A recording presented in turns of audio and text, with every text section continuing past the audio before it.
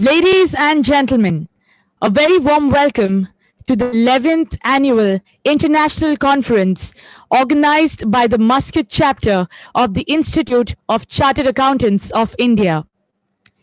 Since the beginning of this year, we have all been through circumstances and ways of life that we would have never imagined, but we have all stood together and made the most of whatever we have. Therefore, this year, in spite of all the effects of coronavirus, there was nothing that could stop us from creating a historic moment by conducting a virtual conference and living up to this year's theme, Change Adapter.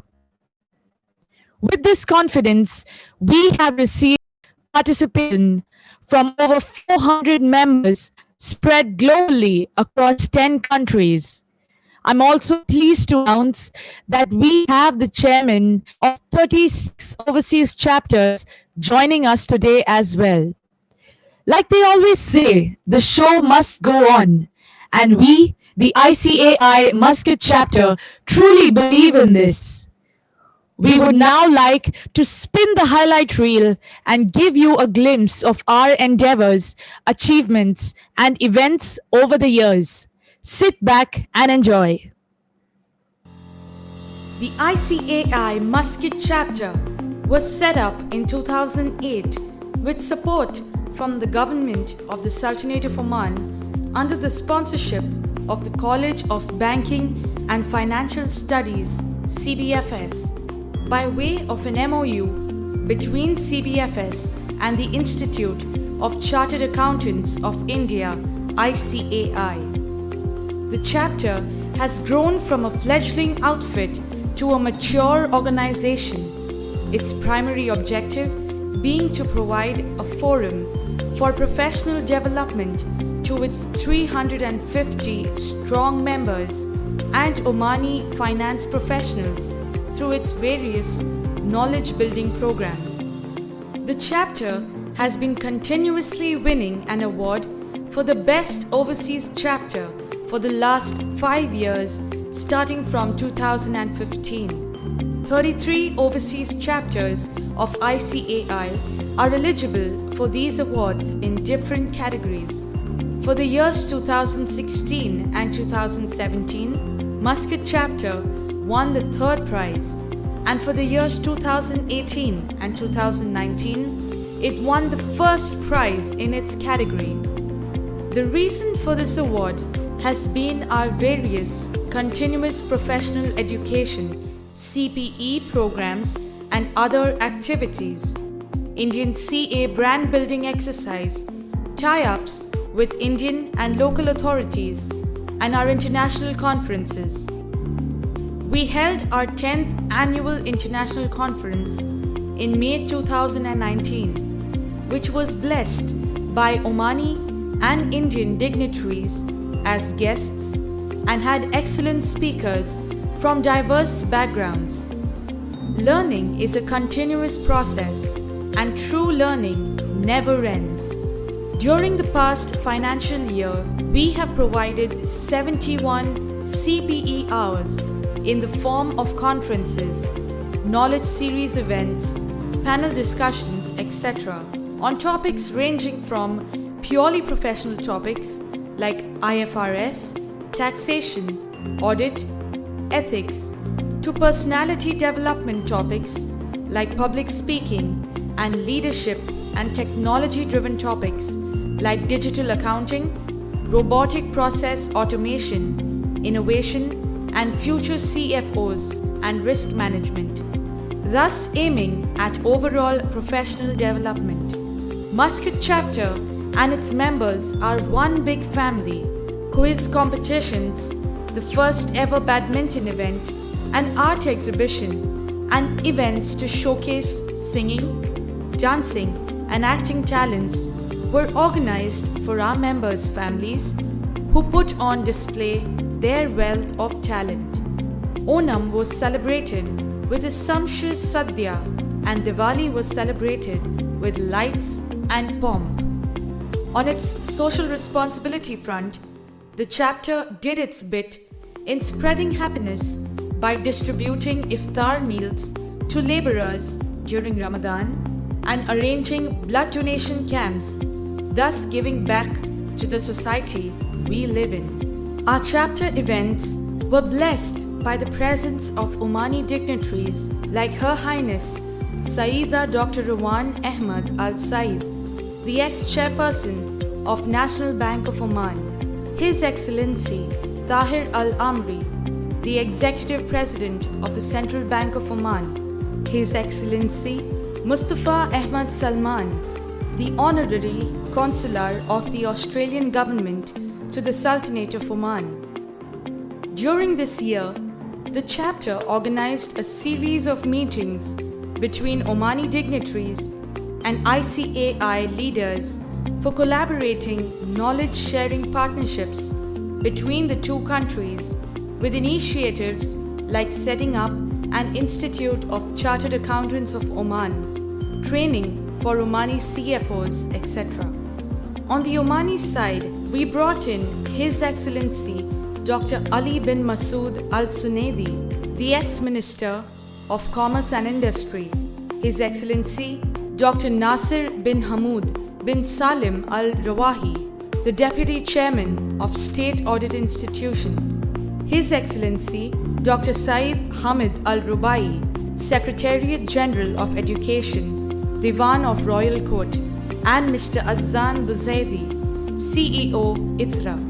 Whereas on the Indian side, we had His Excellency Manu Mahabar, the Indian Ambassador to the Sultanate of Oman, CA Prafulla Charger, ex-ICAI President, CA Atul Gupta, current ICAI President, and Central Council members, namely CA Babu Abraham, CA Dayanivas Sharma, CA Anil Bhandari, CA Aniket Talati, to name a few.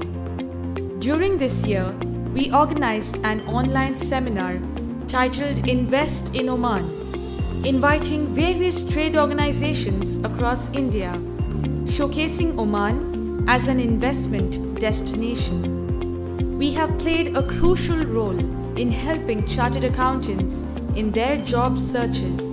An HR meet was organized to introduce employers to ICAI's overseas placement initiatives. We showcased the potential value addition by Indian CAs. As a result, at least 4 Indian chartered accountants were hired by companies in Oman. To attract good quality students to the CA course, we organized an award function for Commerce Wing toppers and also recognized winners of the ICAI Wizard Quiz. We took part in the Avenir 2019 organized by Indian schools in Oman, which had an audience of about 2,500 students and their parents. Through these initiatives, we showcased the CA course and guided the interested participants regarding pursuing a CA career. We helped collaboration between CBFS and ICAI Board of Studies to bring to Oman the conduct of the Indian CA Foundation course. We have shown resilience by adapting to the need of the hour. Hit by the COVID pandemic, the Muscat chapter organized various virtual CPE meetings for members, and now here we are today, holding a virtual annual general meeting as well as online secret ballot election. C.A. Ramananda Prabhu, chairperson of the Muscat chapter, expresses his gratitude to CBFS for hosting the Muscat chapter of ICAI, which enables us to make our contribution to the development of the accounting and auditing profession in the Sultanate of Oman.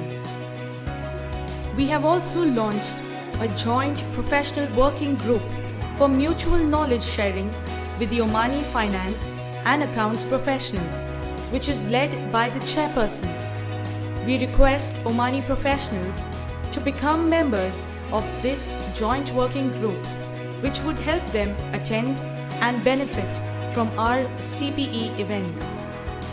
Mr. Anis Lavati, Acting Dean of CBFS, congratulated the Muscat chapter of ICAI for winning the Best Chapter Award and hailed it as an outstanding achievement and a source of great pride to all at CBFS.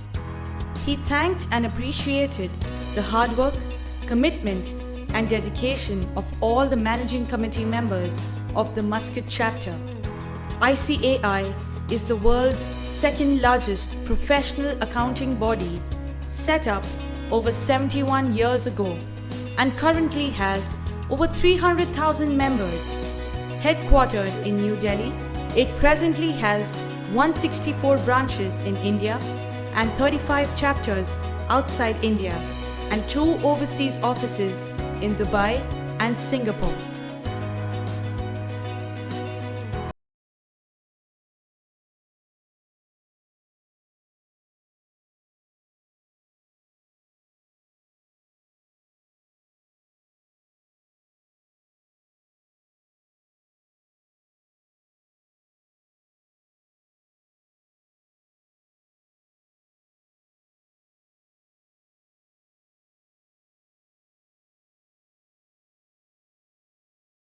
And our achievements and our past events. We are shortly awaiting the arrival of our chief guest. We request you to kindly bear with us for another 2 to 5 minutes and we resume immediately. In the meantime, please feel free to network with the participants who are attending online as well through the chat box. Thank you.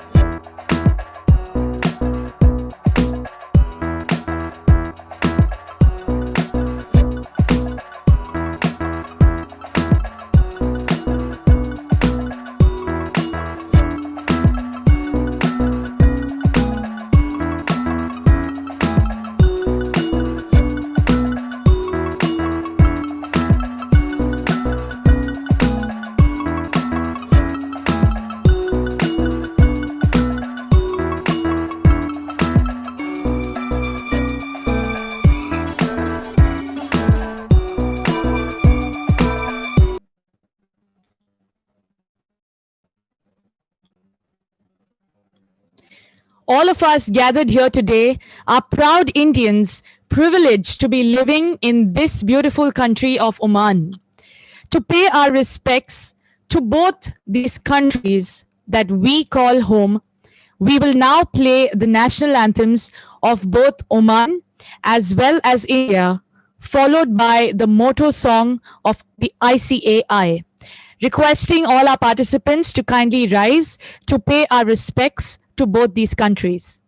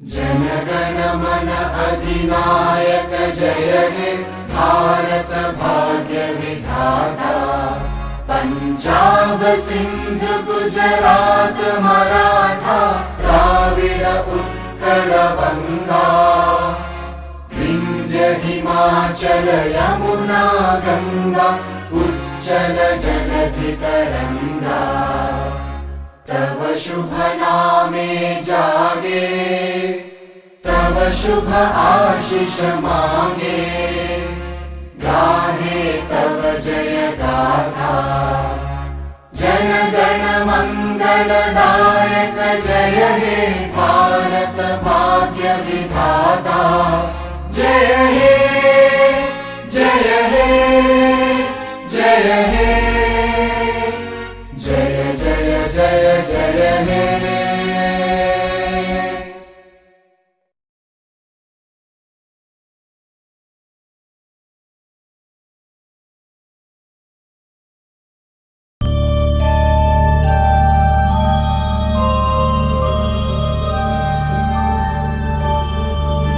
य एष सुप्तेषु जाग्रति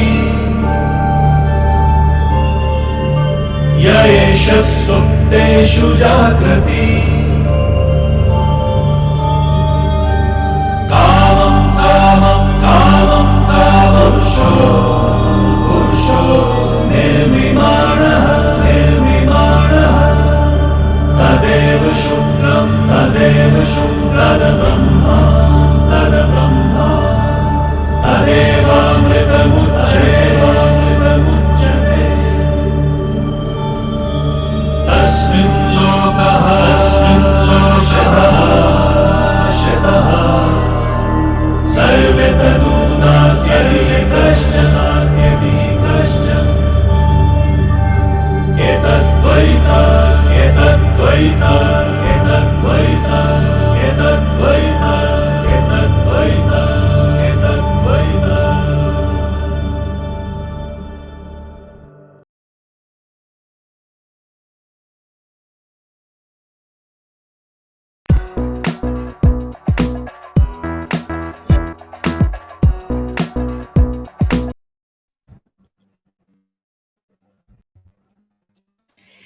is a tradition to begin any auspicious occasion with the lighting of a lamp to symbolize peace, positive brightness, and divine grace.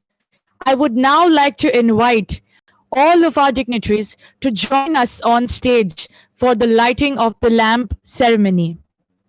First, I would like to invite our chief guest, His Excellency Dr. Saeed Mohammad Al Sakri.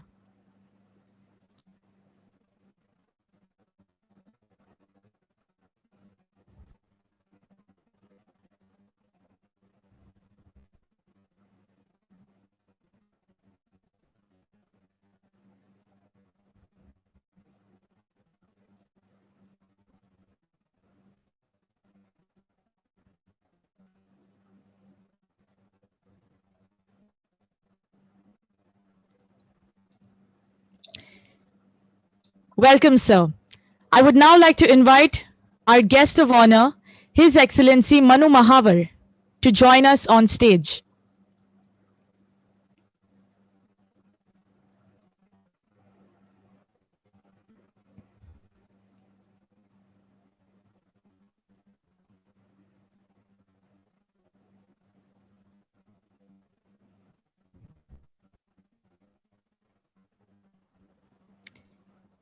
Welcome, sir. Namaskar. Good afternoon. Our next guest of honor, CA Nihar Niranjan Jambusaria.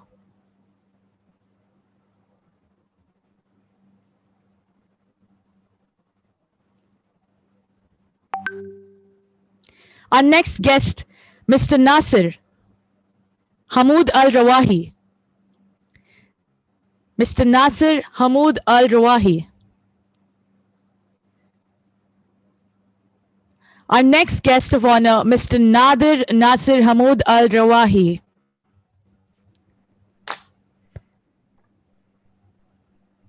Mr. Nadir Nasir Hamoud Al Rawahi. And finally, Mr. Anis Musa Al Lawati. Our next guest of honor, Mr. Anis Musa Al Lawati.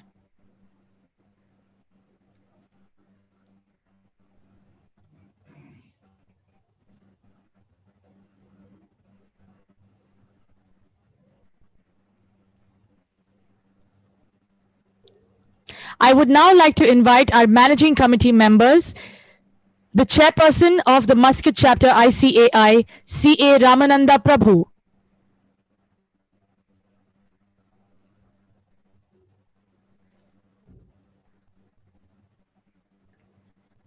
the vice chairperson of the Muscat chapter ICAI, CA Sanil Varghese,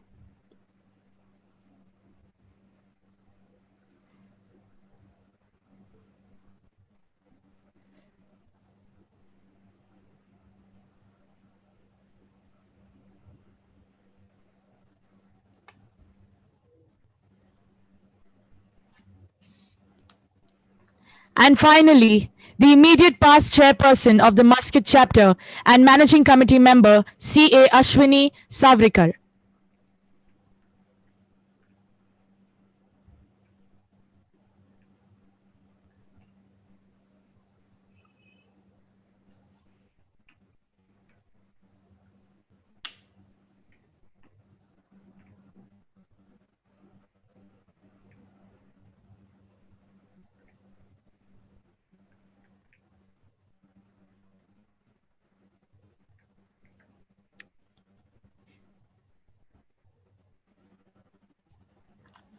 CA Ashwini Savrikar, the managing committee member, to kindly come up on stage.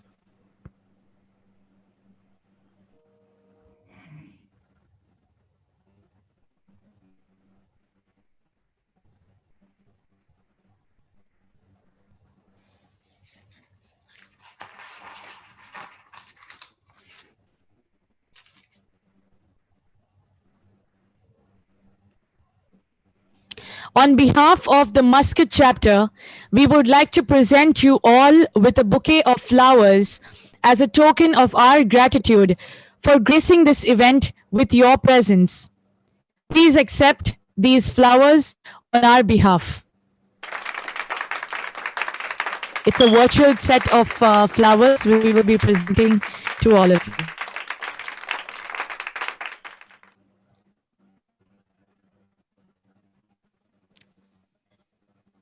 I now request our dignitaries to be part of the lamp lighting ceremony, as we will now virtually have the lamps lit one by one.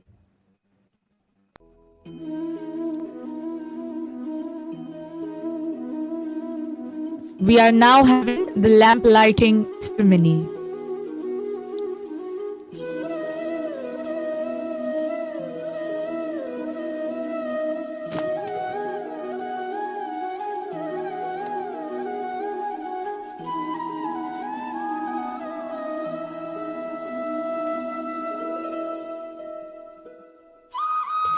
Thank you, sirs. Requesting you all to stay with the stage for the rest of the evening ceremony. I would now like to welcome to the dais the chairperson of the ICAI Muscat chapter, CA Ramananda Prabhu, to deliver the welcome address. Thank you, Ms. Sigal. Robert F. Kennedy had said, and I quote, "Great change dominates the world, and unless we move with the change, we will become its victims." Good evening. Namaste. Assalamu alaikum warahmatullahi wabarakatuh. On behalf of the Muscat chapter, ICAI, it gives me great pleasure to invite you all and greet all the invitees, guests, members of the Muscat chapter, chairman of all overseas chapters, ICAI leaders, and my fellow managing committee members for the 11th annual international virtual conference today. Today, under the patronage of our honorable chief guest, His Excellency Dr. Mohammad Al Sakri, Minister of Economy, which is adding vibrancy to our conference.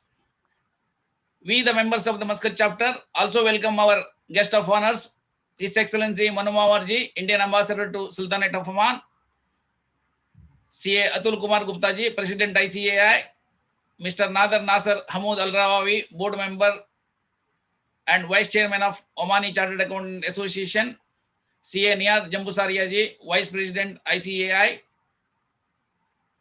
past His Excellency Hamoud Nasser Al Rawawi, State Audit Institution, Sultanate of Oman, Mr. Anis Musa Al Lawati, Acting Dean, College of Banking and Financial Studies, our special invitees of Muscat chapter, Ustad Salam Muhammad Alawi, Acting CEO of Raisul Cements, Dr. Hilal Saif Al Damri, Deputy CEO of Oman Cements, Ustad Fatih Al Hussein Al Walushi, CFO of Oman Cement,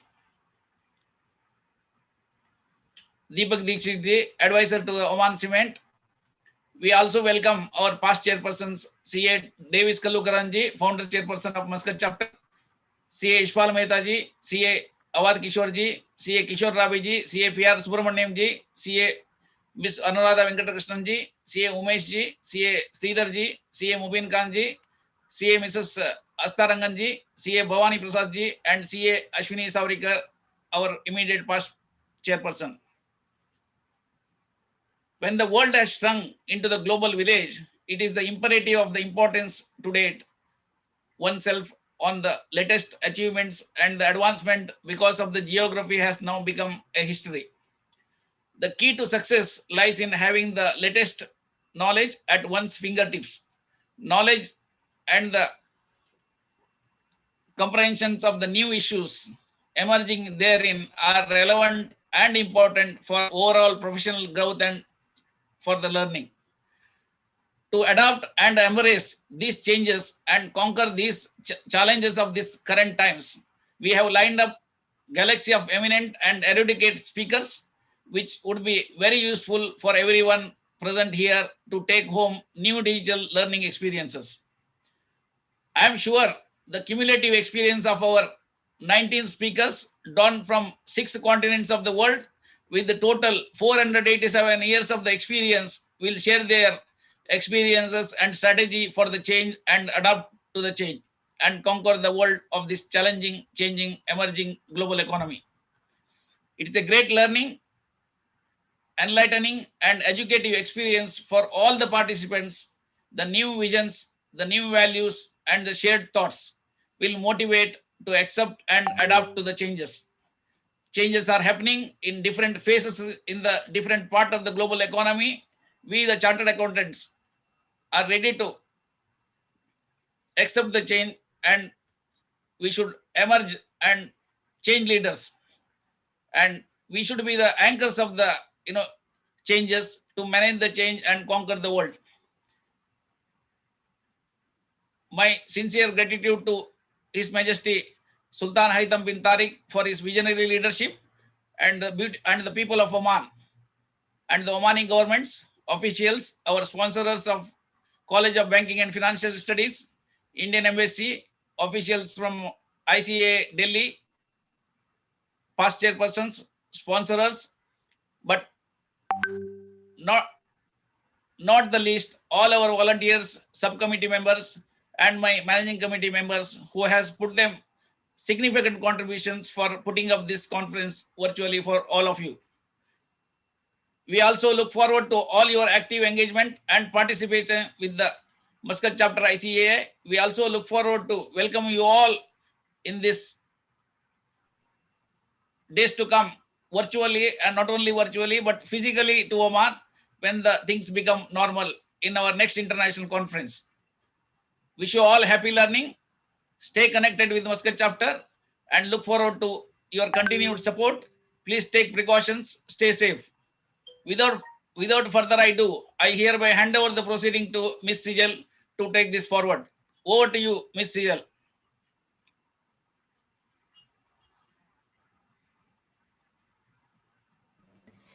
Thank you, Mr. Prabhu, for the wonderful welcome. It gives me immense pleasure to introduce you all to our esteemed chief guest, His Excellency Dr. Saeed Mohammad Al Sakri, the Minister for National Economy in the Sultanate of Oman. Dr. Al Sakri has an impressive record of academic achievements, including a PhD, and is an alumnus of some of the esteemed universities, including Harvard, Victoria in Australia, Boston, and was on the Fulbright exchange activity as a Hubert H. Humphrey Fellow. He has held various prestigious assignments at the national and regional level. Before taking up the mantle of the Minister for National Economy, his Excellency has been an economic advisor at the GC level and held the directorship for Economic Planning Affairs at the Office of Advisor to HM Sultan. The impressive list of just some of the titles that Dr. Al Sakri holds includes that of an author, an academician at the prestigious Sultan Qaboos University and other universities, and an economic researcher. Thank you so much for being with us, sir. I request you to kindly say a few words. Thank you for that introduction. Just one small correction. I am the Minister of the Economy. It is called Ministry of Economy, not National Economy. His Excellency Munu Maher, Indian Ambassador to the Sultanate of Oman, Mr. Anis Musa Lawati, Acting Dean, College of Banking and Financial Studies, C.A. Atul Kumar Gupta, President of the Institute of Chartered Accountant of India, C.A. Niranjan, Vice President, ICA, Mr. Nadir Arawahi, Founder and Board Member, Omani Chartered Account Association, C.A. Prabhu, Chairman, Muscat Chapter of Institute of Chartered Accountant of India, dignitaries, ladies and gentlemen, good evening and Assalamu alaikum. I am indeed honored to be invited as chief guest by Muscat Chapter of Institute of Chartered Accountant of India on the 11th Annual International Conference. The business relationship between India and Oman traces back to our ancient times and bonding to keep strengthening with the kind benevolence of late His Majesty Sultan Qaboos ibn Saeed and His Majesty Sultan Haitham ibn Tariq. Our sincere prayers to the good health of the visionary leader. The services of Indian community, and in particular the chartered accountants at various levels support this country to conduct business with ethics and values. The Institute of Chartered Accountants, through its members, ensure proper accounting of business transactions, resulting in prudent bookkeeping and fair presentation of business results. Change and challenges are the two sides of the same coin. When you dare to encounter the changes, opportunities unveil one by one. Accounting professionals are always challenged by the new innovation business models. An ever-changing technology is not only adapting to new changes, but also ensuring that systems and controls are appropriately modified to meet the current challenges.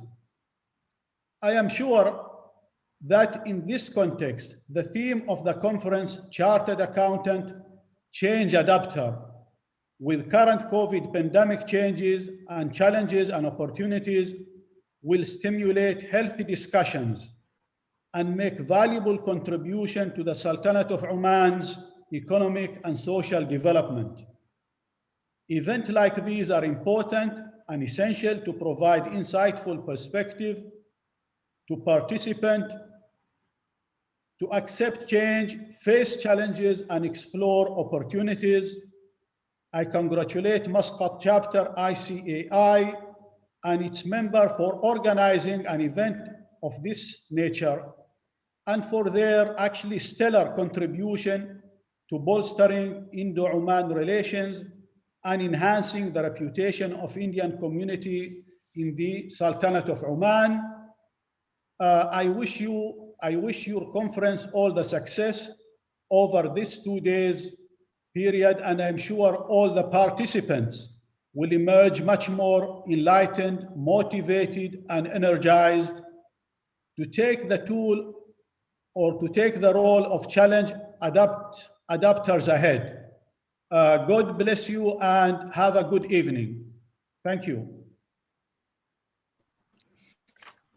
Thanks so much, sir, for those for the wonderful message that you shared with us. We are also privileged to have among us our guest of honor for today, His Excellency Manu Mahavar. Shri Manu Mahavar assumed charge of the post of Ambassador of India to the Sultanate of Oman on 21st August 2018. He joined the Indian Foreign Service in 1996. He has served in diplomatic missions in Moscow and Geneva. At headquarters, he has served as a desk officer for Nepal and director in Prime Minister's office from 2011 to 2014.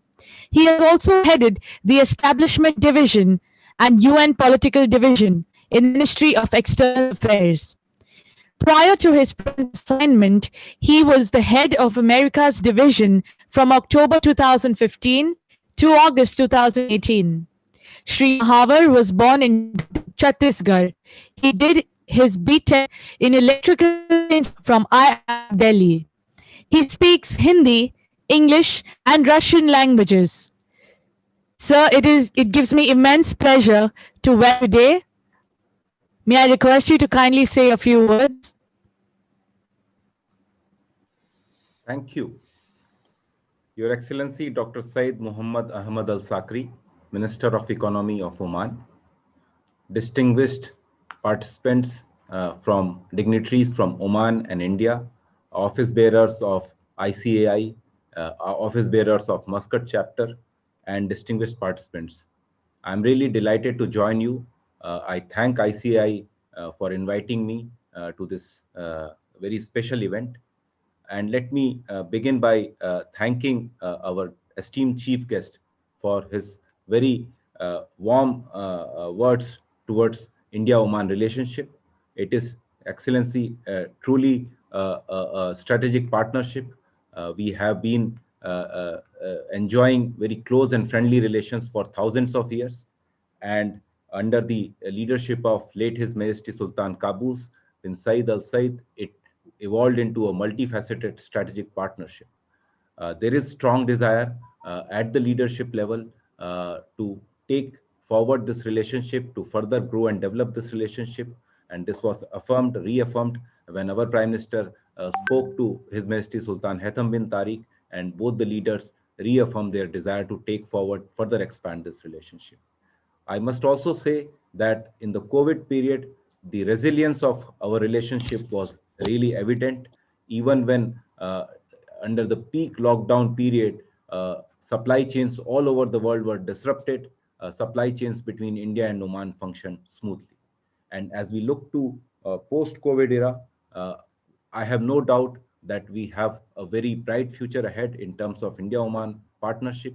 We believe India can be a strong partner in all key priority areas that Oman has identified under its Vision 2040, under its various plans, and really in all areas there is great synergy, great complementarity. Likewise, India has also embarked upon a mission to become self-reliant, in which we are seeking to forge partnership, investment partnerships, technology partnerships, and we consider our close friend Oman as a key important partner in that campaign. I would say that as Indian ambassador here, we are really committed to work with the government and people of Oman to continue taking this relationship forward. As far as ICAI is concerned, Your Excellency, distinguished participants, the Muscat chapter, I have said this on previous occasions also, is one of the most active overseas chapters of ICAI, and it has been organizing really high quality events which contribute to the further development of skills and capacities of finance professionals of Oman, of India, of other countries. This event, Change Adapter, is really a timely initiative. And I was just going through the program. I think it's truly a very comprehensive program you have put together.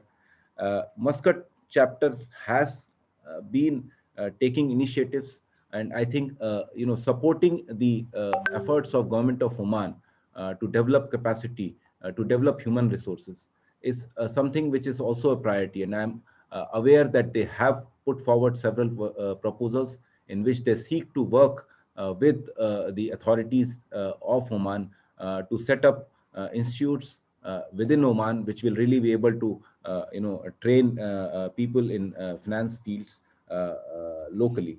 I would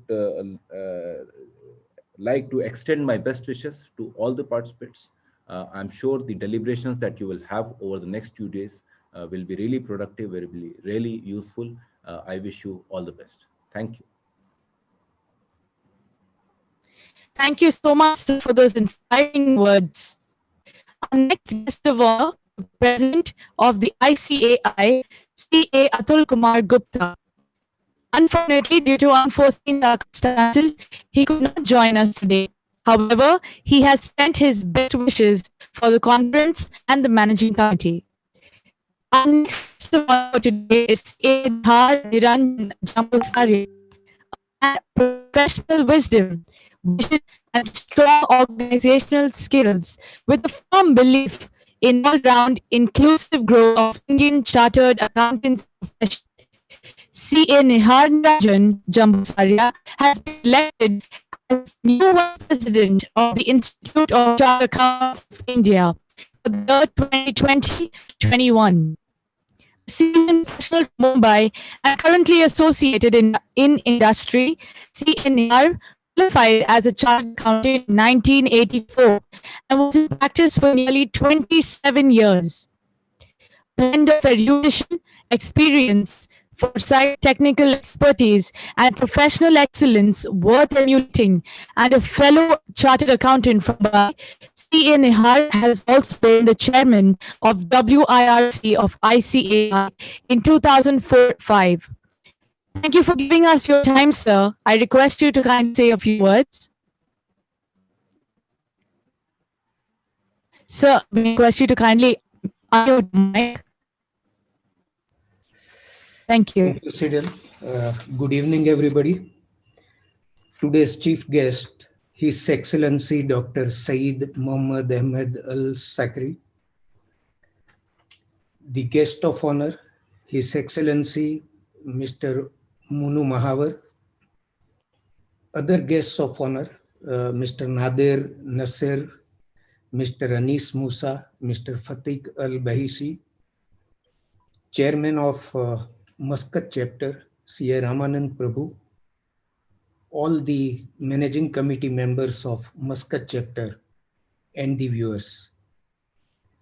Let me at the outset congratulate the Muscat Chapter for putting in place 11th Annual International Conference with a very apt tagline, Chartered Accountant, Change Adopter.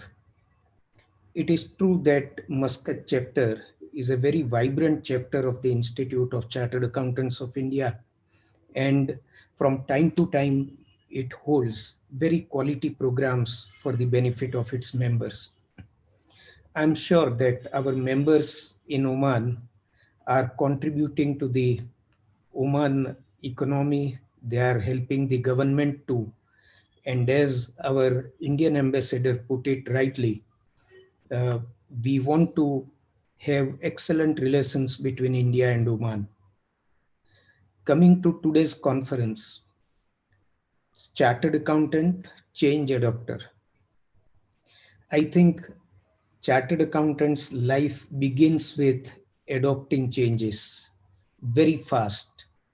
The moment we qualify, tax laws change, corporate laws change, economy changes, business environment changes, and we have to adopt these changes fast in order to render effective services to our clients.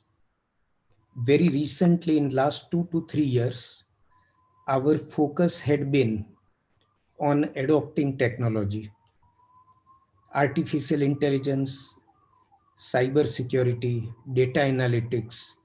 We had started adopting and training our members in all these fields. And suddenly at the beginning of 2020, COVID-19 struck the world. It came, it conquered the world, and it is still there. But then chartered accountants and every professional in the world took it as a challenge, and it also conquered the world with accepting COVID in the form in which it has come. This virtual mode of communicating has made it very known that now we do not have any boundaries. If I have to enter Muscat physically, I may require a visa. But if we have to exchange knowledge, share our views, no visa is required. And in last 8 months, all our chapters, including Muscat, were well connected and we are sharing knowledge. I look at the design of this program, and all subjects and topics selected are towards the change and future.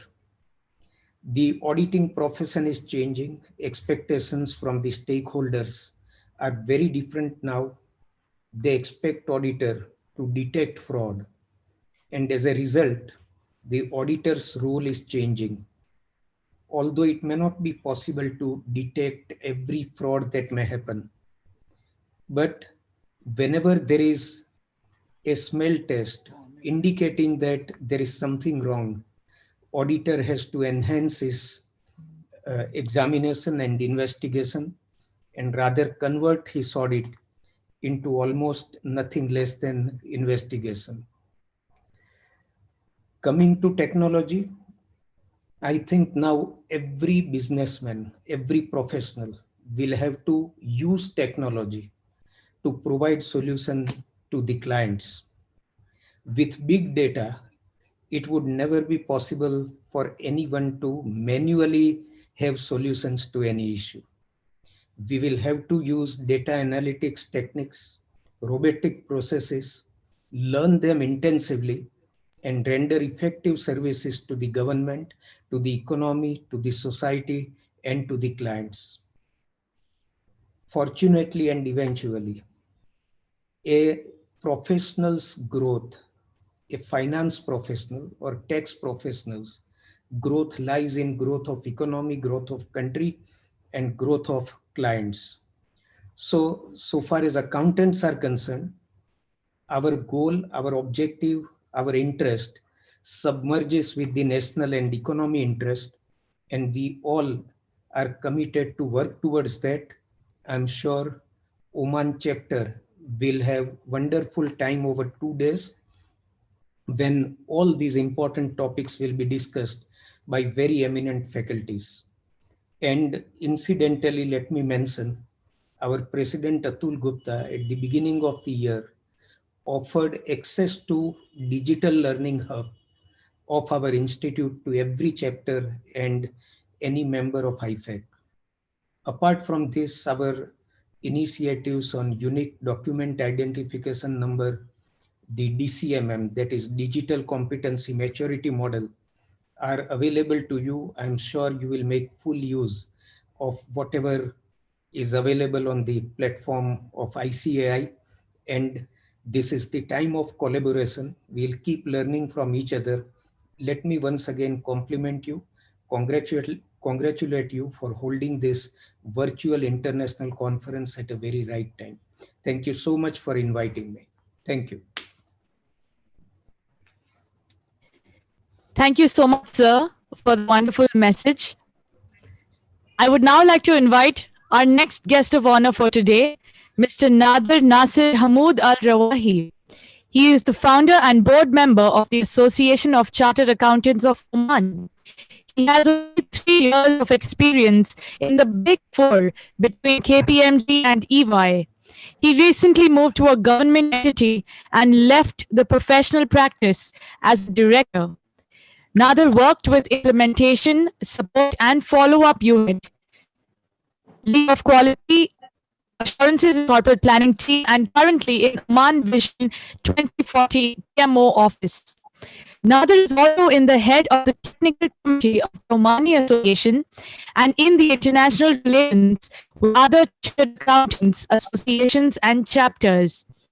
Involved in many services like audit, advisory, business development across all service lines in the audit profession, and also a keynote speaker in lots of conferences in Oman and in other countries. He is a member in the Institute of Internal Auditors and member of a Certified Fraud Examiner. Sir, thank you so much for giving us your time. We welcome you. I request you to kindly say a few words. Thank you very much, Saidal. First of all, I would like to thank ICA Chapter Oman for this honorable opportunity for us to all to have this international annual virtual conference that's been held in Oman and joining other 35 other countries around the globe. It's a very great honor. I would also like to thank His Excellency Dr. Saeed Al-Saqri, the Minister of Economy of Oman, for his time and honoring the event.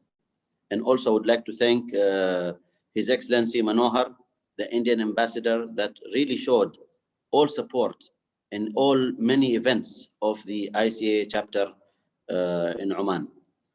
I would like to also thank Mr. Prabhu, a dear friend that I known for a long time, the current president of ICA chapter.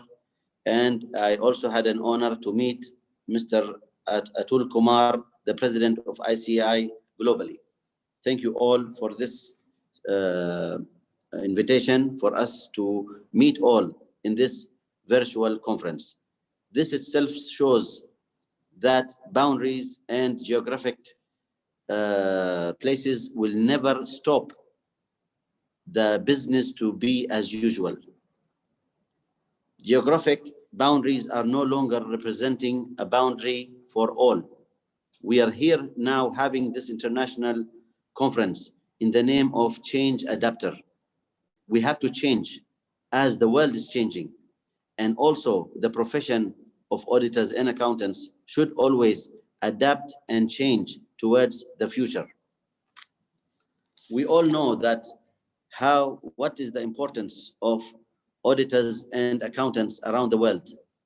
they're not only helping the economy to drive towards the future, but we are also there to make sure that local quality and local internal controls are there within all sectors. We find auditors and accountants not only in the profession of banking or in the profession of audit firms, but also in the various industries, either tourism or manufacturing, oil and gas, and even in technology. We have to now strive the future of economy and assist both government and private sector towards the future of the world, especially now the future of Oman. The Vision 2040 has played a tremendous change in Omani's both actual thinking and towards the future of Omani in technology. Sorry, sir. Sorry for the interruption. CAR, request you to kindly mute your mic. CA Nihar, kindly mute your mic. Sorry, Mr. Nader, please go ahead. It's okay. This is one of the disturbance of the technology, so we have to adapt and change. Yeah. So So we all have a big part to play to secure and shape the world's economy, not only in our roles, but we have to work collectively with all other partners that we can have. In Oman, recently, I thank ICAI Chapter Oman of having the partnership of helping Oman to set up its first digital e-learning with College of Banking Industry. That was a huge success for not only Oman, but also a success of ICAI chapter for launching this very important new way forward tool for enabling learning with the current difficulties of the COVID-19. This is one. And also His Excellency Saeed has mentioned that the auditors play a very big, huge role in ethics and value. So this is a very important for us also to adapt the new ways of ethics towards the new channel of business, which is a digital way. We all have to understand that the roles of and expectations of auditors and accountants is not limited only to signatory of the financial statements. It is there that they are looking upon us to bring new adding value to the economy. And that's what I think in the next 2 days, we will learn and all exchange the knowledge. And we hope to come up with not a normal way of recommendations, but we need these recommendations and improvements and adding value to be addressed properly at the end of the day, at the end of the conference. And we present this to the officials to ensure them that we are always supporting the backbone of the economy. Thank you very much.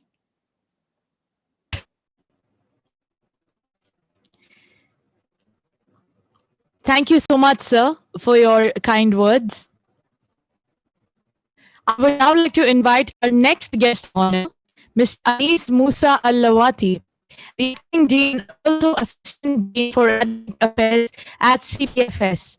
He has over 35 years of experience in teaching and training in Oman, UAE, and Jordan. He had previously held many key positions, including Deputy Dean of Oman College of Management and Technology, Director of Training and Learning at Dubai Institute, HRM, Acting Director General at IBFS, Director of Training at Institute of Public Administration. He did his BA at Rollins College in Florida, USA, and MBA at Yarmouk University in Jordan. Sir, it gives me immense pleasure to welcome you today. May I request you to kindly say a few words? Thank you very much. Assalamu alaikum. Good evening. Your Excellency, Dr. Saeed Al-Saqri, Minister of Economy, Your Excellency, the Ambassador of India in Oman, Mr. Mono Mahawar, distinguished guests, respected members of the board, ICAI Muscat chapter, ladies and gentlemen of the audience. I'm very honored and pleased to address you all on this occasion. It's always challenging to be the last speaker because the people who spoke before you have already covered what you have, what you have planned to say during this opening ceremony. So while the other speakers were addressing the audience, I was thinking, should I put aside the speech which I prepared and talk about something different? So I decided to put the speech aside and just talk directly to you. The two issues that I would like to address, one is about association with ICAI Muscat chapter. It has been more than a decade since we associated with Muscat chapter ICAI, during which we organized and mutually delivered tens of events, all focused on capacity building of professionals in the financial sector. And we look forward to continue this fruitful relationship with the hope that it will reflect positively on our both friendly countries. The second issue that I would like to share with you, since I put my speech aside, is to reflect our experience during the pandemic. I'm not sure whether you are aware of this or not. Last March, early March, we discovered the first positive case of COVID-19 on campus, and we immediately decided to suspend classes. Before the end of March, all of our activities, training, teaching, meetings were online. Now, I know that many higher educational institutions decided to discontinue the semester last spring, but by 29th of March, all of our programs were online. And when we reflected this experience, we came with a conclusion that in order to effectively deliver your services without disruption during abnormal times, you need to have three main conditions. One, you need to have a business continuity plan. During this plan, in this plan, we have identified 12 different sources of risk that might prevent us from delivering our core activities. And one of these is spread of disease and pandemic. The second is to have the available resources, capital resources, non-capital resources, training our staff, our faculty members to deliver what they are expected to deliver. And finally, to enjoy high level of responsiveness and flexibility. So we managed to convert our mode of delivery online. We changed the mode of our assessments, the way in which we advise academically our students, interact with our participants in training courses. And I thought, this is a worthwhile experience to share with the audience and to be in line with the main theme of the conference, the Chartered Accountant Change Adapter. So I think this is one good story that I wanted to share with you. I hope you find it to be useful and learn from each other's. And to conclude my address, I would like to thank ICAI Muscat chapter for inviting me for this prestigious event and wish you all the best and success. Thank you so much.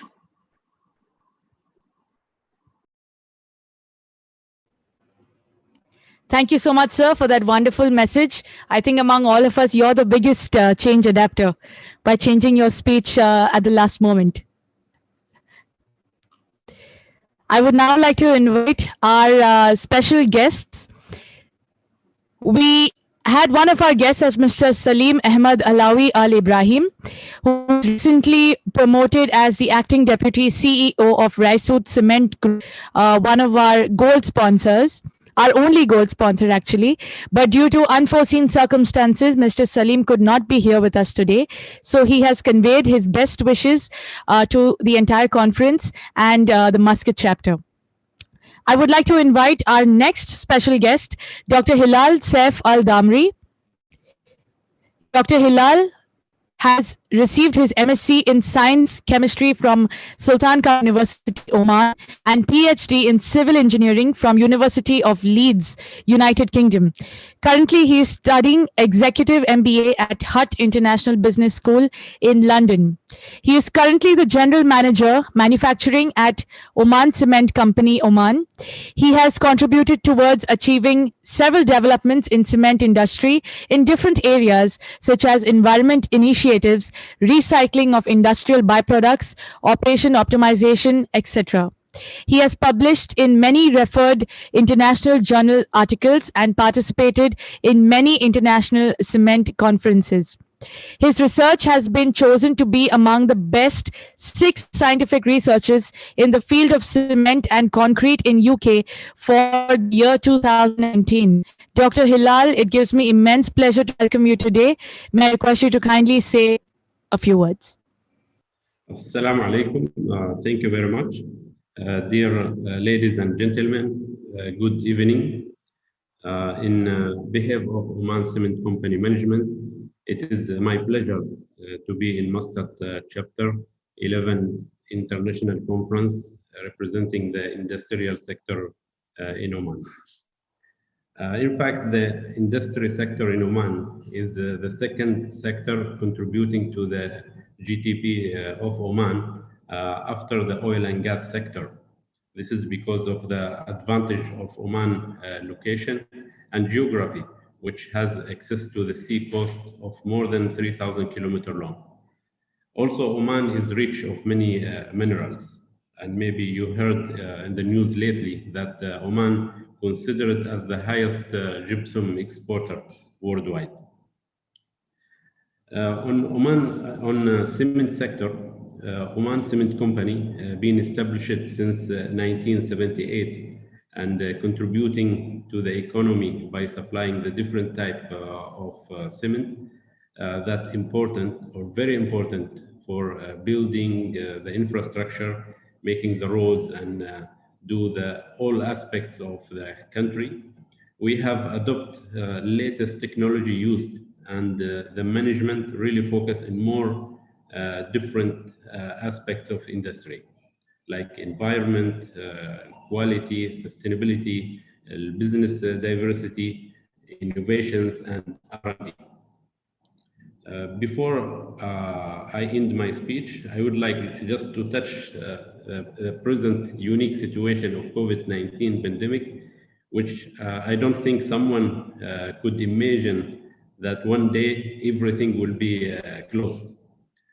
No one thought in this quickly we are going to work from home. Kids will not go school, mothers or parents going to be teachers from home, shopping malls and mosques, praying places are closed. Really a unique situation. However, I think, and you are agreeing with me, that we learned a lot from this difficult time.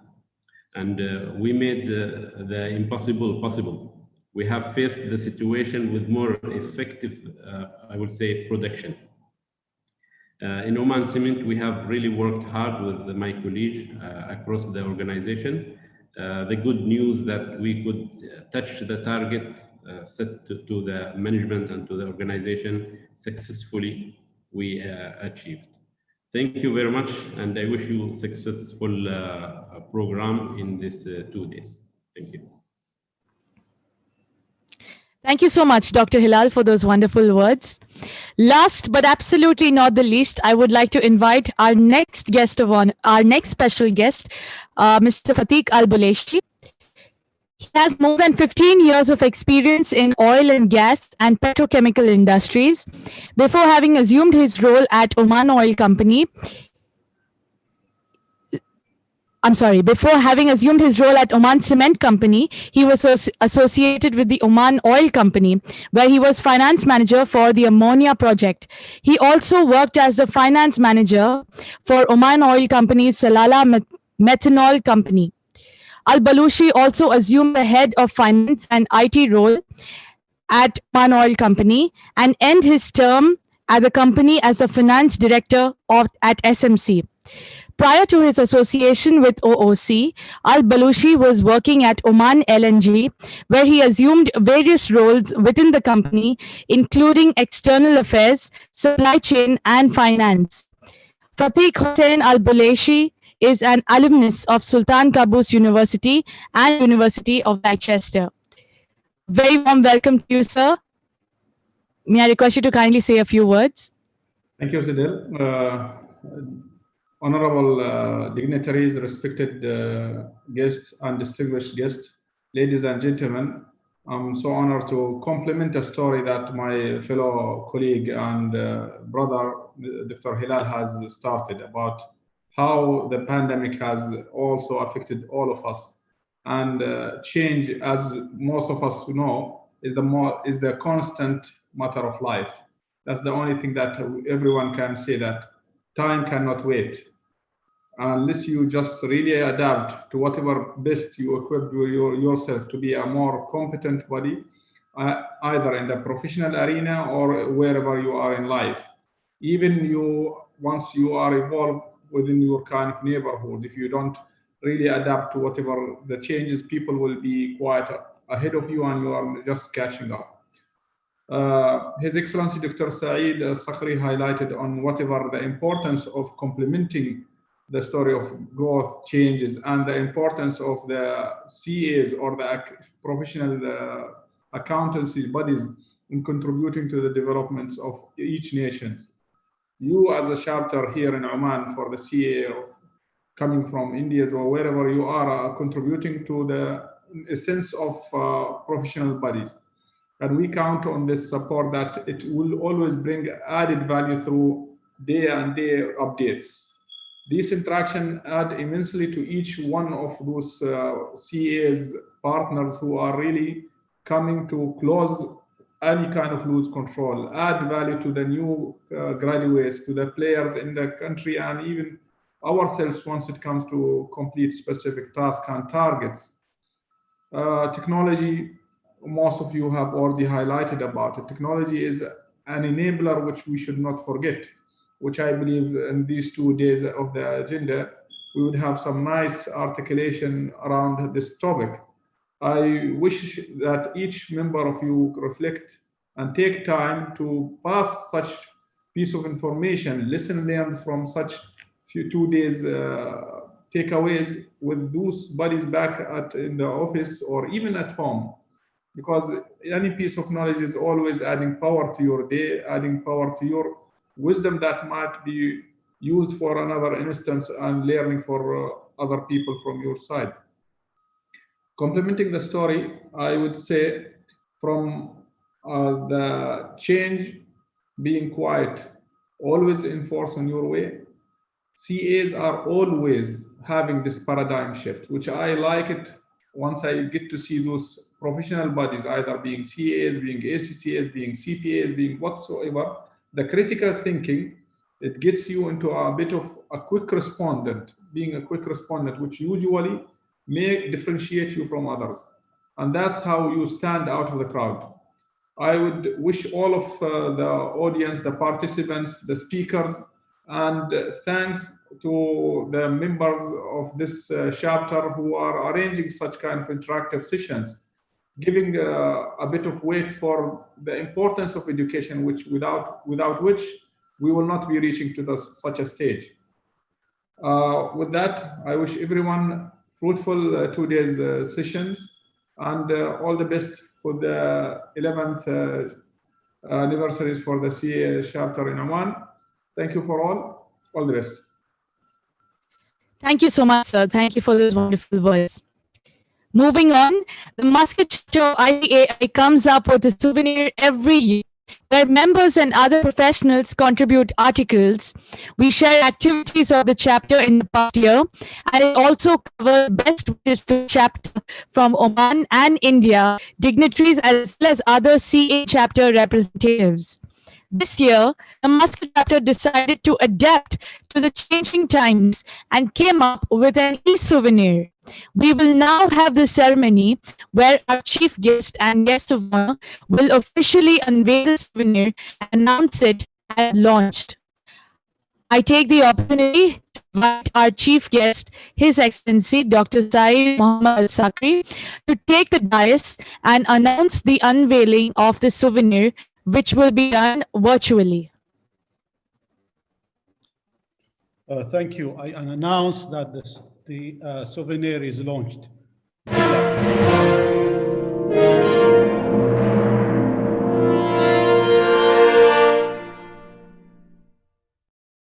Virtual conference. For the information of all of our participants, e-copies of this souvenir will be distributed to all our guests and members via email. Thank you, sir. We are presenting certificates, e-certificates, as a token of our appreciation to all of our dignitaries present on this panel today for giving us their valuable time and spending their Friday evening with us for this conference. Firstly, we would like to present the certificate to our chief guest, His Excellency Dr. Syed Muhammad Al-Sakri.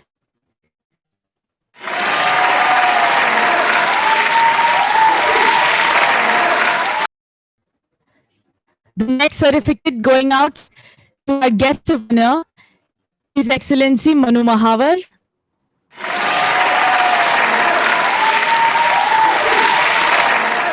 Here with us, sir. The next certificate to our next guest of honor, CA Nihal Niranjan Jambusaria.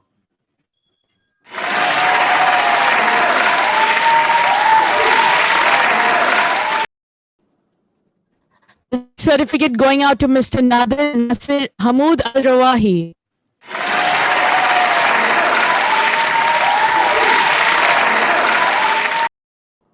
Shukran, Afwan. And the next certificate going out to Mr. Anis Musa Al-Lawati.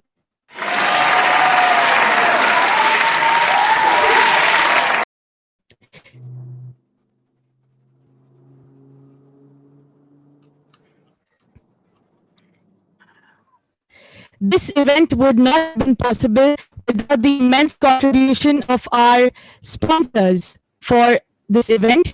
Our annual sponsors, TAI, sponsors, Resolute Cement Company, silver sponsors, Crow Oman, Renaissance Services, SAOG, and Oman Cement Company, SAOG. And our bond sponsors, Special Technical Services, STS. Once again, a big thank you to all of our dignitaries on stage for joining us today. We are extremely grateful for you sharing your time with us. We hope you can stay for the rest of the conference as well.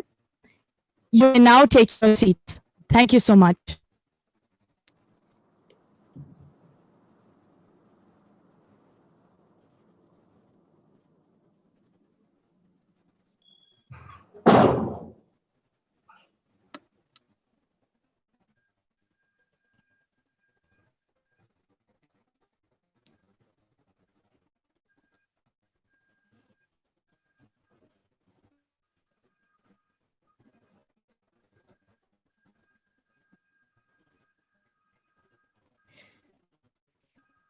While our dignitaries take a seat, before we move on to the keynote address, we have a surprise for all of you. We are giving a chance to all of you sitting at home to win gift voucher worth of 25 throughout the conference today and tomorrow. All you have to do is be online, and while the lucky draw is conducted between the conference, if your name comes up on the screen, please please acknowledge your presence on the chat box. That's all you have to do. It's as simple as this. Our tech team will monitor the chat box, and in case a winner who is announced is not online at that particular moment, we will be picking up another winner. The prize will be forfeited. This is to make sure all of you are attending all of the entire conference and attending wonderful sessions that we have from all amazing speakers who will be having sessions with us in this conference.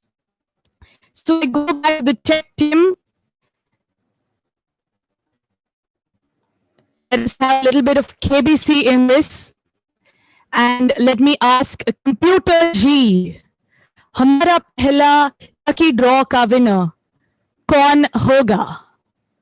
Who is the first lucky draw winner of the 11th Annual International Virtual Conference?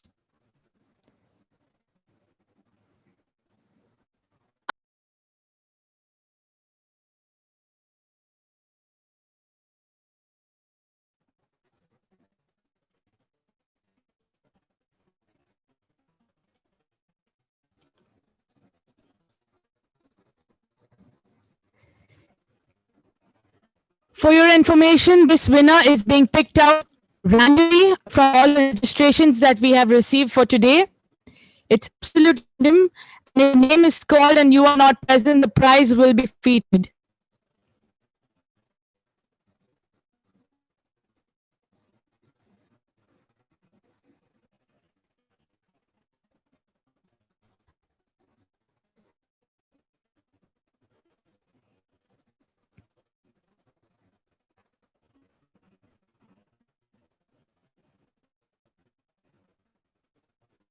Do you have a name for the winner of the lucky prize?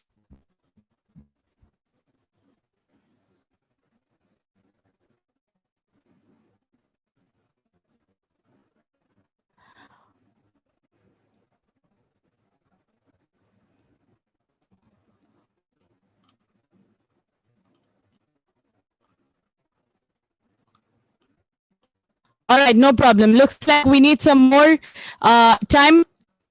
And let us give another chance to all of our participants to come back online. In the meantime, we'll move on to the first session of the day, the keynote address. It gives me immense pleasure to welcome our speaker, C. Mohandas Pai. In a career spanning over 35 years, Pai has served in finance, accounting, information technology, human resources, education, corporate governance, social impact innovation, environmental conservation, policy formulation, heritage preservation, philanthropy, and the venture capital and startup ecosystem. Pai is currently the chairman of Iron Capital, chairman of 314 Capital, and the chairman of Nepal Global Education. Pai was previously a board member and the chief financial officer, CFO of Infosys, a board member of the SEBI, and of National Stock Exchange of India. He was awarded the Padma Shri by the President of India in 2015. Sir, I request you to kindly accept this virtual flower bouquet that we are presenting on the screen as a token of our appreciation for and gratitude for your presence in our conference. Thank you very much. I'm very obliged to all of you for inviting me to be here. Thank you. It's a great. It is a pleasure. It is a pleasure to have you here, sir. Thank you so much. Thank you. Over to you, sir. Thank you very much. Folks, thank you for inviting me. I'm very happy to be amidst you at this very stressful time around the world. And I think you've chosen a great topic to talk on. The world has changed, and I'll explain to you the impact of this change on finance professionals globally. Next, please, Yash. So let's understand the impact of COVID-19 before we go to the impact on finance professionals. Next, please. Well, COVID-19 has impacted the entire world like no other event in the last 100 years. The First World War saw 16 million people die. The Second World War saw 60 million people die. But geographically, a smaller part of the world was impacted, even though the casualties were very, very high. Today, 150 countries are impacted, and we're seeing the rise of the second wave. In the United States, 200,000 people are are impacted every day. 3,000 people are dying. So there's a second wave across Europe. And if you look at the data, India, even though it has the second largest number of people infected, the death rate is very, very low compared to the United States. Only about 450, 500 people are dying. There's also too much. So this is global. We have never seen it before for the last 100 years since the Spanish flu. And this is going to change the way the world is. Next, please. In India, the health impact has happened. We had a lockdown from March 22nd, 2020. Prime Minister Modi took a very tough stand to make sure that this infection does not spread, because India had to get used to this infection over the next year. We had to get prepared. Nobody knew how to treat it. Nobody knew what is going to happen. So we had a lockdown, and it hurt us in the first quarter. Now most parts of India have come out of the lockdown. There is still COVID across the country, but the number of cases are coming down. If you look at data here, India has only 7,000 cases per million, whereas the United States has got 41,000. Death rate is only about 105. United States is more than 800 per million. India is a large country with 1.38 billion people. So India always has big numbers, but you must always reckon it per million people. And there you see the impact. So India has done well in this pandemic globally. Next. The economic impact has been widespread. The globe will have a negative GDP of 4.4%, maybe more, because this quarter we have seen a lockdown in most parts of the OECD. The United States may have a minus 4.3 for the full year. Last quarter, they bounced back with a 7.4% quarter-on-quarter growth rate. Europe bounced back with a 12.5% growth rate. For the full year, they could be minus 8.3. India bounced back with a 21.9% quarter-on-quarter growth rate. Full year, we could be maybe 10%, maybe 9%, maybe 8%. India is doing very well compared to the rest of the world after the first quarter of our financial year, second quarter of the calendar year. As a response to this, all countries across the world have flooded the market with liquidity and reduced interest rates. US has 0.25%. Around the world, out of $50 trillion of government bonds in the OECD, possibly 30 trillion have got negative rates, largely in Germany and in Japan. And the United States, the rates have come down to very, very low numbers, which are not seen for extremely long period of time. The UK has got rates of 0.10%. Even India has brought it down to 4% in terms of the repo rate. So interest rates are come down and the market is flooded with liquidity because countries feel by having more money, industry could be liquid and they could keep employment. Next, please. This time is different for a very important reason. It is intense and sudden, like falling off a cliff. Never happened before, even during wartime. More pervasive, started across some countries, spread around the world. Fragile backdrop. Before COVID, the world was going through a bad phase. Economic growth was down. The US-China trade war was going on, and industry production had come down. So on a fragile background, COVID has come and hit the world. And today, global economies are more integrated.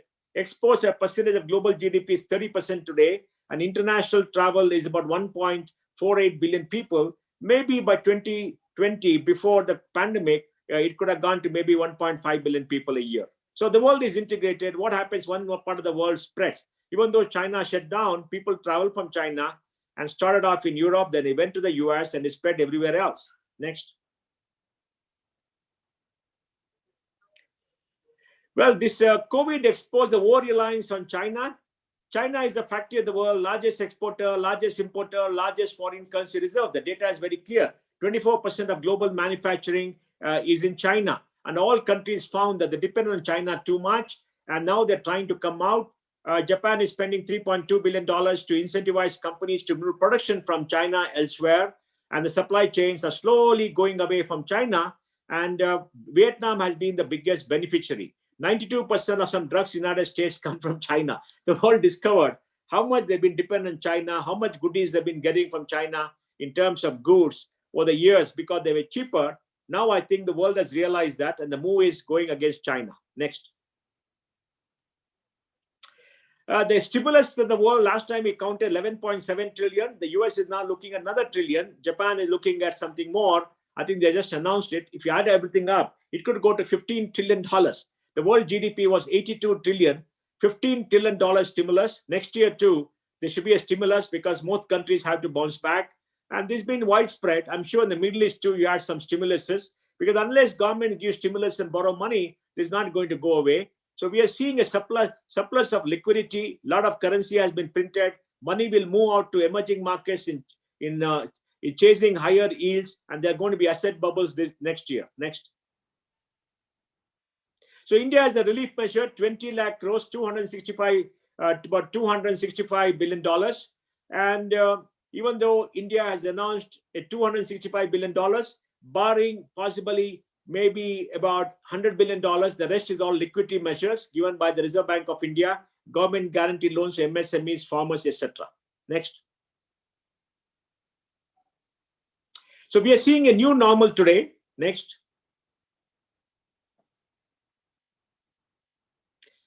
Crude oil collapsed. The world was consuming 100 million barrels a day. It came down to 70 million barrels. And of course, there's a background. The US shale gas production had gone to all-time heights. I think the US was producing 13 million barrels a day. US became the largest producer in the world and was exporting 3 million barrels for the first time after 1971.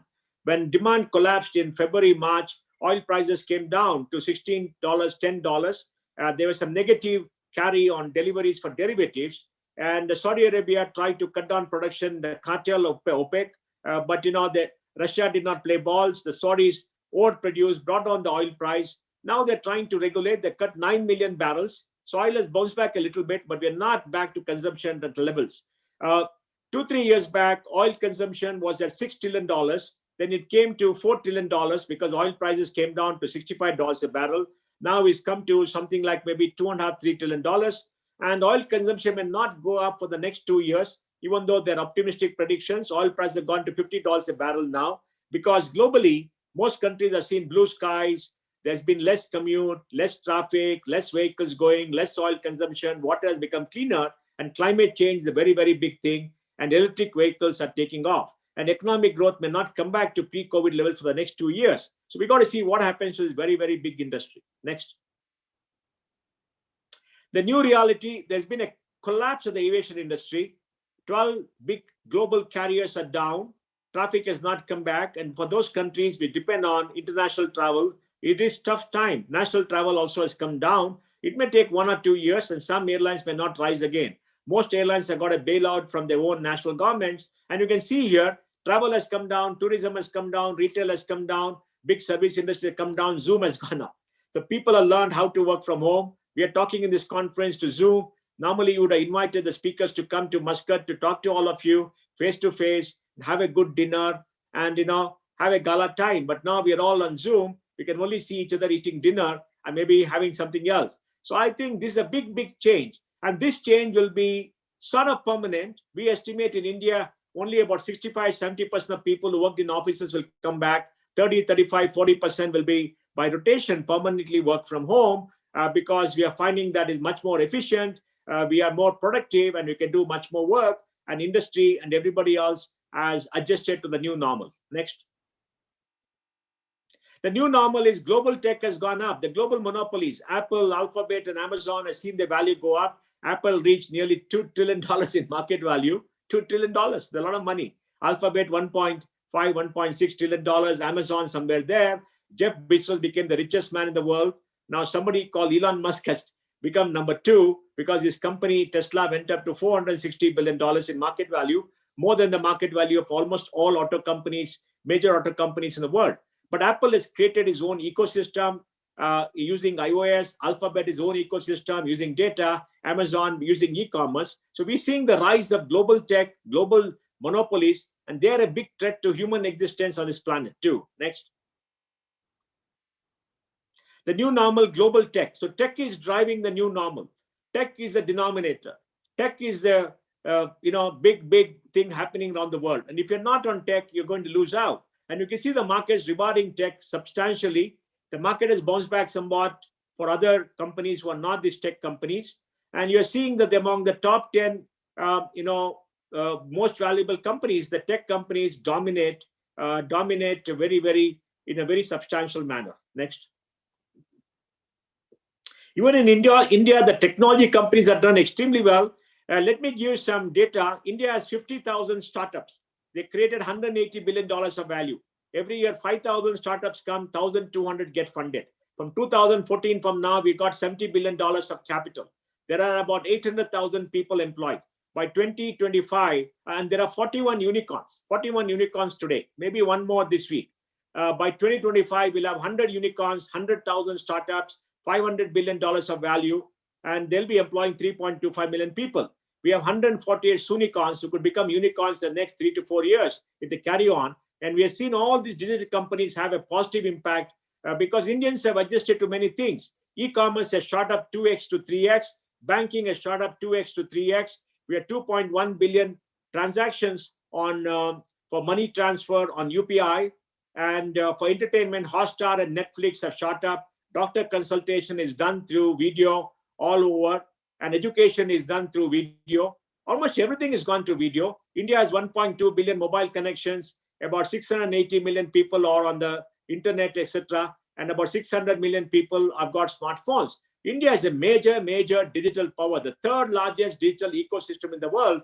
And all of you should be legitimately proud of what India has done based on the vision of Prime Minister Modi 5 years ago on Independence Day, when he promised to create a digital India. India has created digital India. Yes, maybe 40-50% of people in the rural areas are left behind. The next 2-3 years, that number will come down. We're the cheapest data plan in the world, and growth is happening every single month. Next. Long-term growth story is intact for India. India has been impacted by COVID, but we are bouncing back. And this quarter will be a positive growth. Just today, the data came for industrial growth. IIP has gone up by 3.6% year on year for October. November will be higher. And there are strong tailwinds. India is the youngest country in the world with the average population age of 27 years. And in the age group of 15 to 64, which is the working age population, we are the largest number. So India will do extremely well. We all believe by 2026, India will be a $5 trillion economy. 2031 will be a $10 trillion economy. We're supposed to be $5 trillion by 2025. We are set back by one single year. So we have strong tailwinds, and India is poised to make a big comeback post-COVID. Next.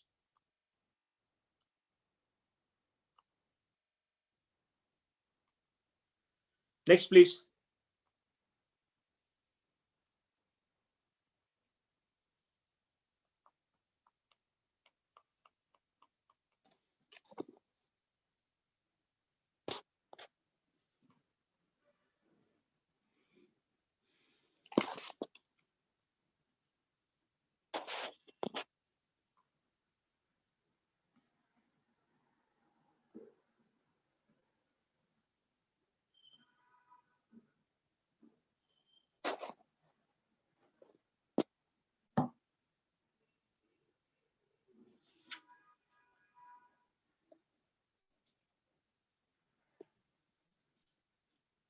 Yes, next, please.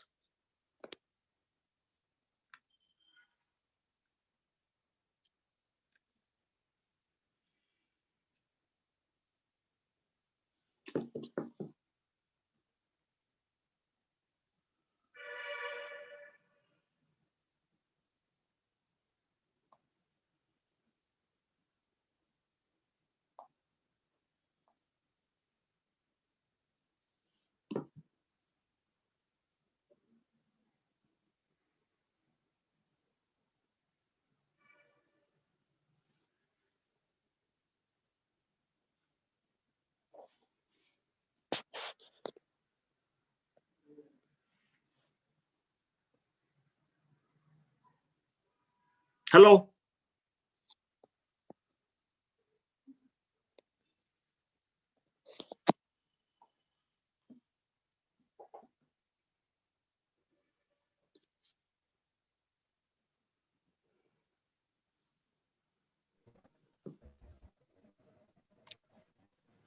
Hello. Sir, good evening. Yeah. So there seems to be a technical error from Yash's screen. We are trying to sort it out as soon as possible. Okay. If there is any way you can still continue your session without the presentation, that would be great. Yeah.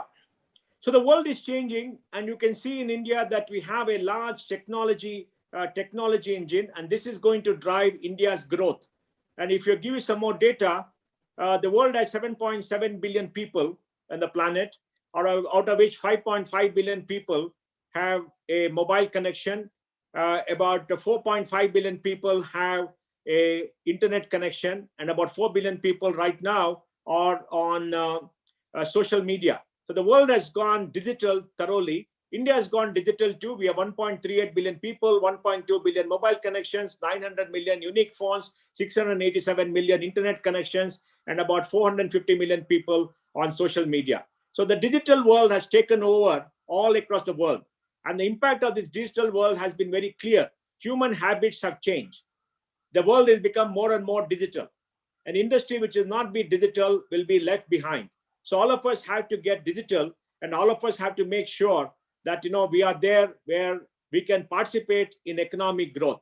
Now, if you look at the impact of COVID all around the world, you'll find that the digital industry has grown very well, and most businesses are spending enormous amount of money coming back on to using the digital world. And for finance professionals and chartered accountants mainly, which is the theme of this subject, we must understand how the financial world is doing as far as the digital world is concerned. Now, you know very well that at this point of time, all around the world, banks are shrinking. Banks are shrinking in the use of space. Banks are all going digital. More and more transactions are going digital. In India, 90% of banking transactions are digital. Even in the State Bank of India, 90% have gone digital. A 200-year-old bank has gone almost fully digital. So all banks are using a digital platform to do business, to give loans, etc. All banks are using apps. State Bank of India has got something like the YONO app, which is being used by people, and I think that's very, very good. So along with the banks going digital, we are finding enormous number of new age companies coming up. New age companies like Open. Open is a platform which is connecting MSMEs to the banks. So you can go through the Open platform and engage with the MSMEs, and this platform will do your accounting, will do your banking transaction, consolidate the bank accounts all over to give you one single view so that you will be much more efficient. And these kind of platforms are coming. We're seeing digital lending coming. For example, Bajaj Finance has got millions of people, and they can give you a loan in 30 seconds, 1 minute, because they use AI, etc., to come out with this. In insurance too, we are seeing digital insurance come in a big way using technology. In the stock market, we are seeing derivative trading go up 3-fold to 4-fold after COVID came, because everybody is on the same platform. And we are seeing payments go up like anything. I told you 2.1 billion transactions last month on UPI. So more and more payments are going through the technology sector and using technology through UPI and apps. So almost all kinds of financial services are getting impacted. And what do we see later? In the next 3 to 4 years, most people will not have to go to a bank because there are building blocks that have come up. India has got something like the India Stack, which went live in India about 5 years ago. The India Stack consists of Aadhaar. 1.2 billion people have an Aadhaar number. Based on the Aadhaar number, you can transfer money from one bank to another, do banking transaction. Then it has got eKYC, and that is why today the mutual fund industry is seeing more than 1 million people come on the mutual fund industry every single month, because eKYC is going electronic. Then we have got somewhere called an e-data store where all your data can be stored. We have UPI, like I said, and we have many other devices, many other pieces of technology. The good thing in India is in the financial services area, most of all this is a public good. Public good means that is owned by a public authority and not by anywhere else. So now here is Yash has come back. So investment in India's future, the good flow of good quality secondaries, consolidation financial services, manufacturing is going electronic with automation using IoT and 3D printing. New age businesses are coming up, brand and alternate delivery models, structured deal, etc. Next, please. Now, growth sectors. Next. Jobs in finance. I told you about this. What are the careers in finance? Well, the careers in finance are very large. They could be in fintech, in technology, or in regular banking. Almost every sector can have a payment, lending, underwriting, business model. Not all roles are fintech related. You have people in cybersecurity, blockchain, risk, compliance, artificial intelligence, content analysis, and big data analytics, etc. And I think you can see here that the most in demand roles are all to do with tech. It is not to do with just general finance. but you got to use tech. You need to have the skills to use tech. Next, please.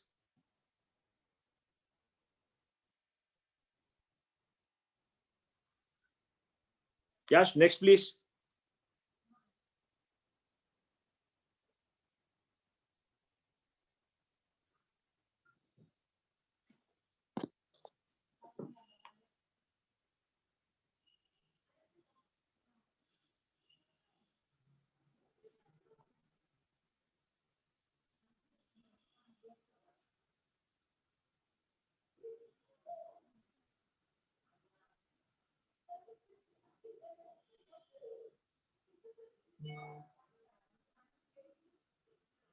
I think Yaksh has gone away. I think, can I continue?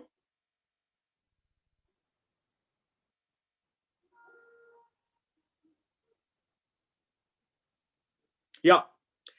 This is another slide that shows you that post-COVID opportunity has been captured by the digital companies. They have exceeded the pre-COVID rates. So we are seeing a new business model come, new competition come here. Next. Usage of data has gone up. Next, please. Usage of data has gone up. In March, Indians are consuming 11.3 GB of data on Jio, and Airtel had 14.9. Now it has gone to 14 for Jio and 17 GB. 17 GB is a lot. You can get unlimited data for 100 rupees a month. And you can see the viewership on digital media for entertainment shooting up like anything. So India is becoming truly a digital power, and all areas are seeing the use of digital. Next, please. How is it impacting education? Very interesting. I'm sure you know about Beju. Many of you will be using Beju for your children. Next. Beju had 70 million people come on the portal after they opened up due to COVID. About 4.5 million people have are paying subscribers. You'll be happy to know that Aryan Capital, where we are investors and we own it, was the first investor in Beju. We gave a check for $9 million.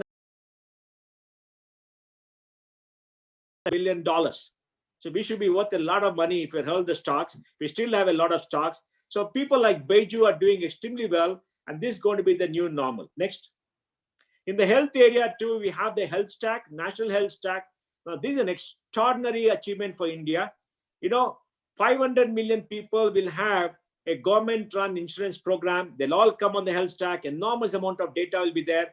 About 1.4 crore people, 14 million people have already taken the benefits of this through the Modi delivered Ayushman Bharat insurance program. But the good thing is the data about all of them will soon be available. Using AI and machine learning, you can reconfigure everything to understand and come out with solutions to new diseases. Next, please. Technology has positively impacted health tech too. Look at this new company that stuck up. Now there is a problem with there's a problem with the use of ICUs. ICU capacity is less. Those have the technology where they put a layer of sensors underneath your bed, and you can use that to monitor your heart, your blood, your breathing, etc. And all the data is transmitted electronically to an app, to a mobile phone of the doctor. So doctor being far away knows exactly how you're doing. And using all the data all across the beds, you can predict using AI when a patient is going to have a problem, because you can see the trend. These kind of companies are coming up, driven by data, driven by AI, and growing rapidly and getting enormous amount of data. Next, please. Agriculture is also seeing the use of great data to put sensors in the ground and to water based upon the temperature and rainfall, to cut the crop and deliver to the consumer using digital channels, etc. And this is happening in a big way in India. And that's why we have the farmers' agitation, where many middlemen are now concerned they're going to lose their money because farmers are going to deal with consumers directly. And it's happening in the Punjab for very different reasons, for political reasons. But I think good days for farmers in India. They're going to get much more of the value of entire agriculture chain. Next. There's a company that is there in Bangalore called Ibono. Ibono is working with exotic vegetables and Nilgiris. They're able to connect you throughout the technology chain. They're able to do many things. Next. New normal grocery. Grocery has taken off. You've seen this kind of growth.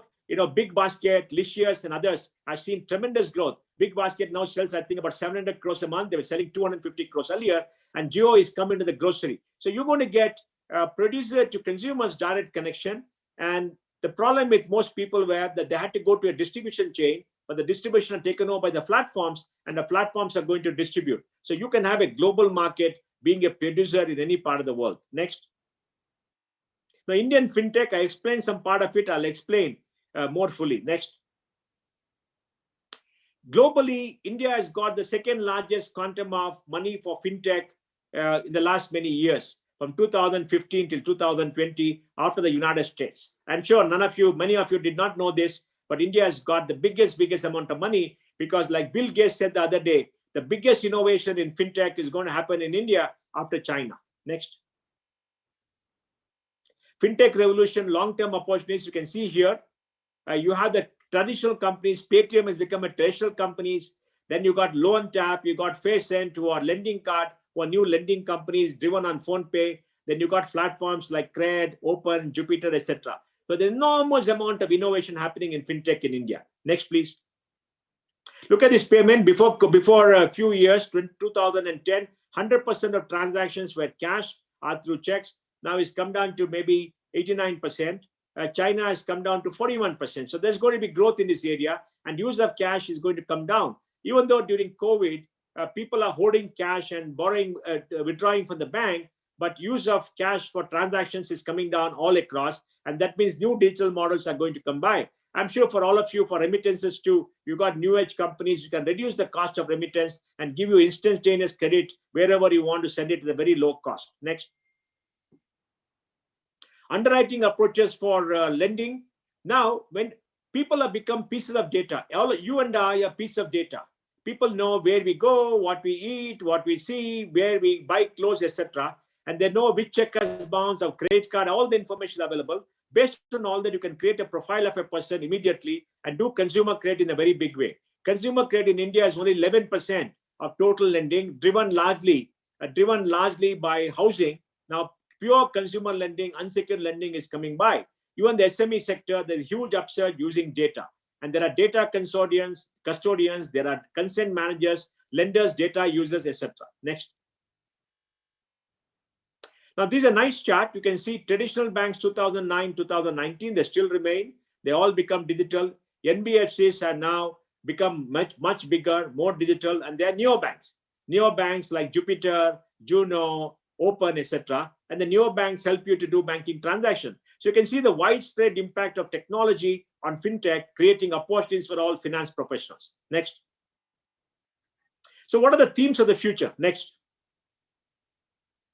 Banking as a service. There's a big theme. You can see a company called Revolut. There's a new model where they offer banking as a service. All kind of transaction banking is offered to you using technology. On your app, you can do all the things that you normally had to go to multiple institutions. And Revolt has grown tremendously and is globalizing at a very rapid way. You can see the growth here. Next. Banking as a service. Open has created a full stack SME banking for India. For SMEs, all kind of opening letters of credit, handling with banks, deposit, transfers, lending, investment, everything will be done through one single app for multiple bank accounts that you have.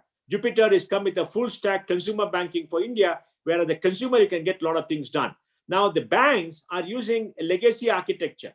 I know this very well because I know the kind of technology that they have. They got core banking, they got everything else. They've gone on to mobile, but they are regulated. Now, these apps are coming on top of what the banks do and making life extremely easy for you because you don't have to go through the hassles of going to conventional technology for banks. Next. Investment are getting democratized.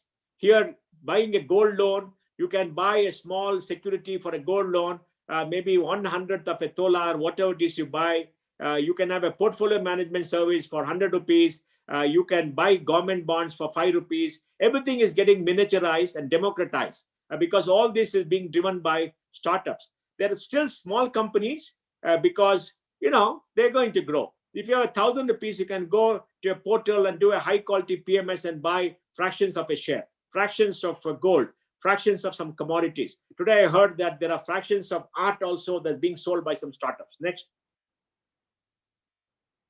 Pharma warehousing opportunity for real estate. Can you take a portfolio of real estate and sell it to people for very small numbers. So they've got thousands of investors who enjoy the benefit of rental from a property. It can happen through technology, is actually happening. And US market, can you invest in the US market from India? I'm sure you do it from the Middle East. From India now is opened up because you can use your dollars to buy stock, and you can buy small quantums of stock. Next. Now, seeing investment democratized, peer-to-peer lending has come in a very big way. Facend, the biggest company for peer-to-peer lending, they got an auction engine where many people can come lend to others, and they can have an auction, and the discovery process for pricing can be done through the auction engine. They got about more than, maybe 50, 60,000 borrowers and maybe 20, 25,000 lenders, and they can get returns from 11% to maybe 25%. Of course, the risk increases when you lend for more money, but this kind of auction engine is generating enormous amount of data and making credit available to people. Next. You're seeing algorithmic trading has always been there. Streak is creating a unique product in the country whereby for algorithmic trading or for derivative trading, you can create a portfolio, backtest it immediately using data and see how the portfolio will perform. So everybody can create this very easily on the mobile and backtest to give you an indication of how it will perform, and you can sell it immediately. These are kind of innovative companies that are coming. Next. And here you can see companies like Money on Click. One of the big problem is unsecured lending, which is high yield but high risk. How do you make sure that you have low NPS? This can be done by creating patterns, by social lending, where people in society who know everybody else can come together and make sure that people can pay it back. And now this is going to be the solution for 60 to 70% of Indians who don't have credit in the formal system because they don't have a track record. People do not know them. There's no data about them. We don't know whether they'll pay back. But 95% of people pay back. They're all good people. They don't get access to credit. They always go to the next door neighbor who can borrow, who can lend money to them at very high interest rates. Now they can get institutional credit by companies like Money at Click, which is social distribution lending fintech. Have you heard about it? Social distribution lending fintech. Unique joint liability family loans. Very new innovative products are coming up. Next. So folks, I want to end here by showing you all the innovation, what is happening. So what are the opportunities for fintech professionals? Opportunities are immense. A lot of innovation is happening. You must understand technology. You must be willing to take the risk. You must be innovative. You must be willing to go to different companies and work. And this explosion of talent will expand the market exponentially. When the market expands exponentially, opportunities for everybody is going to be there. And these opportunities create much more employment opportunities. And being digital means productivity will go up. Costs will come down. And cost coming down is good for everybody. Disintermediation will take place. The consumers have more choices. If consumers have more choices, there'll be many more institutions. And if you find the right opportunity, work with a fintech using your talent and get some stock options, you can also do very well for yourself. So in all facets of financial services, products and companies available, innovation has come to India, and India is leading the world. India has got better product capability than the United States or Europe. I think India will be very, very unique. If you go to China, you see what Ant Financial had done. They were supposed to raise $35 billion at $260 billion innovation. Government stopped them for whatever reason. But Ant Financial uses artificial intelligence, machine learning, big data, data analytics to give short-term loans. They understand all the consumer behavior. So today, use of data, artificial intelligence is going to change the entire fintech. And being chartered accountants, doing your audit, doing your compliance, doing everything else will happen automatically through using many, many apps in remotely. Now, at the time of COVID, you all learn how to work in the digital era. So I want to just end this by saying opportunities are immense. There's an explosion of innovation, and the world is open for everybody who wants to participate. Thank you very much. Questions, please.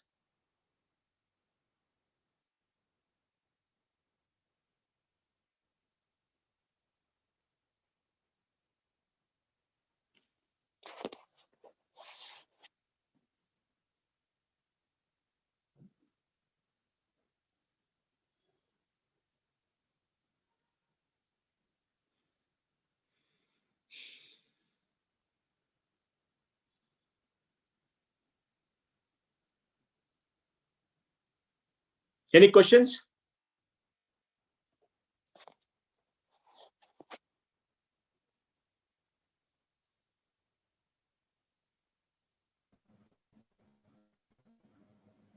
Good evening, sir. Yeah. Thank you so much for that wonderful session. It's been an absolute privilege to have you here with us. And we apologize for the technical difficulties that came up in between. All of this is within our control, but like the topic of our conference, Change Adapter, we're all adapting, and you are one of us as well. So thank you so much for being part of this conference. I would now like to invite the founding chairman of the Muscat chapter ICAI, C.A. Davis Kalukaran, to come up onto the stage and present you with an e-certificate as a token of our appreciation for your presence in this conference and for the wonderful session that you took up. Calling on stage, C.A. Davis Kalukaran. Hello, Davis. Hello. Hi. Good evening, sir. It's good to see you again. And, last month we are meeting for the second time. So you can see how vibrant our chapter is, Yeah, very vibrant. Almost every week we have a program, as I told last time. So, thanks for your continued support to Muscat branch. And it is, your speech was quite enlightening. And I hope that, it is an eye-opener and useful for the participants as well. So as a matter of our respect, we offer you a flower bouquets. So thank you, sir. Thank you very much, and we wish to see you again and again in Muscat. Thank you very much. Thank you. Very kind of you. Thank you very much. Sir, you are being presented virtually with an e-certificate. And very grateful to all of you. Enjoyed it being with you. Thank you so much. If possible, please do stick around with us for the rest of the conference. Yes, we will now be sending you back to the speakers lounge. Thank you. Thank you. For all the participants who are attending this conference, if you have any question and answers regarding CA Mohandas session, you can email us your questions to muscat@icai.org, and we will convey them to CA Mohandas and get you your answers immediately. Before we disperse for a short break, I would like to invite Mr. Nandaraj Shetty from Tally, our annual sponsors, who would like to say a few words followed by a short video. Calling on stage, Mr. Nandaraj Shetty.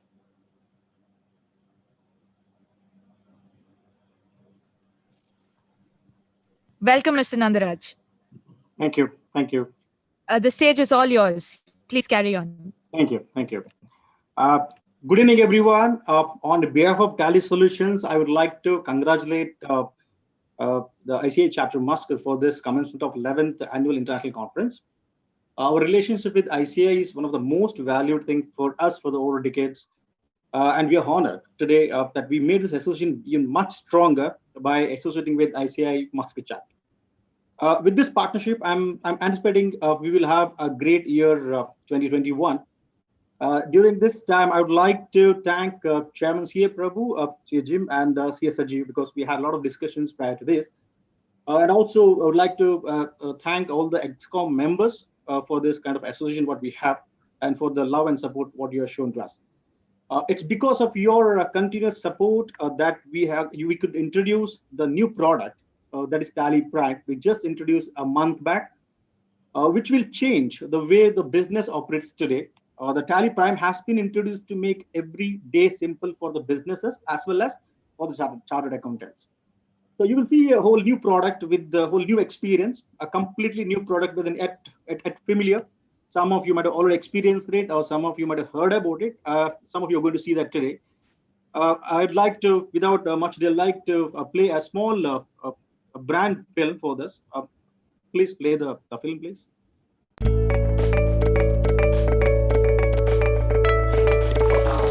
A growing business demands more from you every day.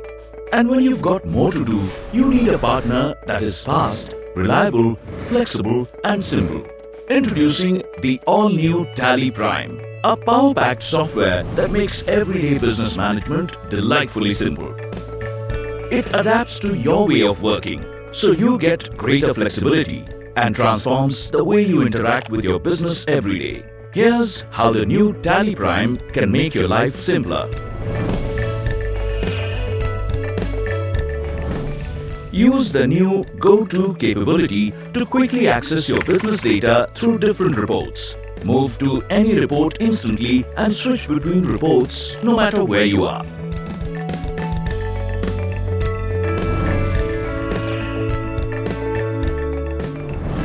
Go-To is part of a whole new top menu which helps you handle interruptions during data entry. Print, email and export any data from wherever you are without abandoning your current tasks. Multitasking is now well and truly simple. With Tally Prime, it is now super easy to generate reports as per your needs. New actions available across all reports will allow you to get better business insights.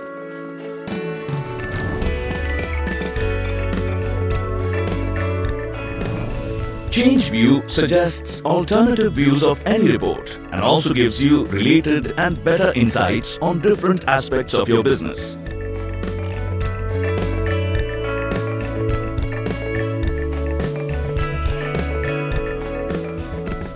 Basis of values helps change the parameters of a report and look at your business data from different perspectives.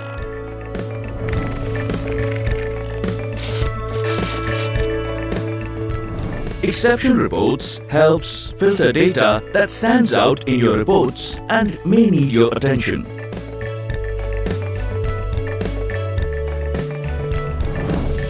Recording your vouchers and masters is extraordinarily simple.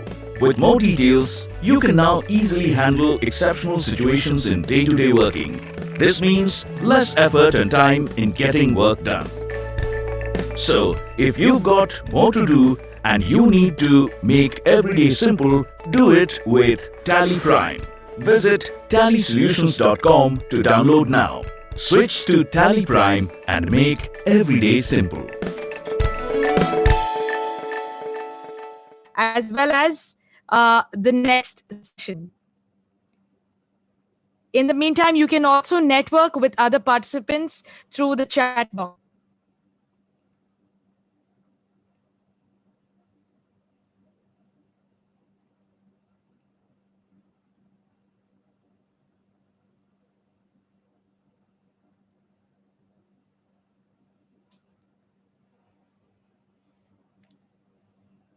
Mr. Nandaraj?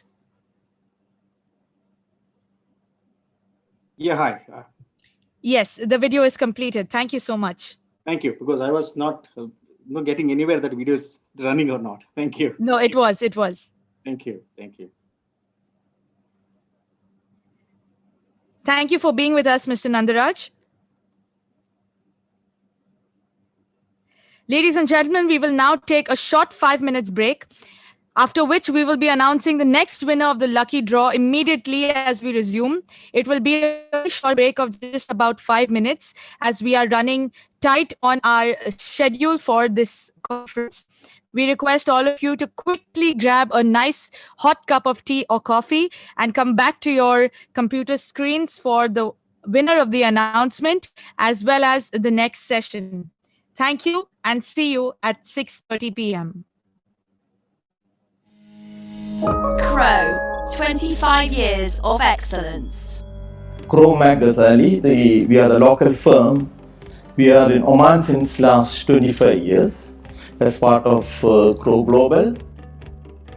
The firm derives its strength from over 800 offices of Crow Global, situated in 146 countries with more than 41,000 people. On behalf of Crow Global, I'm happy to celebrate alongside Crow Oman.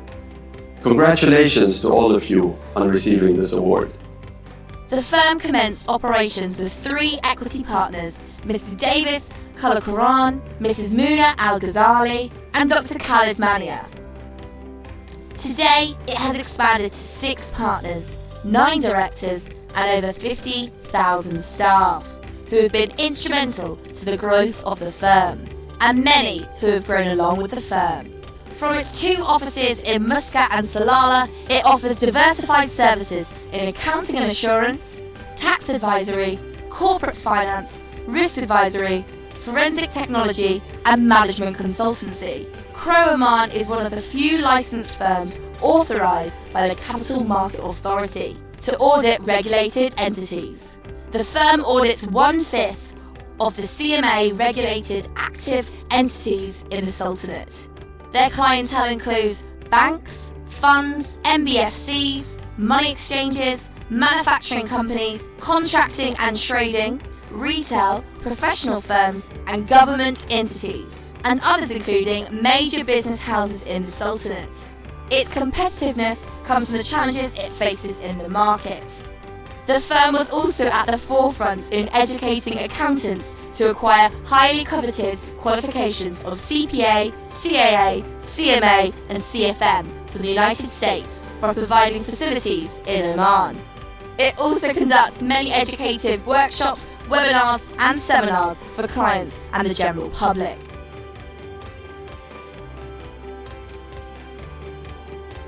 In recognition of the leadership skills exhibited by the firm, the Institute of Chartered Accountants of India nominated the managing partner of the firm to the Council of ICAI, which eventually facilitated in the setting up of the Oman chapter of ICAI. The firm is involved in the development of Certified Fraud Examiners, ACFE, from the US, with the current president and vice president of the Oman chapter being partners of the firm. Our next award winner is none other than Davis Kalyakaran. Will you come up to the stage, Davis? The firm was honoured by Crowe Global, wherein it was bestowed the Pinnacle Award at their annual convention. Everyone in our office is involved in business development. Without their help, we cannot achieve anything.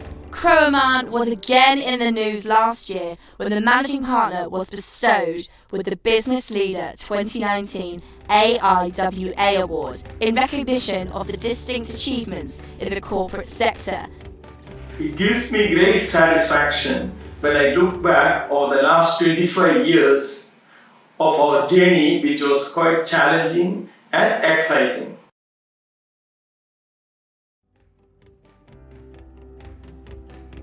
The leadership skills demonstrated by the firm, the quality and the expertise of its partners and professionals is an inspiring model for the industry and Oman. We are grateful to our valuable clients who have made us a success.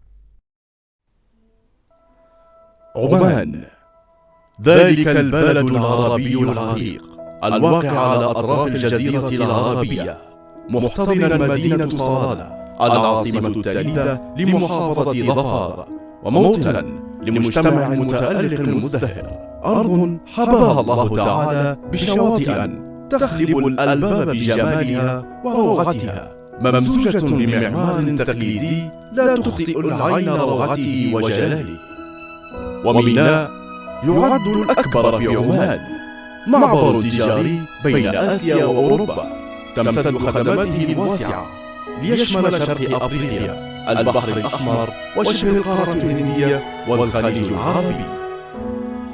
بين طلع عام 1981 حتى كانت البشرى بتأسيس شركة ريسوت للإسمنت كمنتج رئيسي للإسمنت البرتلاندي بالبلاد، مصحوبة بخطة طموحة لدفع عجلة التنمية في مجال النفط والمقاولات، وتصبح الرائد الأول وأكبر منتج للإسمنت في عمان، وشريكها الاستراتيجي في دفع عجلة التنمية والتطور والازدهار المنشود. وقد كان اهتمامنا منذ البداية أن تكون منتجات شركة ريسوت للإسمنت ركيزة أساسية في رسم التنمية بالبلاد. ولتحقيق هذا الهدف فقد كان التأكيد على الجودة هو الجوهر والأساس الذي تعمل شركة ريسوت من أجله وبمشاركة العاملين فيها، والذين هم جزء لا يتجزأ منها باعتبارهم المحور المستهدف بالجودة أولا، ويقينا إن أهل عمان قد عرفوا بالجد والمثابرة في العمل، مستمدين ومستلهمين ذلك من تقاليدهم الموروثة وتراثهم الخالد. وجاءت شركة ريسوت لتعمل على ترسيخ وتقوية هذا المفهوم في أوصال المجتمع المحلي، مستثمرة هذه الطاقات بتدريبها والشحذ للهمم واستغلال هذه الخبرات لتنافس أكبر الشركات على مستوى العالم.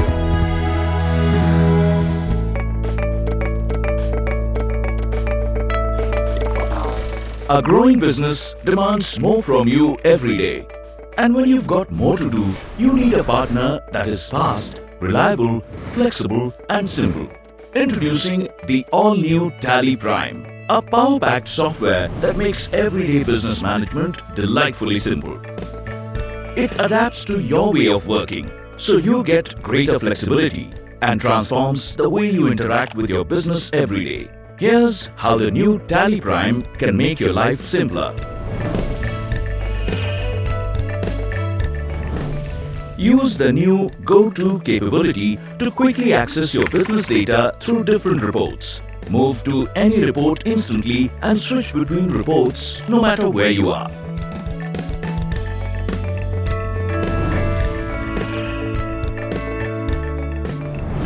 Go-To is part of a whole new top menu which helps you handle interruptions during data entry. Print, email and export any data from wherever you are without abandoning your current tasks. Multitasking is now well and truly simple.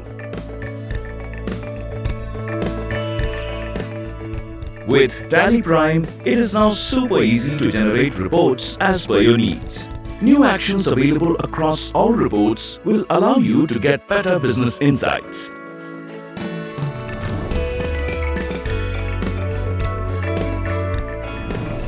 Change View suggests alternative views of any report and also gives you related and better insights on different aspects of your business.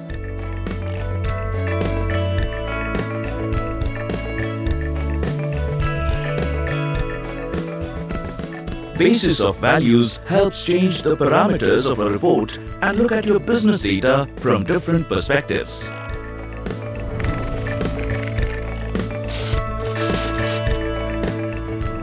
Exception Reports helps filter data that stands out in your reports and may need your attention.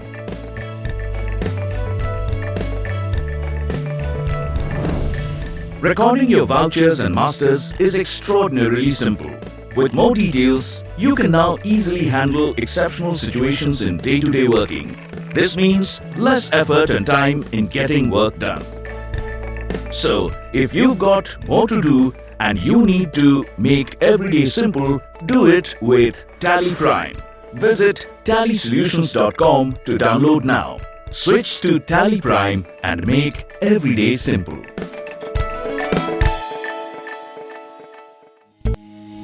Crow, 25 years of excellence. Crow Ghazali, we are the local firm. We are in Oman since last 25 years as part of Crow Global.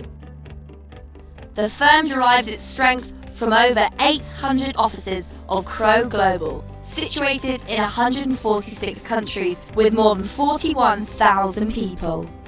On behalf of Crow Global, I'm happy to celebrate alongside Crow Oman. Congratulations to all of you on receiving this award. The firm commenced operations with 3 equity partners, Mr. Davis Kalakuran, Mrs. Muna Al-Ghazali, and Dr. Khalid Mania. Today, it has expanded to 6 partners, 9 directors, and over 50,000 staff, who have been instrumental to the growth of the firm, and many who have grown along with the firm.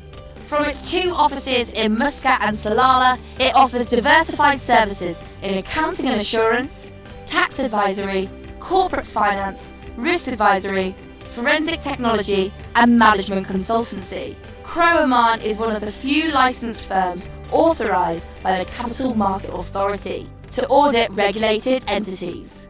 The firm audits 1/5 of the CMA regulated active entities in the Sultanate.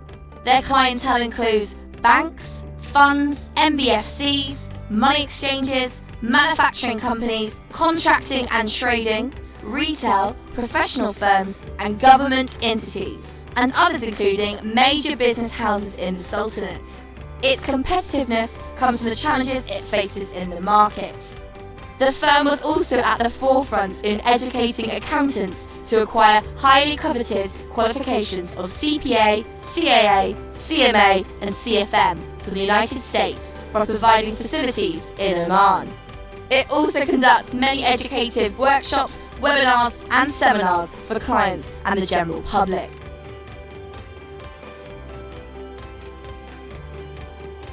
In recognition of the leadership skills exhibited by the firm, the Institute of Chartered Accountants of India nominated the managing partner of the firm to the Council of ICAI, which eventually facilitated in the setting up of the Oman chapter of ICAI. The firm is involved in the development of Certified Fraud Examiners, ACFE, from the US, with the current president and vice president of the Oman chapter being partners of the firm. The next award winner is none other than... Gentlemen, welcome back. I hope all of you are nice and refreshed and ready to go on with our next session. But before we move on, like announced earlier, we will be having lucky draw winners. The previous time, the first winner was picked up, and that was Mr. Jayesh Kansara, who has won a gift voucher worth Omani Riyal 25. Congratulations, Mr. Jayesh. Now we are going to pick up the second winner of the lucky draw. Computer G, can we have the second winner of the lucky draw?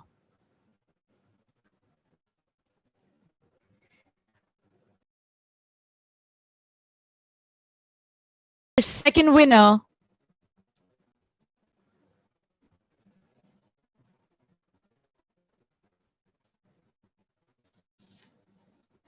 And the winner is Preeti Agrohia. Preeti Agrohia, congratulations. You have won a gift voucher worth Omani Riyal 25. I would now like to call upon on stage with me the chairperson of the Muscat chapter, C.A. Ramananda Prabhu.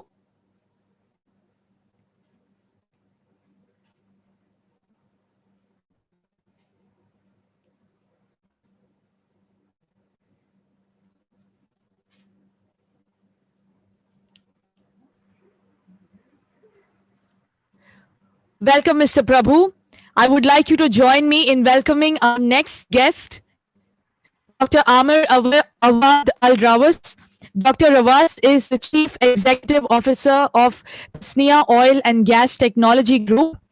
Prior to his current post, he served as the Chief Executive Officer of Oman Telecommunications Company, Omantel, and earlier was the MD of Oman Mobile.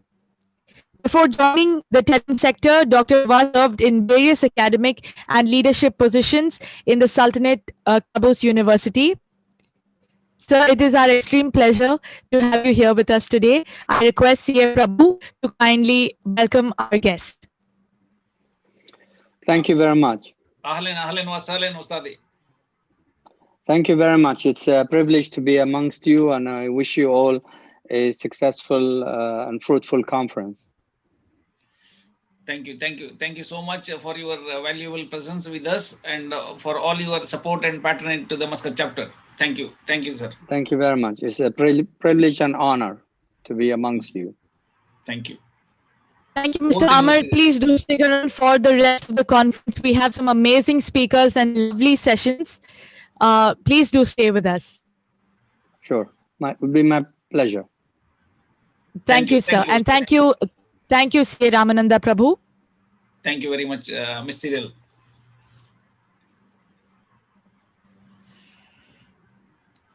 I would now like to welcome the speaker for our next session, Mr. Arun Jain. Arun Jain is the founder of Polaris Group and chairman and MD of Intellect Design Arena Limited.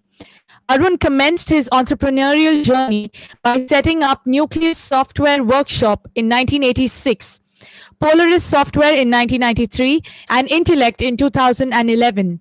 As an evangelist of design thinking, his brainchild FinTech 8012, the world's first design center at Chennai, dedicated to financial technology, came into being. Arun has been nominated as the chairperson of the Board of Governors of Indian Institute of Information Technology, Ranchi, Jharkhand, India, by Honorable President of India.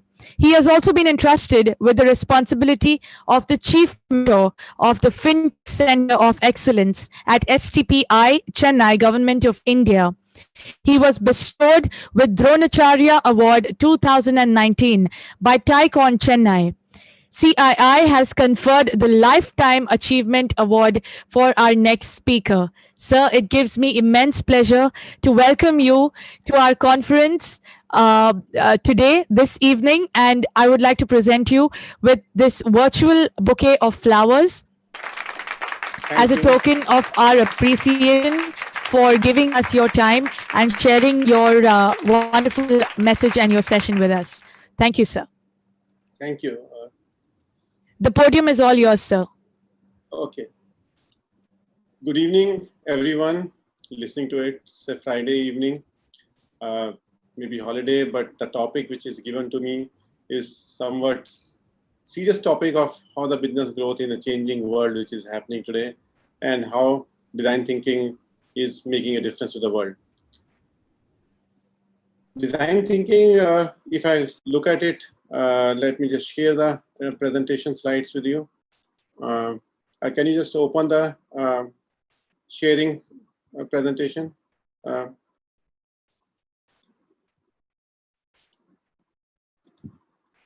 I just request the people to just share the screen sharing, which is disabled for me.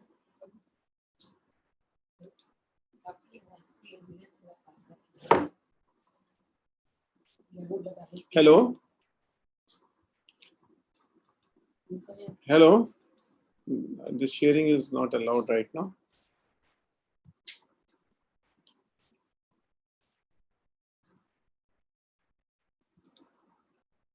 Can you just look at it if I'm enabled on a sharing?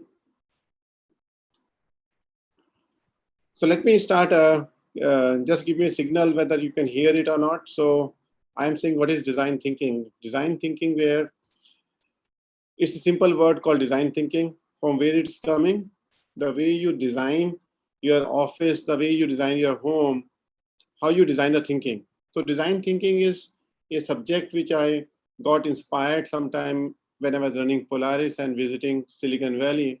And I was saying, what is the difference between Silicon Valley and New York? Yes, and good evening, sir. You are given? No, it's still not there. Sharing screen is not there. Okay. Sir, there is an option. There's a green button there, share screen. Yeah, but say host disabled attendees screen setup sharing. So it's you are disabled me. So can you make it be enabled? That's all. Yes, sir. We'll get that done. Okay, no problems. I'll continue in between. So yes, sir. If you can just carry on with your session, we will take care of your technical difficulties. We're on it. That's right. Yes.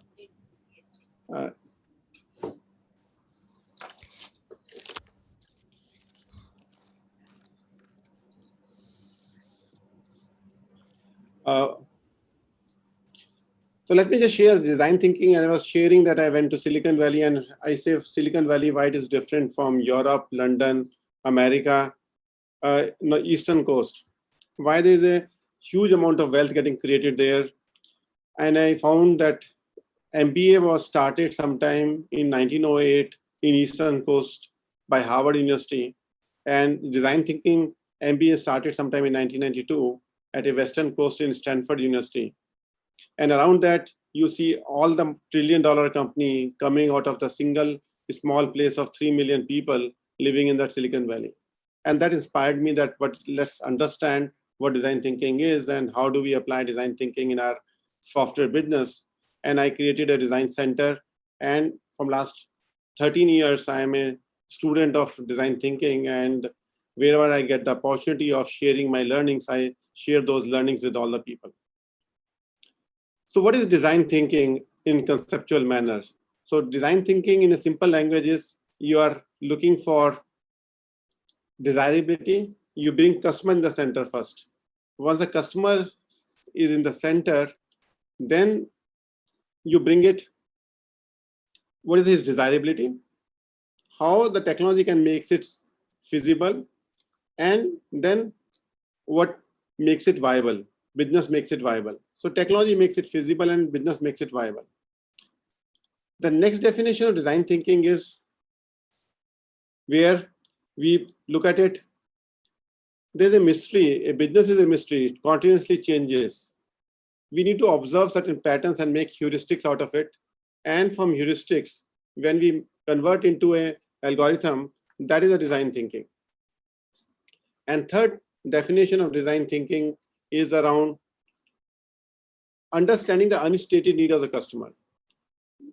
What is the unstated need? Which customer never tells that this is needed. Like Zoom, we were looking for similar kind of a web casting solutions where we can do a conference in a very structured manner and everybody do its own video conferencing, but it was not available. We were not articulating. We said video conferencing is there from 1995. It's working fine. Or iPhone was there in 2007. So those are the unstated needs of the customer.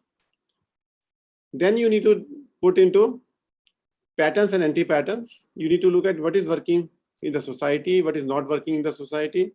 That becomes pattern. Or something which is not working in society, we call it anti-patterns. So how do you observe those patterns and anti-patterns? Like when I was traveling, I used to carry 4 devices. One was phone, second was Casio diary, third was camera, fourth was music Walkman.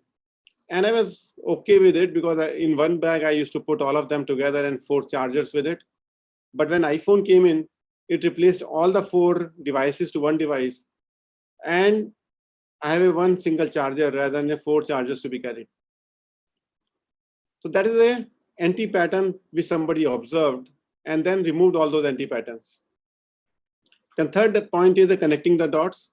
Then I connect the dots. And fourth element is I look at it, what my blind spots are. All the businesses we run with a blind spot. Something or the other we don't see. Somebody else sees. And whosoever else sees that as an opportunity, and somebody who doesn't see, it's a blind spot for him. So these are 3 definitions of design thinking: desirability, feasibility, viability. Second definition of design thinking is mystery, heuristics, algorithm. And third definition is of unstated needs, patterns, connecting the dots, and then unearthing the blind spots. Then we will move further. There are 3 laws of design thinking. First law of design thinking is less is more. Sometimes we are in India and scarcity economies where we used to see the market which is closest to us. We used to have multiple diversified businesses. If you look at the 2 companies in Americas, one is called IBM and another is called Apple. IBM is the greatest company of the research, has $80 billion revenues, and they have close to 100 products which service a client. On the other side, we have Apple with has just 5 products, and those 5 products drives $250 billion to $70 billion of the revenue. So today the market is global, and we need to see where we do the best. And we can do the best not in 100 things, we can do best in 5 things well. And if those 5 things is focus, the world is my market. So they see the market as 7 billion people, not the market as Oman market or a UAE market or Singapore market or a China market. It's a complete global market. So most of the product of Silicon Valley are global products but they're sharply focused. So which means less is more. Second law of design thinking is last 2% is 200%. It's not about 98% right. The difference between a Apple phone and a Motorola phone may be 1% difference. The difference between a 5-star hotel and 3-star hotel is very minuscule in terms of service. So 99% 3-star hotel also provide all the services, but the price of a 3-star hotel may be $100 and price of a 5-star hotel may be as high as, maybe substantially higher than that. So that's the value of last 2% is 200%. And third design principle is when we look at prioritization, we need to look at prioritization as a activity which is 10 gram, 100 gram, 1000 gram. If you focus on 2000 gram activity, it is give me 2000 points and it is equivalent to 20 activities of 100 gram items. So these are the 3 laws of design thinking. Then moving to from there,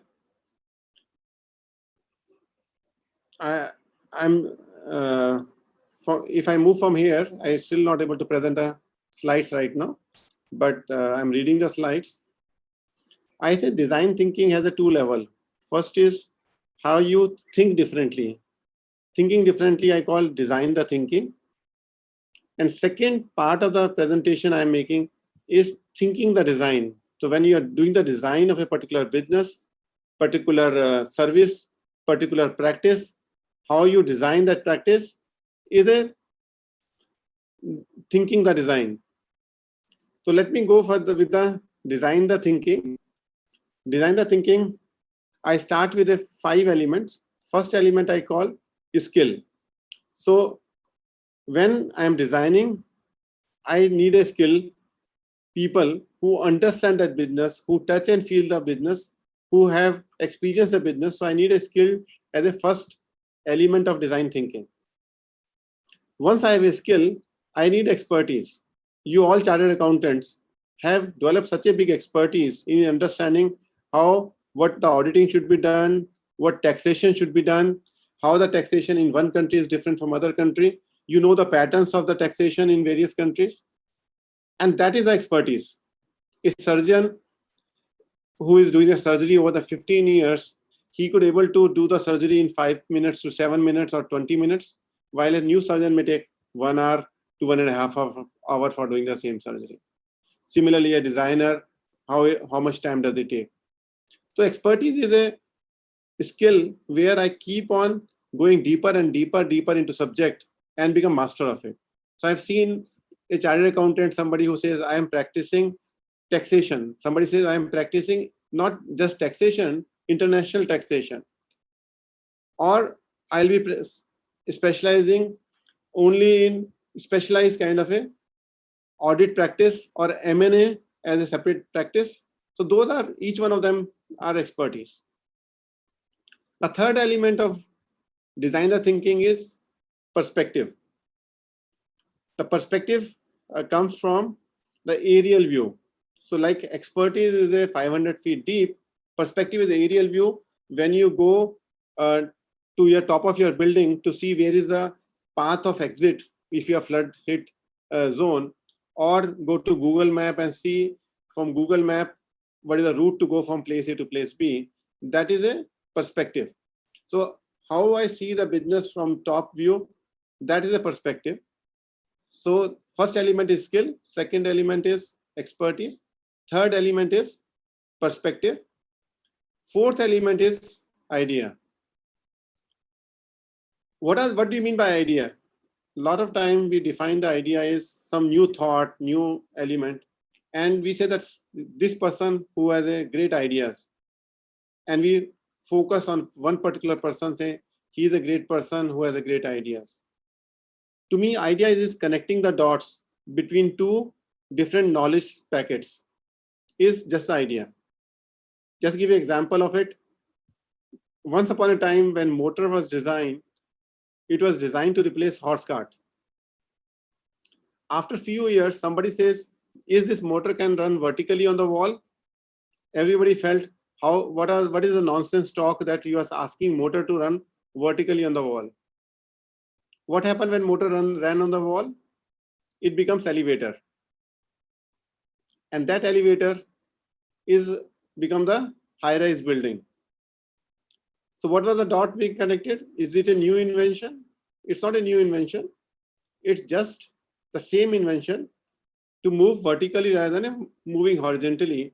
The connecting these 2 dots are an interesting idea. When you say e-commerce business versus mail order business, before e-commerce business, there used to be mail order business. So how we move from mail order business to e-commerce business, we what Amazon has thought of it, that books can be purchased by the name of the book. You don't need to see and touch the book. So it is a very good idea to publish the catalog, because book catalog is very big, on e-commerce. So they published the catalog on the e-commerce and they started accepting the order on the e-commerce. So there are two dots he connected, but rest of the back-end process is same as mail order business. And that is the idea, and that becomes a multi-billion-dollar company, close to $1 trillion company now. And fifth element is called alignment. Alignment means you have a skill, you have expertise, you have perspective, you have ideas. Now all of them to be aligned to go to market. And that's where the critical leadership skills comes in the companies. So in a changing time today, when a world is changing every 5 years and new leaders are emerging, how do you align all the new ideas, new perspectives, new expertise to deliver higher value to the client becomes a critical focus. For everybody sitting in this hall, I really respect chartered accountants, because when I started my Polaris in 1993, I was fortunate to have a good chartered accountant who advised me what are the elements which we must be careful when you are building a global business. So they didn't only play the role of an audit on my post facto, but they played a consultant and advisor role to me when I was building my global business. I had a little knowledge of what is the rules and regulation of Japan versus Middle East versus Europe versus America. I think chartered accountant played a very critical role. Sometimes we say that management consulting firms are important, McKinsey's are important, BCGs are important, but at a ground level, what you chartered accountants, you provide the skills and knowledge to everybody is phenomenal. And that's where I think you played a role in aligning the elements, this 5 elements: skill, expertise, perspective, ideas, and alignment. I call it sepia, SEPIA, sepia color, which used to be light brown color. Just to remember, when you form a design thinking team for changing the business, you must assemble the people who have expertise, you assemble the people who have a perspective, and you assemble the people who have ideas. Now, in spite of all these things, why multiple companies who invest a lot of money in design and ideas and everything is still not able to reach to a same pinnacle as other companies are doing? Therefore, something you must have heard: friction in school time. You must have heard frictional forces. So I call it friction, and I asked a question in a workshop whether friction is good and bad. The first response of friction is bad. But to me, friction is a contextual in nature. The brakes in a fastest running car comes from the friction. If friction is not there, we cannot build up a fastest running car in the world, and that makes it difficult for if without a brakes you can't run a fast running cars. So these frictional forces are human mind forces. It works on emotional quotient of the leader, which drives the business. And these 5 frictional forces, I call it, first frictional forces, I call it doubt. How many times you have experienced that this was my idea, but he has run with the idea? Why didn't you run with that idea? Because you doubt whether you will be successful or that idea will be valid or not. You're not 100% convinced on the idea. So doubt is the first frictional force. How do you convert doubt into a conviction is an important element for a leader. Second frictional force is a conflict. Is conflict good or bad? Normally, conflict is a bad. We always avoid conflict in our families. We always say that please, 2 brothers, please don't fight. 2 siblings, don't fight with each other. Don't fight with outside, but don't have a conflict with each other. But have you thought what is the anatomy of conflict? The conflict is a difference of opinion of 2 people. That is the one definition of conflict. Conflict can be difference of perspective in 2 people, and conflict can be difference of expectation between the 2 people, between the customer and vendor, between 2 competitors. Its expectation gap would be there, supervisor and subordinate. So it's a difference of opinion, perspective, and expectation. And what is the definition of creativity? In creativity, we also need difference of opinion. We need difference of perspective. We need difference of expectations. These are three things which is required for creativity. So I say conflict and creativity are two sides of the same coin. So that's the conflict which is there. The third element which is there is my temperament. Temperament is about when something goes wrong, when disappointment happens, what is my temperament? Do I react or respond? In reaction, I generate anger. And if I generate anger, it results into a lot of negative energy around me. And counter to anger is acceptance of the various element is a. So can you move to the slide number, let me just see, move to much lower slide. I'm on slide number 30 or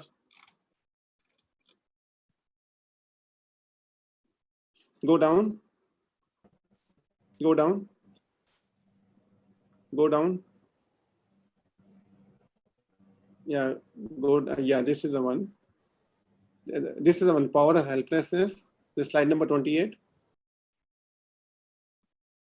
Yeah. Now you can go on slide mode. So sometimes we believe anger is a power of helpless, a power, symbol of power. It's not a symbol of power, it's a symbol of helplessness. And that's where the disappointment is there. When you are changing the business, there will be some failure point. You need to keep a buffer of moving from one business to second business. I was running Polaris. Polaris was a more than 2,500 crore company with 13,000 employees working for the company. And 2014, I decided to look at it that the service business and product business, there are two businesses. I said service business is not a futuristic business. Product business is futuristic business. And I let go the services business. So I sold off my service business in Polaris and then set up an intellect design arena in 2014. And it required a lot of investments. So in last 5 years, I invested close to 1,700 crore in building the sales and marketing network on intellect design arena. I was making a profit of 200 crore in Polaris. Over here, I've been investing substantial money. It could, and during this phase of investment of 1,700 crore, there are moments of frustration, disappointments.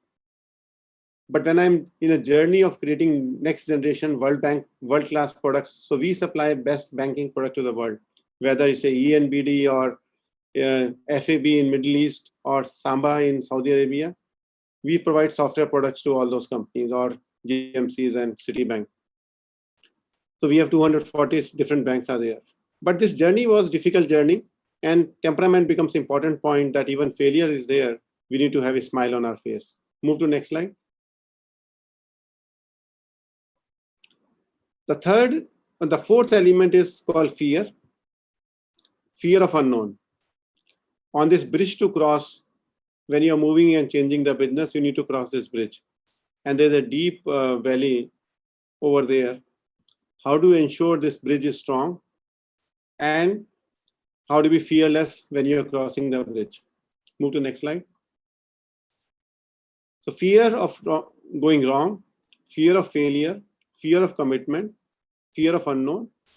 These are the general elements. So whenever you are getting fearful of changing the business, you need to check it up. What is the fear causing you? Is it going wrong, or is it a failure? Is it a commitment, or is it just an unknown fear? And courage is required to manage and changing the world. The next element, next slide. Next slide is about ego. There's a story over here of ego, where a very learned person went to a Guruji that, Guruji, I learned everything. Tell me what more I have to learn. Guruji said, come down and sit down here. Then he asked with impatiently, Guruji, tell me what should I learn more? He said, do you want to have a cup of tea? He said, yes, it's okay to have a cup of tea. So Guruji start pouring a cup of tea in a cup, and then cup start overflowing. Then this person said to Guruji, Guruji, your cup is overflowing. Don't you see that your mattress is going bad on which you are pouring the tea is overflowing? The Guruji responded to him, it's okay that this is only water which is overflowing. Over here, with you, the entire mind is full, and where is the space to acquire new knowledge? Because you're full of the knowledge, full of ego. You are believing that you know it all. Next slide. And because of that, your new knowledge will not come in, because there is a ring around the knowledge which is saying, I know it all. Next slide. You need to start doing unlearning. And unlearning, I did my research. I was finding Alvin Toffler in 20th century saying the same thing about the unlearning as Greek philosopher in 445 BC was saying. Move on. Next. So these are the 5 elements which are frictional forces: doubt, conflict, anger, fear, and ego. I call it decaf. You must be remembering decaf coffee. A lot of people must be drinking a coffee which is a decaf coffee. So that's the 5 frictional forces. Move next slide. There are 3 capacity levers which will exponentially give you extra capacity when you apply them. A lot of time I work in my comfort zone. My comfort zone is sitting in the box. The person on the right side is working in a box, or a Kodak as a company sitting in a comfort zone because they were making huge revenue. The similar to the movie player before Netflix, the blockbusters used to be the enjoying biggest market share of American market, and within 2 years that company gone bust. So next slide, yeah, go ahead. So when you are in a blue zone in this slide, you are in a comfort zone. When you move from one business to other business or changing requirement of business, you start exporting certain things, you are importing certain things, you start doing some different practices. There's a yellow sea there. You have to walk through the yellow sea, and that is an uncomfortable zone. When you are vulnerable, your capacity to think becomes 10 times. Have you observed yourself when you are in a new city, you are able to locate new places much faster than when you are in own city?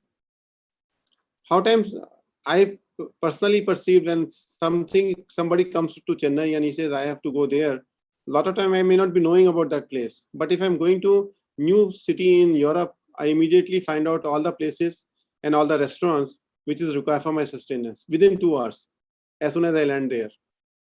And in Chennai, after living 30 years, I still may not know all the places. This is the capacity of human mind. When they are vulnerable, they are very, very fast thinker. Next slide, I'll take it, is the power of appreciation. A lot of times, certificate of appreciation used to be given by some authority to you. We said, why can't certificate of appreciation can be given by school students to their parents? And we run a Ulas Trust when Polaris, we work with 250,000 students all over India in 85 districts of India, and educate them about the power of design thinking when they're in 9th standard. And we educate them the power of appreciation. A lot of time in Asian country, we don't appreciate our people. So when we tell this question to 9th standard student, I was talking to them, he said, please fill up certificate of appreciation. First of all, he said, who I am to write the certificate. I said, for certificate writing, you don't need a position, you need a heart, and you need to feel genuinely why you need to be appreciated. Then he said, whom should I give? I said, whomsoever you feel who has helped you in your life. He said, I'm doing my own life. Then I asked the question, is your parents have done anything with it? He said, yes, my mother helped me, my father helped me, So we said, why can't you appreciate their work if mother has cooked a good meal? And that's the journey started, that you start observing some good thing around you. Appreciation, whatever you appreciate, appreciates. Next. The third thing which is, there is a limiting beliefs. Have you observed a vegetarian and non-vegetarian? If I keep a non-veg piece in the table, in front of me, I'm vegetarian, my organic body will generate nausea if the smell is very strong. For a same smell, the non-veg person, it generates a saliva. So limiting beliefs are so powerful that, next slide. Limiting beliefs are so powerful that you forget what your power are. You see this elephant, he can break this rope anytime. But when I ask Mahavat, why don't you need a bigger rope or bigger, strong? He said, no, when he was a child, I put a rope to him and he still believed that is his capacity. So discover Hanuman in you. Next. And that's a limiting beliefs. Limiting beliefs holds your capacity by 1/10. So this 3 capacity lever, vulnerability increase the capacity by 10 times. Limiting belief can reduce your capacity by 10 times. That's the exponential power. These 3 things are there. Move to next. So these are, I call it value drivers: vulnerability, appreciation, and limiting beliefs. I have a book for around this. So if you want to download the book, I'll ask Dr. Anbu Ratnavel to send a link to publish. You can use the link. As of now, it's on Amazon, but School of Design Thinking is offering free from a download site. Go to next slide. Now, once you have designed the thinking, the second part of the presentation is around how do I design a new business? Have you heard the word cartographer? Cartographer who draws a map. Each business has a mapping.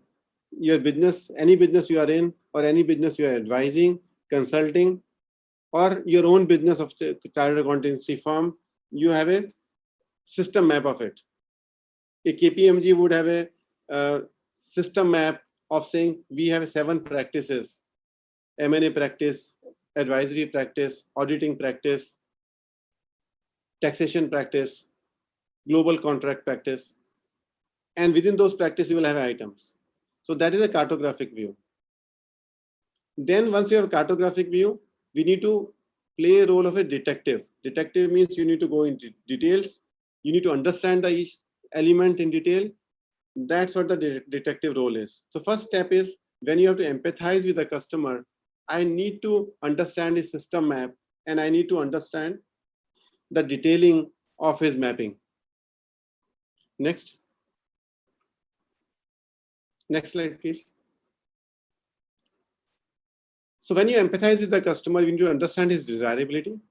We need to clarify desirability requirement. We need to create a system map.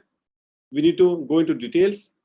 We can use some tools called persona mapping tool or empathy mapping tools for recording the real experience of the stakeholder. We need to take cognizance of the design elements, which we call CAPR, 5 elements: skill, expertise, perspective, ideas, and alignment. 5 frictional forces, DCAF, and 3 capacity lever, well. And then ask the questions: what, who, where, why. Next. This is an example of how do you do the persona mapping. So if you have a design thinking consulting organization, he will ask you to fill it up. Next. This is empathy map. What person says, what does he think, how he feel, what he do, what are the insights of it. That's the empathy map. From that empathy map and persona, we move to the second step of design thinking, which is called defining the problem. A lot of time when we solve the problem, we don't know the real problem, which we say, what is the root cause of the problem or root opportunity there. So whether we are spotting opportunity or solving a problem when you are applying the design thinking, I need to define the problem on an ice cream stick. So the principle of defining the problem, whether the problem is defined properly or not, you should not write on a PPT with the 10 points. The problem and definition should be on one single ice cream stick. And that, if that is a problem statement, that's where the problem definition is. For this problem statement, I need to keep asking question why.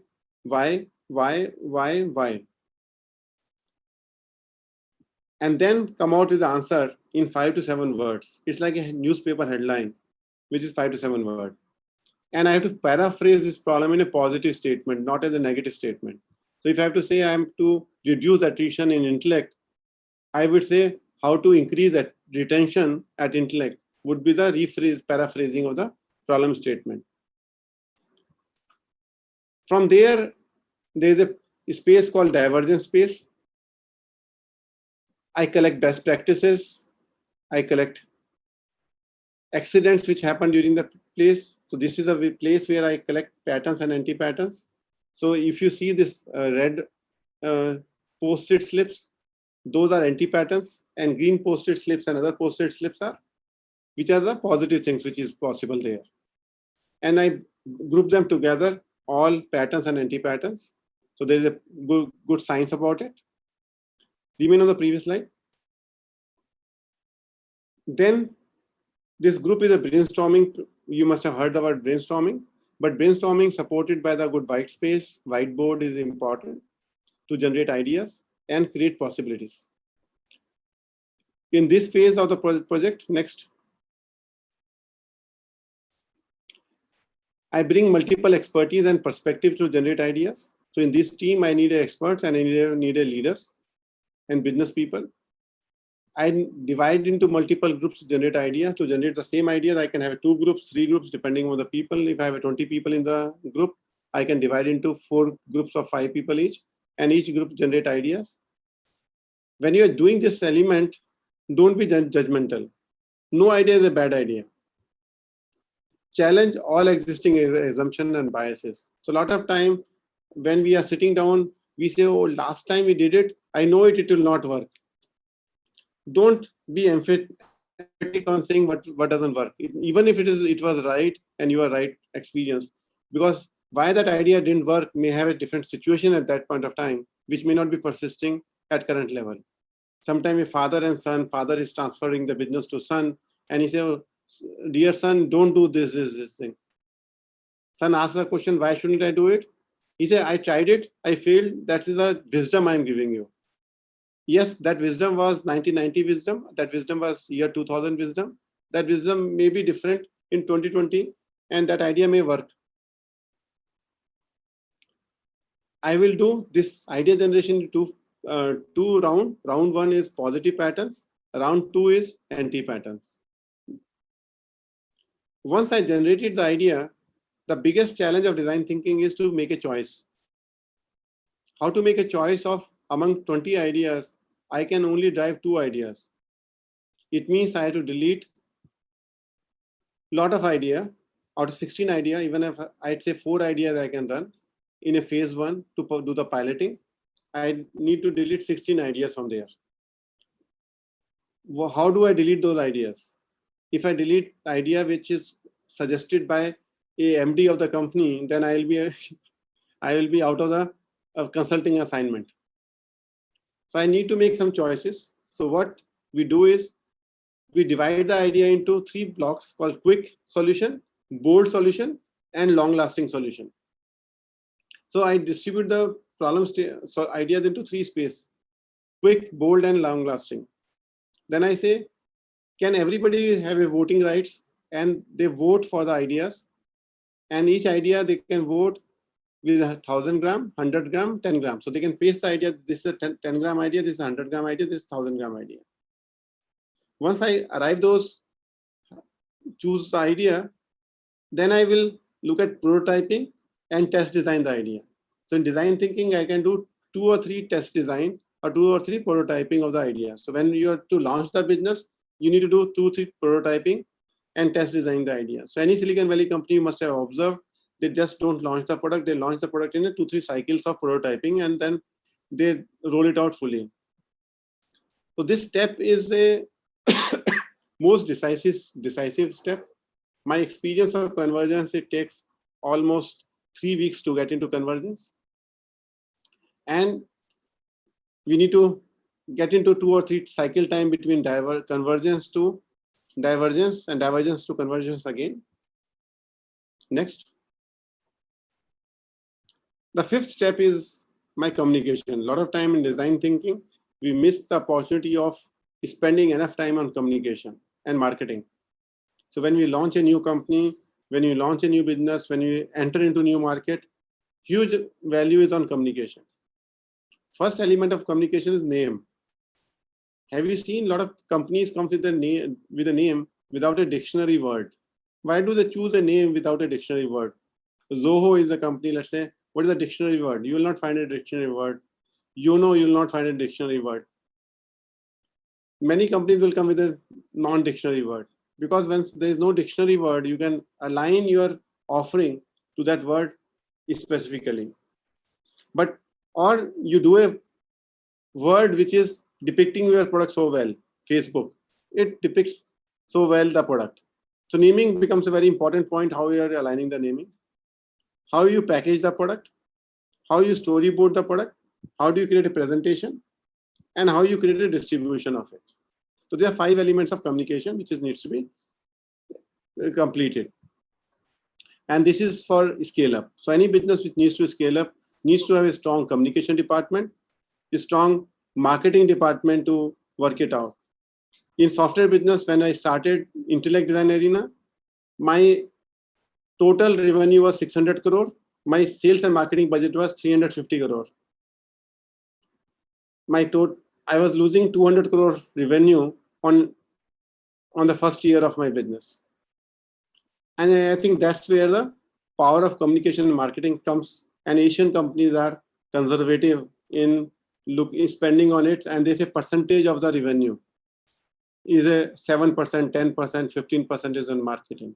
But when you start the business, which is small revenue business, we make a mistake that marketing dollars, if you're fighting a large battle, will be same for the large company and your company. Your revenue will be very small. So the percentage doesn't work out there. It works in an absolute number. Next. So these are a summary of 5 steps. We feel the customer, we define the problem, we do the ideation with divergence, we do the convergence to prototype, then we communicate, and then repeat the cycle. Next. So these are the 2 elements. Normally, I take this workshop for close to 1-day session or multiple session of 4 hours over the 4-week session. And that's how the process works on the design thinking. The School of Design Thinking takes this session on 4-hour basis, 4 sessions every Saturday or every Friday or every Thursday, because it takes some time to absorb. Today, since my friend requested me to speak to you about this design thinking as a new practice to be there, so I am just converging very fast, and a lot of concept you may not be able to pick. That's why I'm asking you to share the book with all of you. So after design is complete, for scaling up the business or growing the business, I need a frameworks. The way you have auditing frameworks, what all you do, you need a framework for entire business. So if you have a cube with you with 6 faces on cube, it's a 1-inch cube. If 1-inch cube becomes 3-inch cube, how much volume it grows? First response maybe 8 times. When I ask the question physically, most of the people raise 8 times. It's not 8 times, it's 27 times. And that is where multiple elements of knowledge frameworks comes in. I call it this entire framework of knowledge shelving and wiring. So I create a shelf of knowledge frameworks. Then I create a macro picture of the framework, which is level 0 of the framework. Then I create a level 1 of the framework. Then I build a detailing of level 2 of the framework. So I'll come to you showing the next slide, this concept of knowledge shelving and wiring. This is a macro architecture is called L0 and micro architecture is called L3. It's like in a house, there are three room houses there. One room is a drawing room, 2 bedroom, 1 kitchen, 1 toilet. Within a room, I have 3 almirahs. Each almirah has 3 shelves. Within each shelf, I am keeping some items. So if you imagine your mind, your human mind has got a 2,000 square feet flat. How are you storing and parking your knowledge, which is you are retaining, so that your retrieval become faster? So you have, once you design the house, you say in this room, 3rd cabinet, you will keep particular kind of items. In 4th room, you will keep particular kind of items. So that's what you keep there is what is the shelving of your knowledge which you retrieve. So when you are becoming expert, when you are advising a lot of companies, you are accumulating knowledge, but you need to have a parking lot to do it so that retrieval becomes easier. Next. In any business, there are 6 capital of the business. I call it finance capital is the most important capital, which you are all expert of. What 5 more capital which I want to introduce over here is brand capital, end customer capital, leadership capital. There are 3 capital, and their 4th capital is your product, intellectual product capital, execution capital, how you deliver, and finance capital. If you add them next, if you combine them together, it becomes belief in your business. Belief means brand capital. So whenever you talk to anybody, your client or risk management, the risk will be sitting in all the 6 elements, not only in the finance capital. It may be sitting in the sales and brand capital. It may be in customer capital, leadership capital, intellectual product capital. So a lot of time I'm seeing my audit practice guy are focused on finance capital, but other capitals are not there. But the source of the risk is coming from other capital. Next. If I look at this kind of a mapping is required, where brand capital and customer, leadership, product, execution, and finances, they are B1 to B6. And on the y-axis, there is L0, L1, L2, L3. How the detailing is there. To get last 2% is 200%. Next. There could be multiple type of frameworks, business framework, knowledge framework, execution framework, performance management framework, community development framework. Next. Like this is our framework for L0 for intellect. This shows what products we build, what are the services we deliver. It's on a 1 page. Next. Now, when we are working on Mission Samriddhi Police Foundation, which I set it up with 200 different NGOs we are supporting in India for rural development, for holistic development. We try to look at it, what the rural development means, what village means. We try to understand what the panchayat means. Panchayat is a local governance body at a local level. We are surprised that many people don't know what the sarpanches are and what their roles are. So it took us almost 1.5 years of consulting time to design this 8 circles on this chart, where you understand what the values are there, who is the beneficiary, what are the quality enablers, what are the natural resource management, what are the drivers of the growth, who are the people who are enabling, and what are the government systems are there.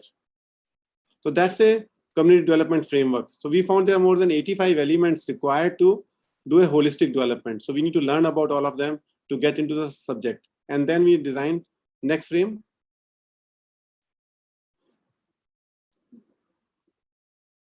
This is another framework called execution delivery framework.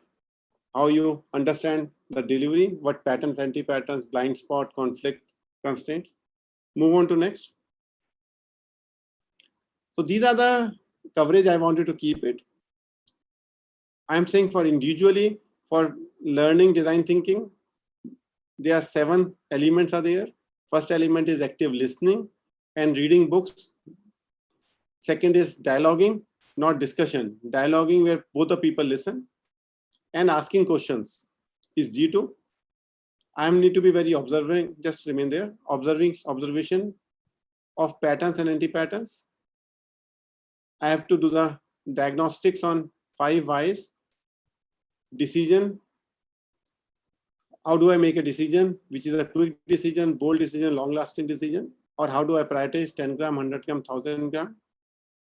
G6 is, who is my role model? In my journey, my role model shifted. First, when I started my journey, Tata was my role model. Then I moved on. Walt Disney became my role model. Then Steve Jobs became my role model. And in 2016, Gandhiji became my role model. So it's a different life cycle steps. You may have a different role models. The seventh element, which is most critical, is we have a lot of ideas. Sometimes we need somebody sounding board with us. The sounding board should be the person whom you can speak freely without any hesitation about your inhibition or any idea which you have.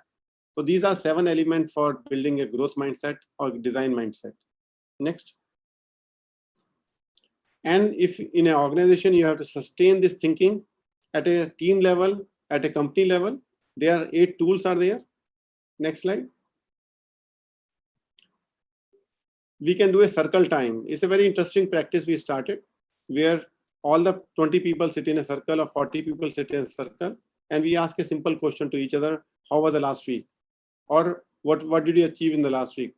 Or what are the low moment of the last week? Or what is the high moment of the last week? Any question you can throw, but all the 20 people need to respond. This gives a pulse of the unit, as well it brings a blind spot on the forefront. Then there is a level, just remain there. Yes. T2 is L0 to L3. T3 is persona mapping. T4 is end state visualization. T5 is a journey map. T6 is anti-pattern and pattern. T7 is a shift left, shift down, and shift out. And T8 is a theory of constraint.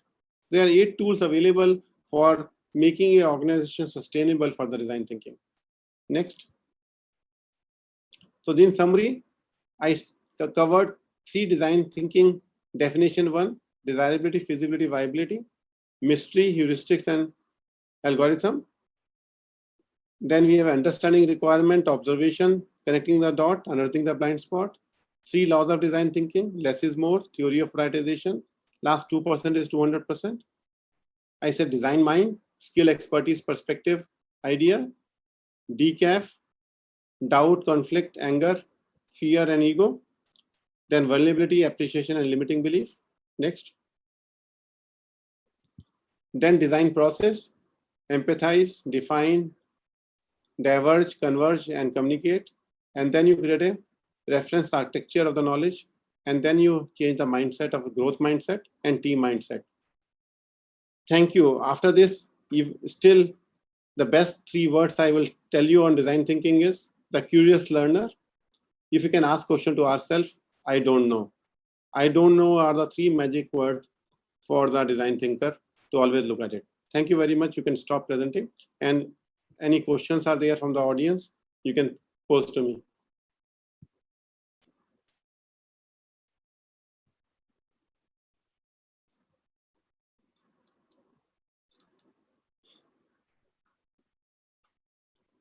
Any question in chat bot? I think too fast I run in 45 minutes, 50 minutes.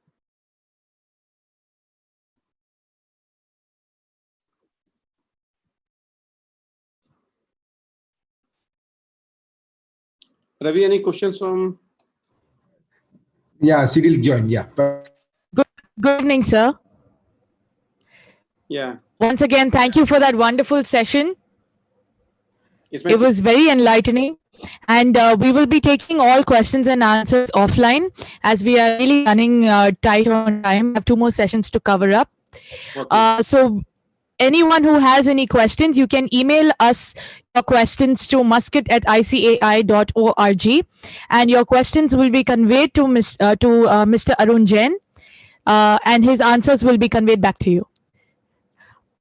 Before I thank you for the final time, I would like to invite CA Ashwini Savrikar, immediate past chairperson of the Muscat chapter of ICAI and managing committee member, to present you with an e-certificate as a token of our appreciation and gratitude for being present for this conference. Thank you so much, Arun Jain ji.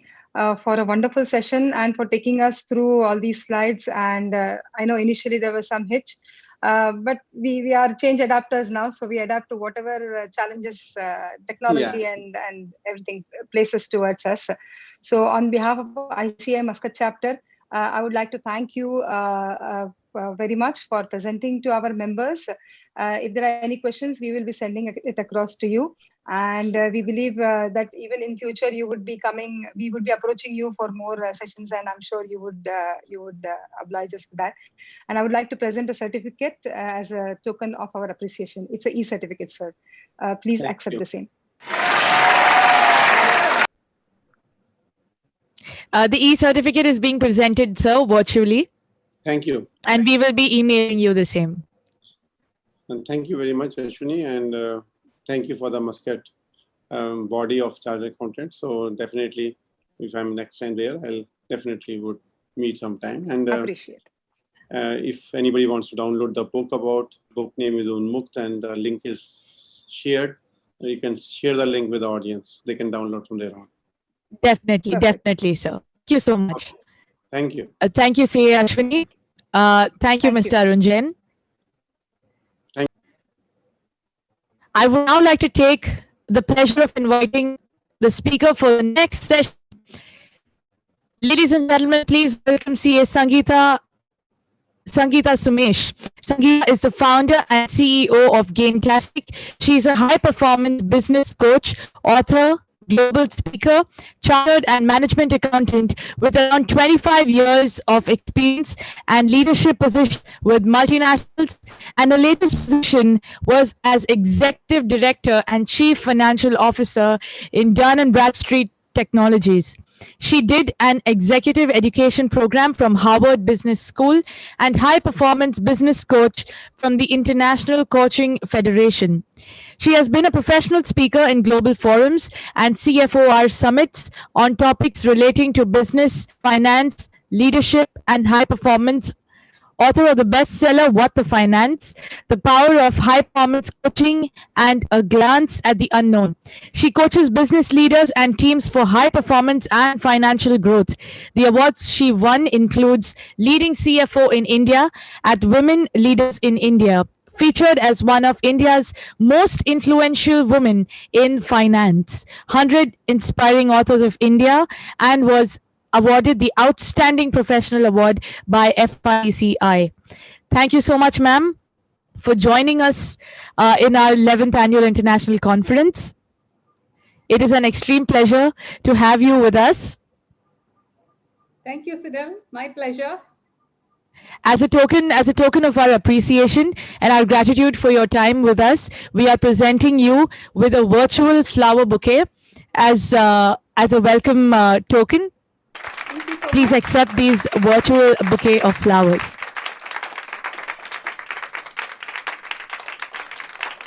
All right, ma'am, I now hand over the podium to you. Sure. Thank you so much, Sidel.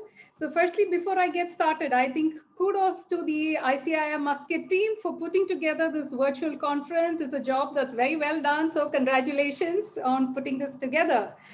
So my friends, I'm both delighted and disappointed to be part of this ICAI Muscat's International Conference. And you know why? I'm of course delighted that I'm part of the conference, and even more delighted that I'm meeting you all virtually. And I'm disappointed that it's virtual. In fact, I was supposed to be there when this conference was supposed to have been held in March of this year, and unfortunately it got moved and now it's happening virtual, but yet I am really delighted that I'm meeting you all virtually today. So before I get started, I'd like to kindle your thoughts a little. Have you thought how to be a change adapter for financial high performance? What is the role a leader plays for achieving financial high performance? And how can a leader actually contribute to the financial success of a business? In case you've not have thought of these, it's time now to think about these. And my friends, by the end of my talk today, we'll get to know how to accept change, how to be an adaptive leader, and how to drive high performance for the financial success. So like you know, I'm Sangeeta Shankaran Sumesh, and I like to call myself as the gain enabler. The gain enabler because I create positive impact through high performance and high profits. And I'm on a mission to enable, empower, and elevate businesses and individuals. So today, like you know, the topic is get high. Get high? Yes, you heard it right. And by the way, this has nothing to do with external factors.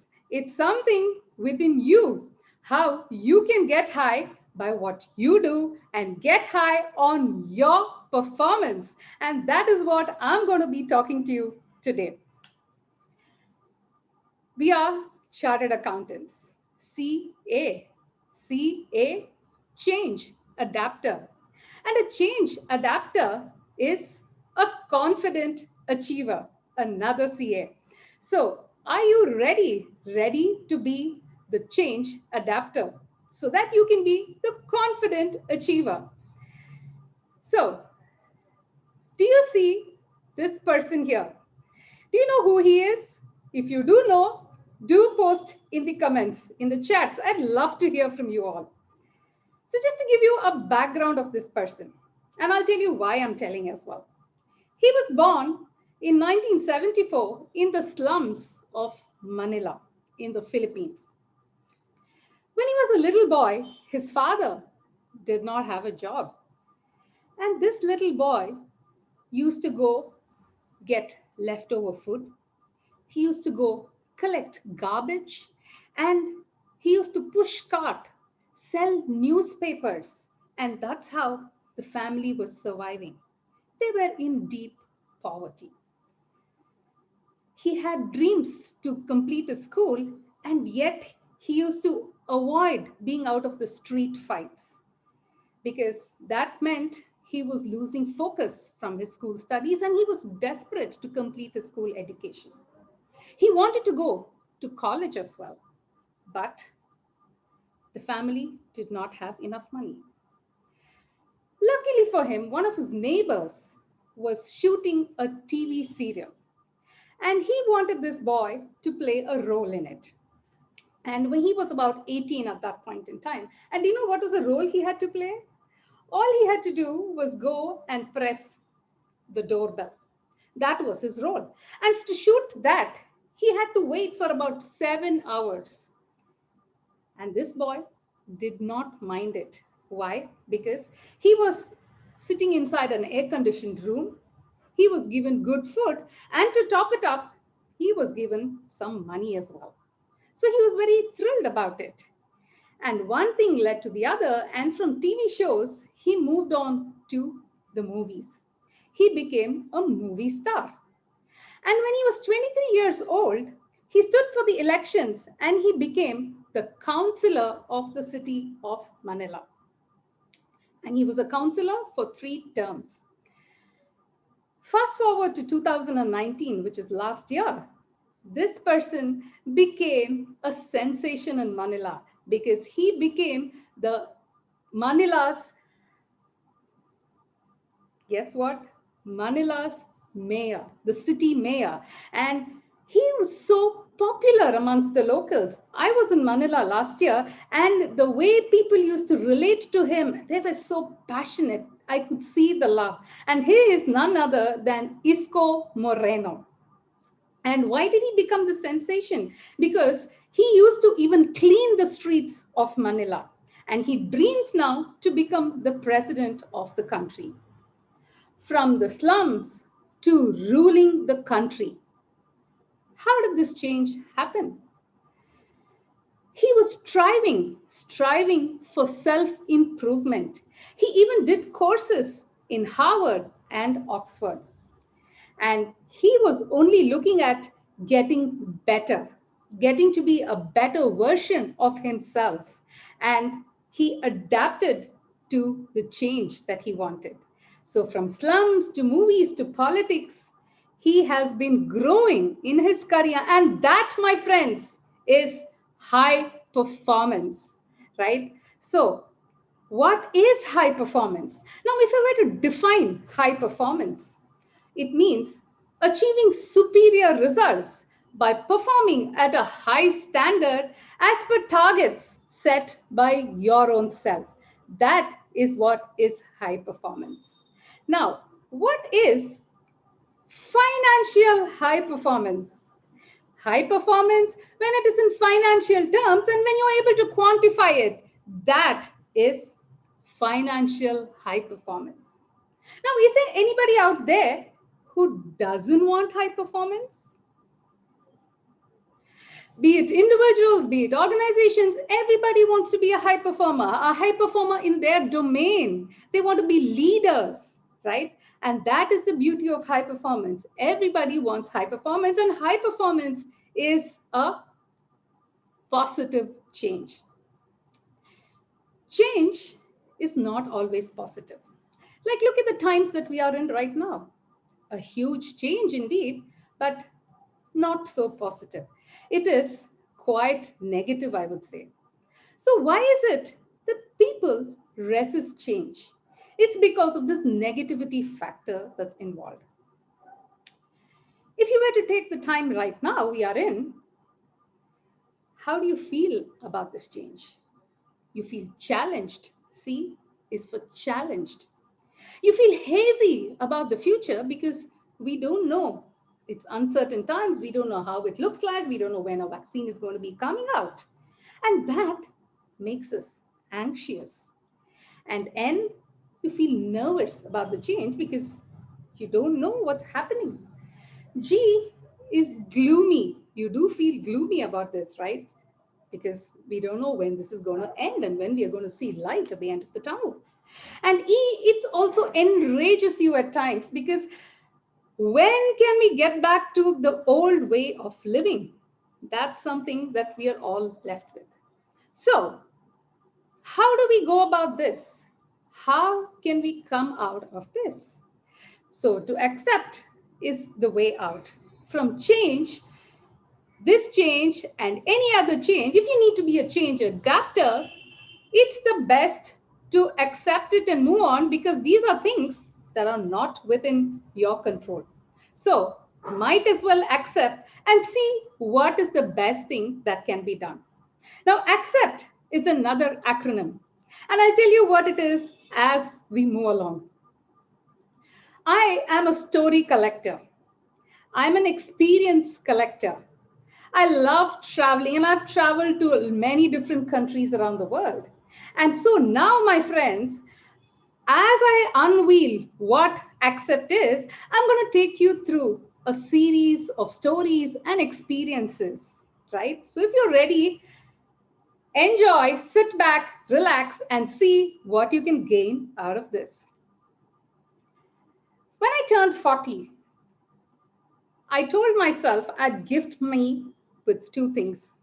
One was that I completed an Olympic level triathlon, which comprised of 1.5 kilometers of open water swimming, followed by 40 kilometers of cycling, and followed by 10 kilometers of running. Now, I told myself, if I do this successfully, I'm going to reward myself for my 40th birthday. So this triathlon happened just, I think, 2-3 months before my birthday. And somehow I managed to complete it. So I felt so elated about myself. And I gifted myself a trip to Austria, Switzerland, and Germany. I'm a solo vegetarian traveler. So I was in Switzerland, okay, and I was on my solo trip. I was traveling in the train from Zurich to Geneva. I was sitting and looking through the window. I was enchanted. I was mesmerized by the beauty of the mountains, the lakes. It was all so scenic.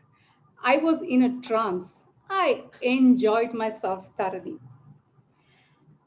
Just as I was getting closer to Geneva, a couple of stations before, two young boys got into the compartment where I was. One of them sat in front of me and the other one sat beside me. I was still looking out of the window, admiring the beauty. And what happened? This boy who sat in front of me started getting into a conversation with me. Now, he was only speaking French, and I barely know few words of French. So I wasn't really interested in conversing with him, but this boy kept trying to engage me in different conversations. He was saying, oh, you're from India, Amitabh Bachchan, and all these fancy things. And he was basically trying to distract me. Then as this was going on, this would have lasted for about 5 minutes.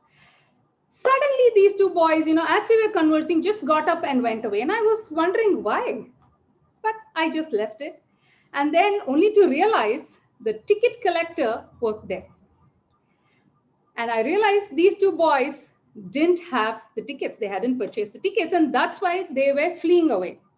So when the ticket collector came to me and asked for my tickets, I looked beside me to take it out from my handbag, and guess what? My handbag was open. And I got the shock of my life. And within those few seconds, I realized these guys were probably trying to rob me. So I looked at my open handbag, and then my heart was beating so fast. But guess what? I was very lucky. I had my passport and my money intact. And I didn't know. I said, then it's when it struck me, these guys were actually trying to distract me. One person trying to distract me, and while the other person was trying to rob. But thankfully, the stars were on my side that day. And because the ticket collector came here, these boys went away and I was saved out of it. Now, why am I telling you this story? Because a key ingredient for high performance is AQ. And what is AQ? Availability quotient. How available are you for your own self, for things that you want to do? When areas where you want to achieve high performance, that is something very important. Because if you're not available for your own self, like in the example I gave, I could have been easily robbed. Or you may not be able to complete what you want, the way you want and how you want it. So my friends, it's extremely essential to be available for yourself. So I'd like to again ask you, how available are you for yourself? And what can you do to increase your availability quotient? Think about it. And what I'd like to tell you is, from my experience, I've realized to increase your availability quotient, it is good to practice mindfulness. It could be mindfulness, it could be meditation, it could be anything else, whatever works for you. And only you would know what works the best for you. So try out. But the important aspect is be available for yourself so that you can be the high performer that you want to be. So availability quotient is the first key of high performance. So A for availability quotient. The next is another beautiful story that I have. This story is about a client of mine, a French lady who lives in Singapore, a very successful consultant. And one day, as she wanted me to coach her, and as our coaching conversation progressed, she told me that she actually wants to start another vertical in her business, and she was not able to. Why? The new vertical that she was considering was auto writing. Now, I don't know how many of you know what auto writing is. Auto writing is an art where you actually connect with departed souls. Now, this lady was blessed to have this talent, and she was wanting to capitalize on it by starting her own another business for herself. And yet she could not, because she was consumed by fear. She didn't know how it would be. And every time she would think of this, she would feel a lot of uneasiness in her stomach and a lot of fear in her heart. And therefore, she just kept procrastinating it till such a point that this was getting on to her and she couldn't move on. She wanted to do it, but she couldn't. And that was the topic of discussion in our coaching conversation. And as the conversation progressed, guess what? she realized she wanted to do it. She really wanted to do it because she wanted to go out there and help people. But what was actually coming in her way was this fear factor that, what will her clients think about her if she were to do something like this? And she had this fear of losing her existing clients. And because of that, she was not able to move ahead and get this started. Now, once she got this clarity that, her purpose was to actually help people, she was able to throw away the fear of what will happen to her existing clients. And therefore, she was able to move on, and she had a burst of emotions and felt a lot lighter. And she immediately got started, and she's being very successful in it. So, my friends, A, we saw was availability quotient. The C here stands for clarity, right? So why is it that you want high performance, right? Do you have the clarity there? What is your driving force? What makes you want to achieve whatever you want to achieve?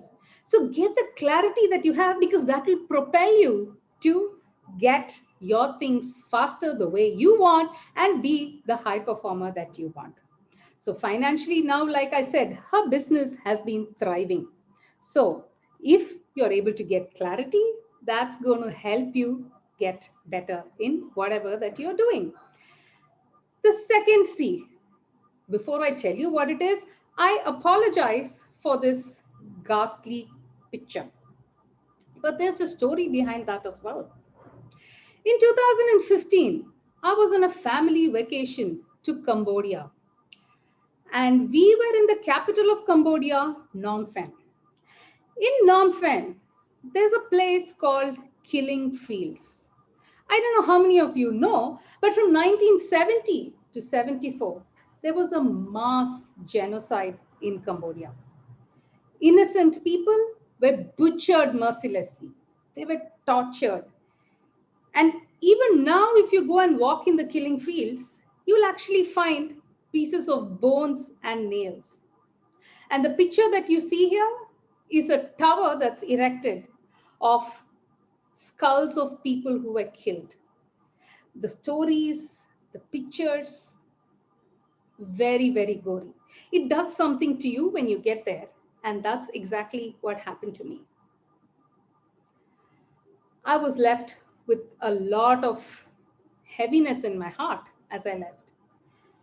And it just got me thinking, what happens if man gets so cruel with innocent people? What can be the repercussions from there?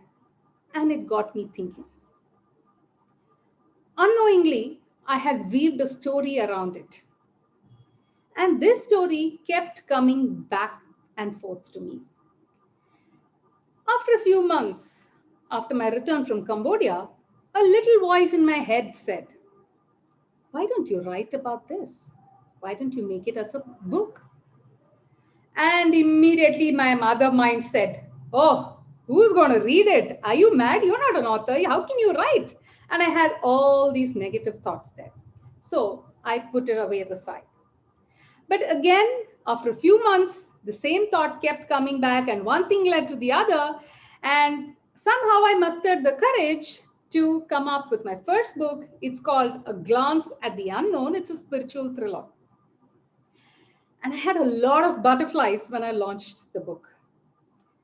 But that book won me the award as one of 100 inspiring authors of India, something that I had never even dreamt about.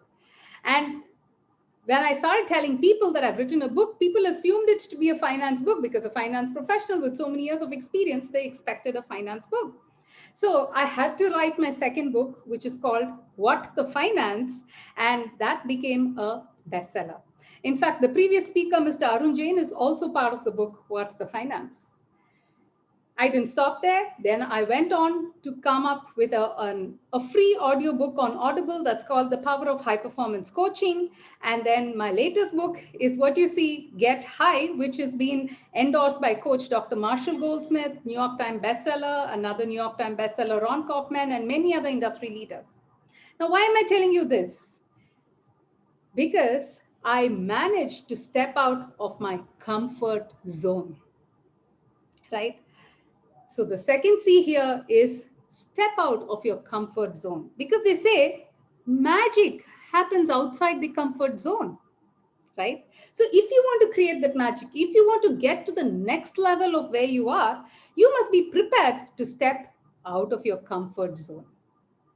How is it that you are stepping out of your comfort zone? And what is the magic that you want to create? I'd like you to think about those, right? So that is the second C, your comfort zone. Moving on, I have another very beautiful story. In fact, a beautiful person that you see here. This lady that you see, I met her in a very small town in Nepal, and the place is called Hilsa. I was going to Kailash Mansarovar, and we had to transit in Hilsa, and we had about, I think, 4 hours time.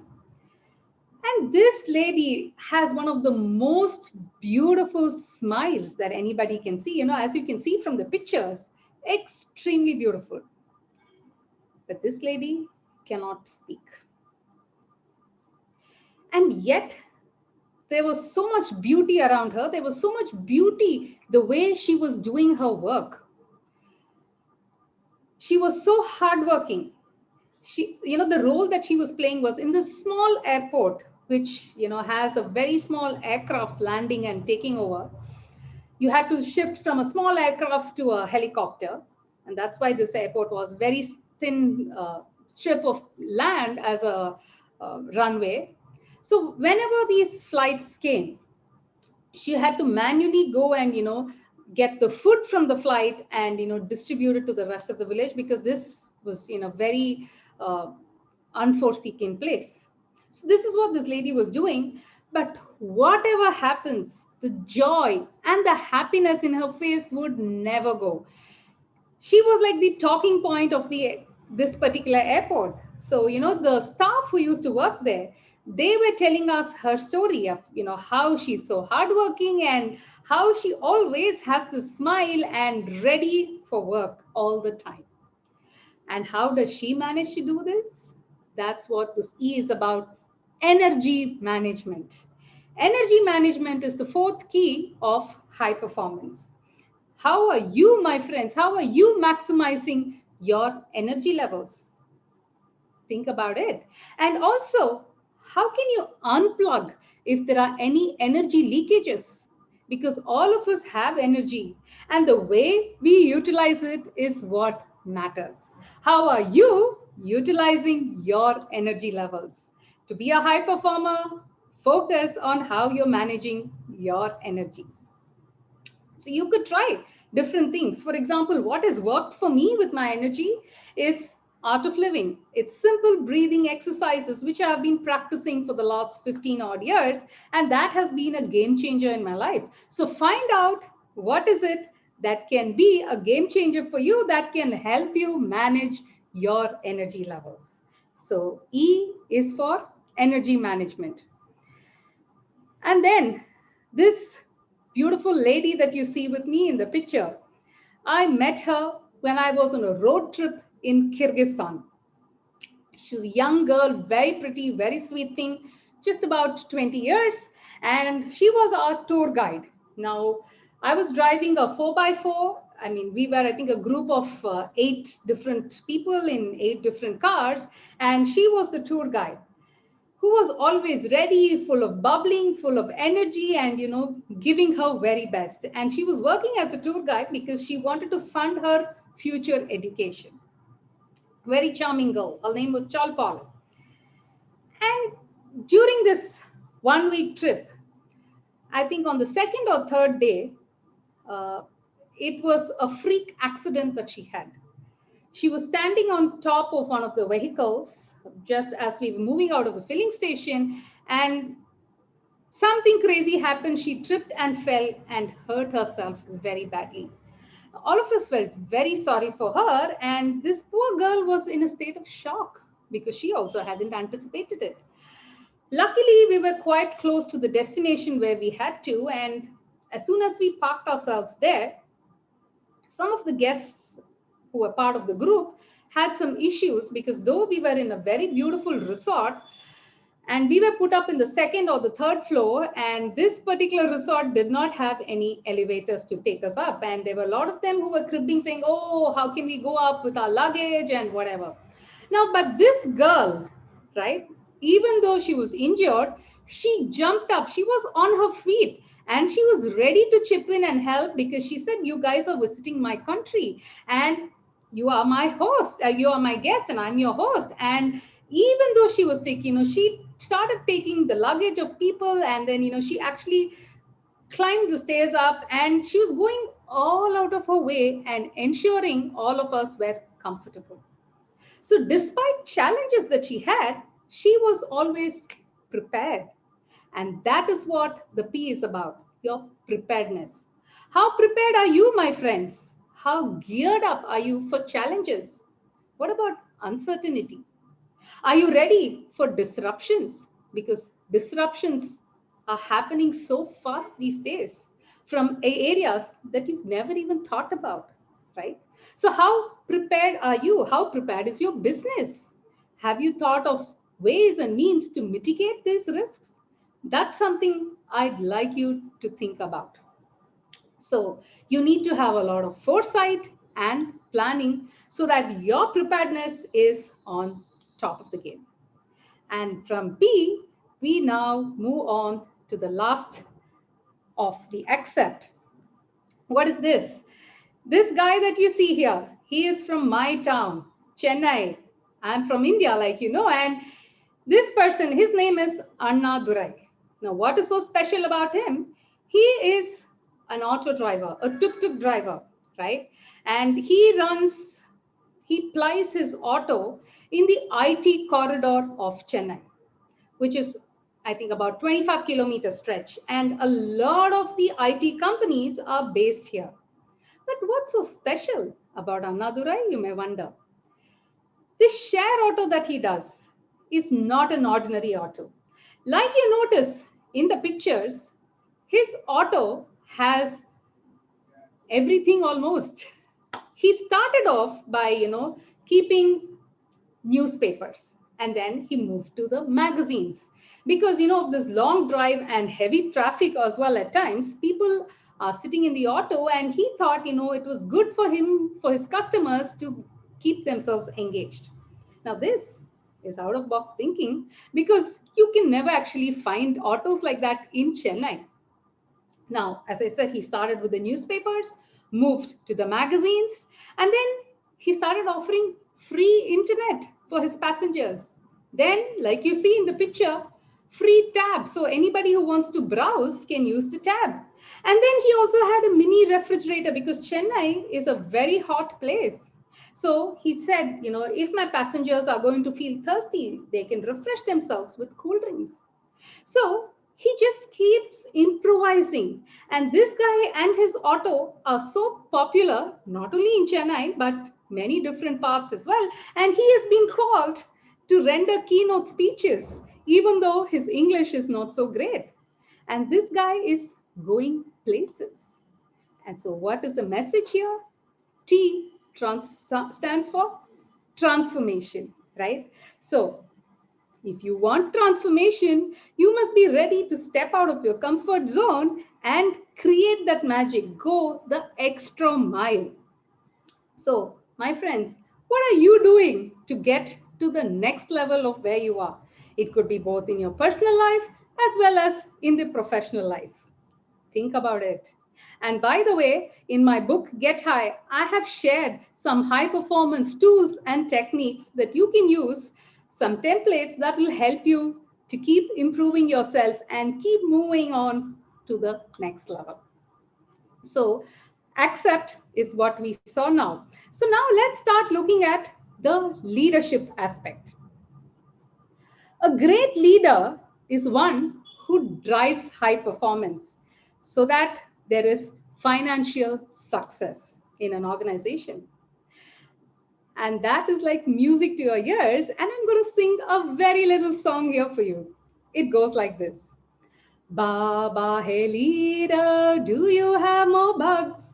Yes, sir, 3 bags full. One as profits, one for my team, and one as reserves for a rainy day. Isn't that what it is about? Isn't that how the business normally functions? And that is what a great leader does, right? Driving the teams for high performance so that it leads to financial success. So, how should the leadership style be? Now, we have heard about different styles of leadership: authoritative leadership, servant leadership. I mean, so many styles. But you know what I say? What sort of leader you should be? A leader, a great leader, is one who is an adaptive leader. Why an adaptive leader, you may wonder? I'll tell you why. In your organization, for example, or you might have seen through your career, there could be somebody who is a rebel, doesn't want to listen to whatever anybody says because he has a mind of his own. There's somebody who's rebelling there, right?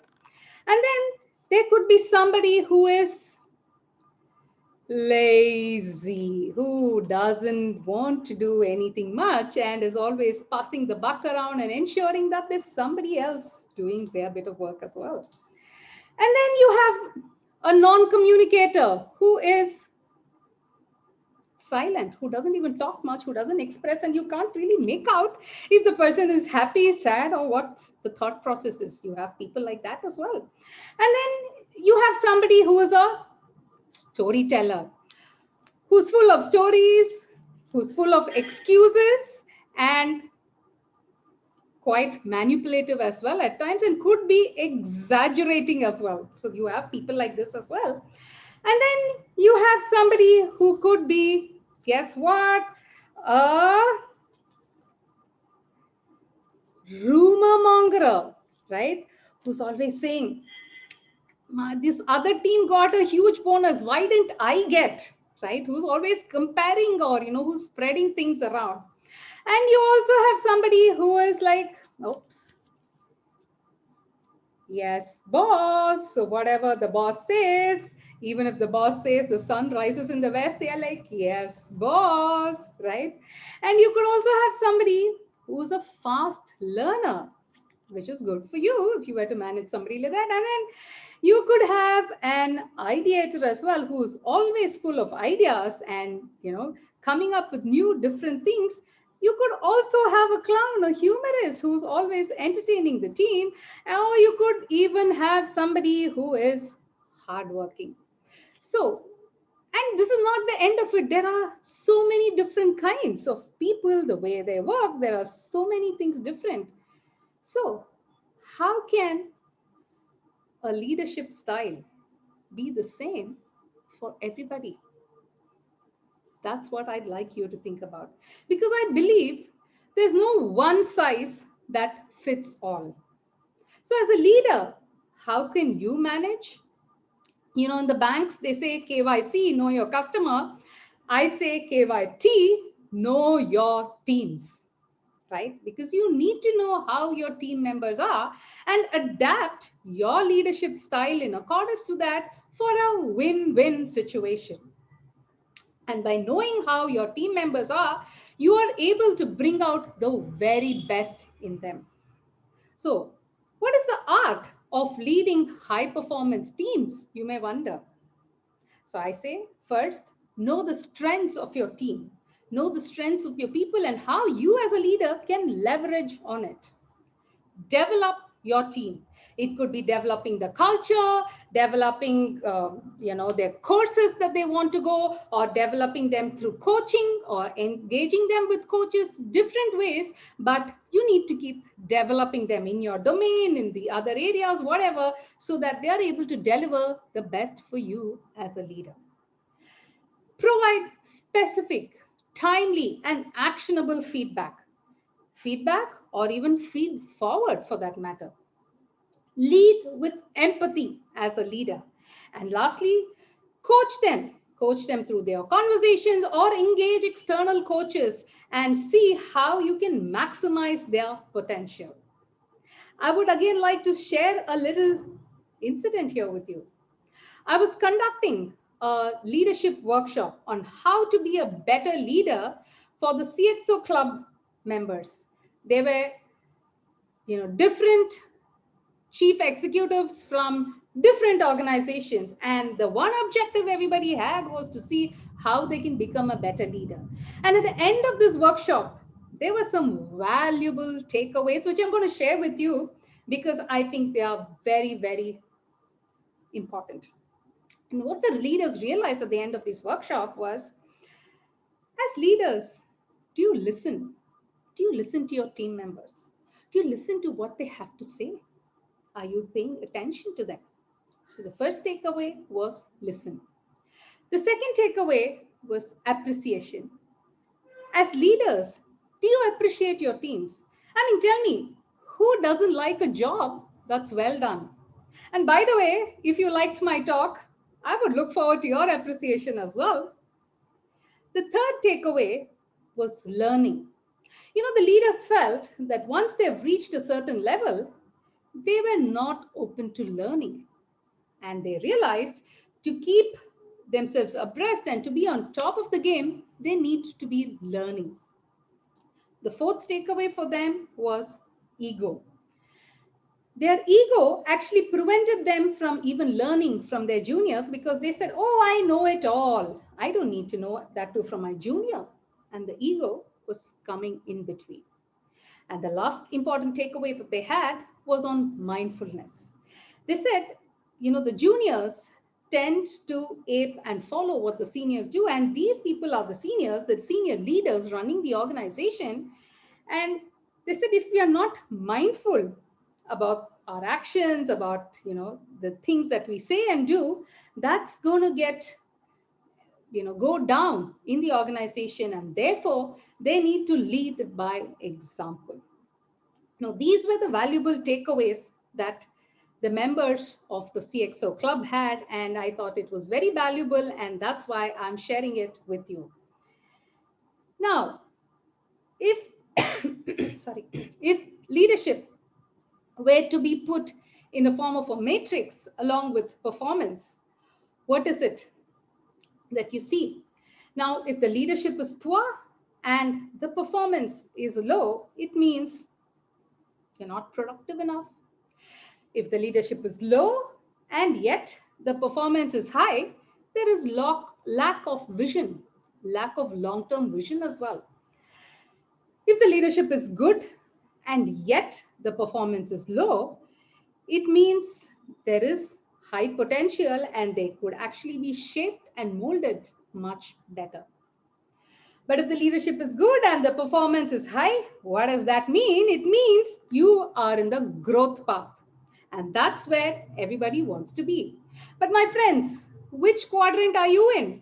I'd like you to think about that and see how is it that you can be in the growth path or continue to be in the growth path. So, like we saw, if I were to summarize whatever we've been discussing for the last couple of minutes, leadership has to drive high performance, which translates to financial success. And what we saw was on accept, your availability quotient, the clarity, the comfort zone, energy management, preparedness, and the transformation. And we also saw how you need to be an adaptive leader. KYT, know your teams. Do you know your teams? If not, get started right away so that you can see how you can leverage the strengths of your team and achieve high performance and the best results, best financial results for your business. And lastly, we also saw how as leaders, you need to drive high performance by educating the teams on finance, the implication, and coach for financial success. Because remember, a leader is only as successful as the team, and team is what together everyone achieves more. So with that, I'm almost at the end of my presentation, and I would love to connect with you all, especially it's virtual, so I'm active on LinkedIn. You can reach out to me on LinkedIn. I'm Sangeeta Sumesh. I'm also active on YouTube. I have my YouTube channel where I,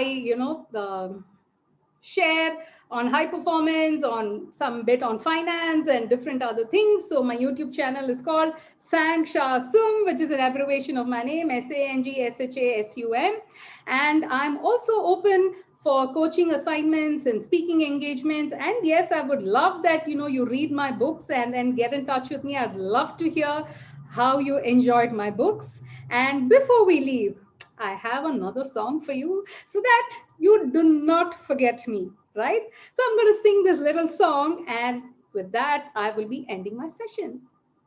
It goes like this. Dough is money, I make you money. Ray, I'm a business advisor. Me, a coach who'll work with you. Far, I'll take you along to gain. Sow the seeds of profits. La, a noted author too. T, I teach high performance. That'll make you more dough. So with that, my friends, shukran. And I hope we will get an opportunity to meet in person sometime. And if you have any Q&A, please feel free to reach out to me. I wish you the very best of high performance and financial high performance as well.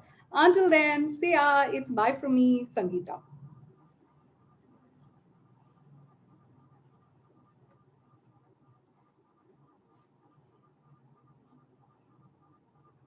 Hey guys, I am done.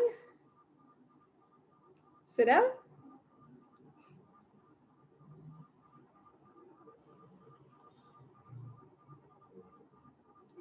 You could probably even put in your Q&A in the chat box.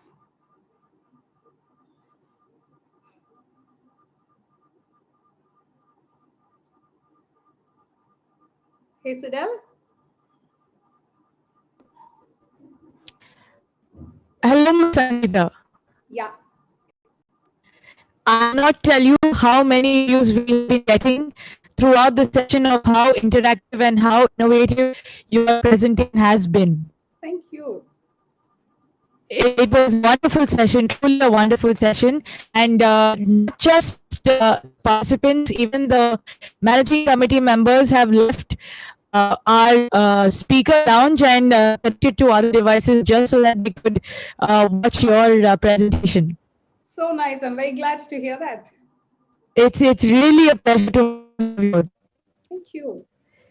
Ma'am, I would like to invite CA Asta Angan, the past chairperson of the Muscat chapter ICAI, to present you with an e-certificate as a token of our appreciation and gratitude for having you with us and sharing your thoughts on the topic taken up by you. CA Asta.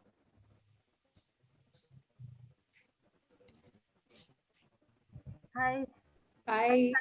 Thank you very much for the enlightening talk. It was very inspiring to hear those motivational stories with really eye-opening messages. I wish we could have met in March personally, but then a big change happened. And the positive part of the change is that we are still meeting through this online international conference.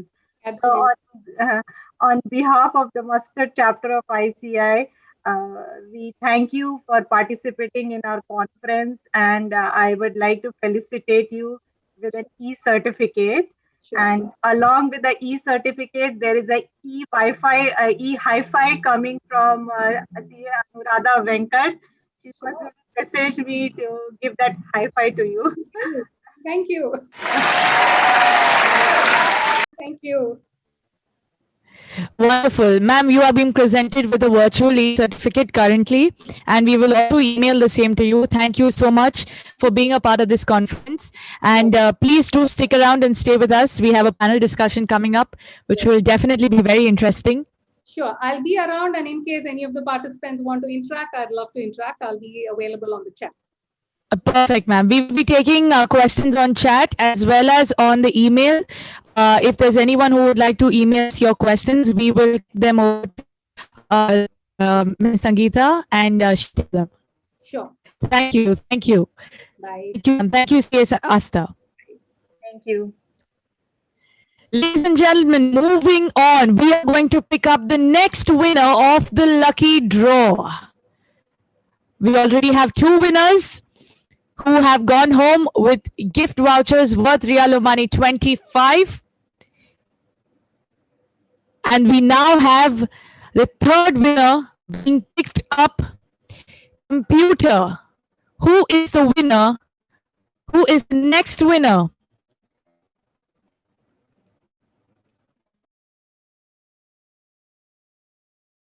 Winner being picked up at random, and we hope you are currently present online.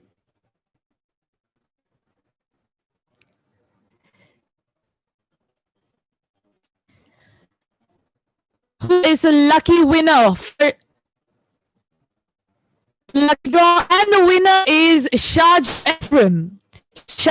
Ephraim, congratulations. You have won a voucher worth Omani Real 25. We will get back to you soon with details of the prize. Hearty congratulations. Moving on to our next session, we have a panel discussion on borderless world business and professional opportunities in US and Canada. It gives me immense privilege to welcome our panelists on board. Starting with the moderator for our panel discussion today, we have with us CA Nilesh Shah. CA Nilesh Shah is an investor and advisor based in Mountain View, Silicon Valley, California. He has succeeded in challenging roles at Fortune 500 enterprises and multi-billion-dollar investment firms in India and US. Shah has led the entire spread private equity and venture capital investment management processes from deal origination to exit. He holds the FINRA Series 7 and 66 licenses. He's an active member of the managing committee of the San Francisco chapter of the ICAI. Hearty welcome to you, sir. Thank you. We are currently continuing with a virtual flower bouquet as a token of our welcome and appreciation and gratitude for sharing your time with us here today. And we believe that this panel discussion is going to be intense and interesting. I am looking forward to it. Great. Thank you so much for your presence. I would now like to invite our panelists. Our first speaker we have with us, CA Vijay Gupta. CA Vijay Gupta is the director, founder, chairman, advisor, and chairman emeritus of the British Columbia chapter of ICAI. He is based in Vancouver and has guided the chapter since its inception. CA Vijay Gupta, hearty welcome to you, sir. Okay, thank you. We are presenting you with a virtual flower bouquet as a token of appreciation for your presence in our conference. Okay, thank you. Thanks a lot. I now invite our next panelist, Deepika Singh. She is the Executive Director and Immigration Consultant, lead at Chu LLP, and works out at Santa Clara CA branch office. With over 15 years of extensive experience, Singh specializes in all areas of business, corporate, and family-based immigration. Her expertise includes immigrant and non-immigrant visas for many small to large corporate clients. She has experience with corporations ranging from startups to multinational entities. Deepika Singh, we welcome you to our annual international conference. Thank you for giving us your time. We are presenting you with virtual flower bouquet as a token of our appreciation. Thank you. I now invite next panelist, Meera Agnihotri. She is the founder of the Agnihotri Immigration Consulting and leads a professionally qualified team. Agnihotri has extensive qualifications in immigration. Credentials include CDI, College Canadian Immigration and Refugee Law for Legal Professionals Instructor, CAPICBC Chapter Committee Chair, licensed ICCRC, licensed CSIC, Immigration Certificate, University of British Columbia. She is based in Surrey, British Columbia, Canada. Ma'am, It is an extreme pleasure to have you with us. Thank you so much for being here. Thank you so much for giving me the opportunity to be here today. It's a pleasure is all mine. Thank you. We are presenting you with a virtual flower bouquet as a token of our appreciation for your time with us. Accepting it. Thank you so much. I would now like to invite our last panelist for today. We have with us Mr. Rajiva Bagipalli. Rajiva Bagipalli leads Universal Evaluations with an enviable reputation built over many years of providing highly qualified, credible, and fair evaluation. Universal Evaluations has been retained by top-notch multinational companies across continents, including immigration attorneys, public service, and licensing agencies. He has tremendous experience in providing credential evaluations for immigrant situations. So we welcome you to our panel today. Thank you. It's great to be here. We are presenting you with a virtual flower bouquet as a token of our appreciation for giving us your time and your expertise. Absolutely. Thank you so much. Thank you so much. I now hand over the podium to our moderator, CA Nilesh Shah. Sir, it's all yours. Thank you so much. Thank you so much. Once again, it's a great pleasure to have such a fantastic panel with me today. Each one of the panel members here today is an expert in their field, and very rarely do we are able to assemble such a good collection of speakers. So I'm fortunate to have you all as my fellow panelists. And before I jump in, I do want to give a disclaimer that none of us here today are providing any kind of professional advice. This, what we are sharing with you, is merely for educational purposes. And if you do decide to pursue any kind of immigration or educational strategy for the United States or Canada, please consult licensed experts. With that disclaimer out of the way, I'm going to jump straight in. So as you know, my name is Nilesh Shah, and I represent the San Francisco chapter of the United States. And there's been a lot of change that's been taking place in our part of the world. I'm sure you all must have been following the news. Momentous changes, and on the political front, on the economic front. And the question, I'm sure, at the top of your mind must be, what does this all mean for me as a chartered accountant or a chartered accountant student? What are the new challenges that you need to be aware of? What are the new opportunities that have arisen because of the presidential elections in the United States, the unprecedented scale of economic stimulus that has been unleashed by the United States government as well as the Canadian government? What does all this mean for you from an immigration and an education standpoint? And this is what we're trying to help you, to give you some context and help you to make some sense of what's the immigration and the education landscape as it stands today. Please be aware that a lot of changes are expected to take place as the new administration in the United States comes on board, and some of the things that we share with you might change significantly in the very immediate future. But with that, I'd like to jump in straight to Deepika. Deepika, first of all, thank you for being with us. I'll start with a very, very simple, basic question. So what are the immigrant visas that an Indian-born chartered accountant can obtain to launch his career in the United States? Thank you, Nilesh, for giving me the opportunity. Happy to guide you all through the immigration system of the United States. Now, as the goal is to work in the US, the most common visas are the H-1B and the L-1s. If you're an Indian-born national, meaning that you hold a passport of India, then these are the two visas you qualify for. One is the H-1B and the other is L-1. For the H-1B, you have to, when you're applying it for the first time, you have to go through a lottery system, which opens up on March 1st. For the L-1, your employer has to meet the certain requirements, meaning they have to have US operations, they have to have domestic operations, overseas operations, and then you can qualify for an L-1. Now, to add to this, if you hold a passport of any of the following countries, like Australia, Canada, Mexico, or Chile and Singapore, then you also have other options. Now, if you have a passport of Australia, you can apply for the E3 visa. If you have a passport of Singapore, then you can apply for the H1B1. Same if you have a passport of Chile, then you can also apply for the H1B1.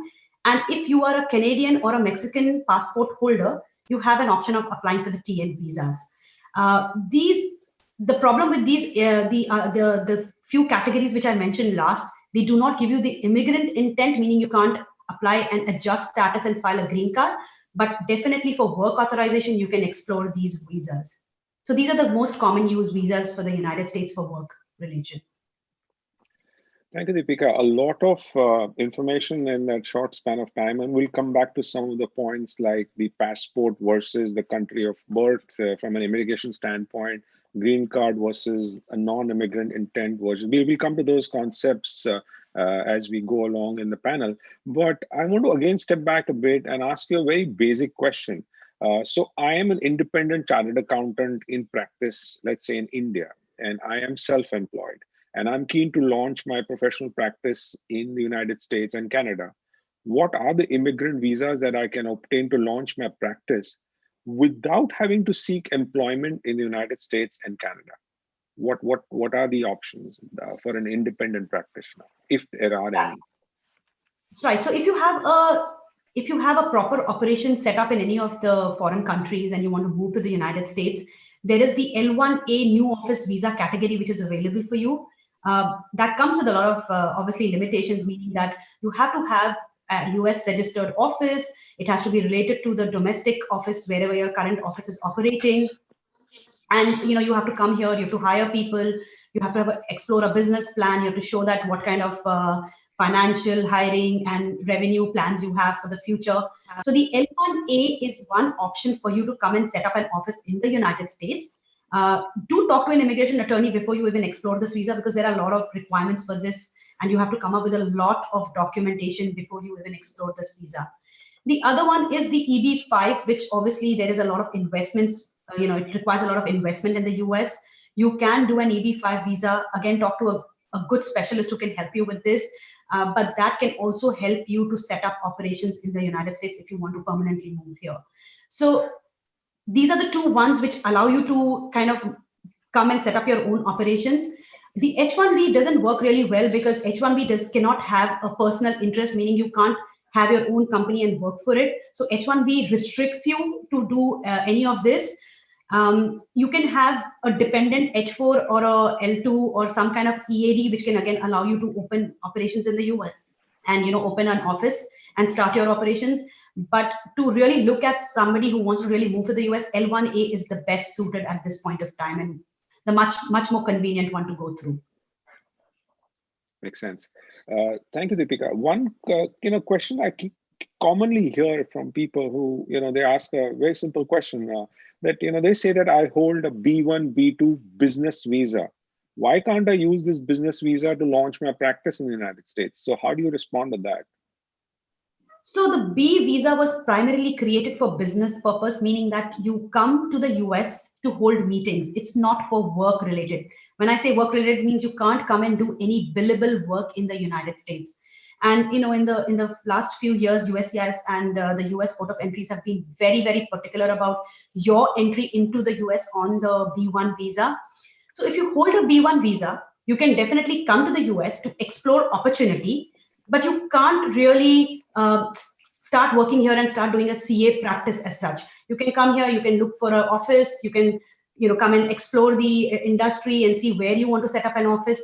All those basic things can be done, but no work can be done on a B1 visa. So there is restrictions on the B1 visa, which is not work related, means you can't really use the B1 visa for work, but definitely to come to the US to visit and to explore opportunities, that could be a short-term solution for you.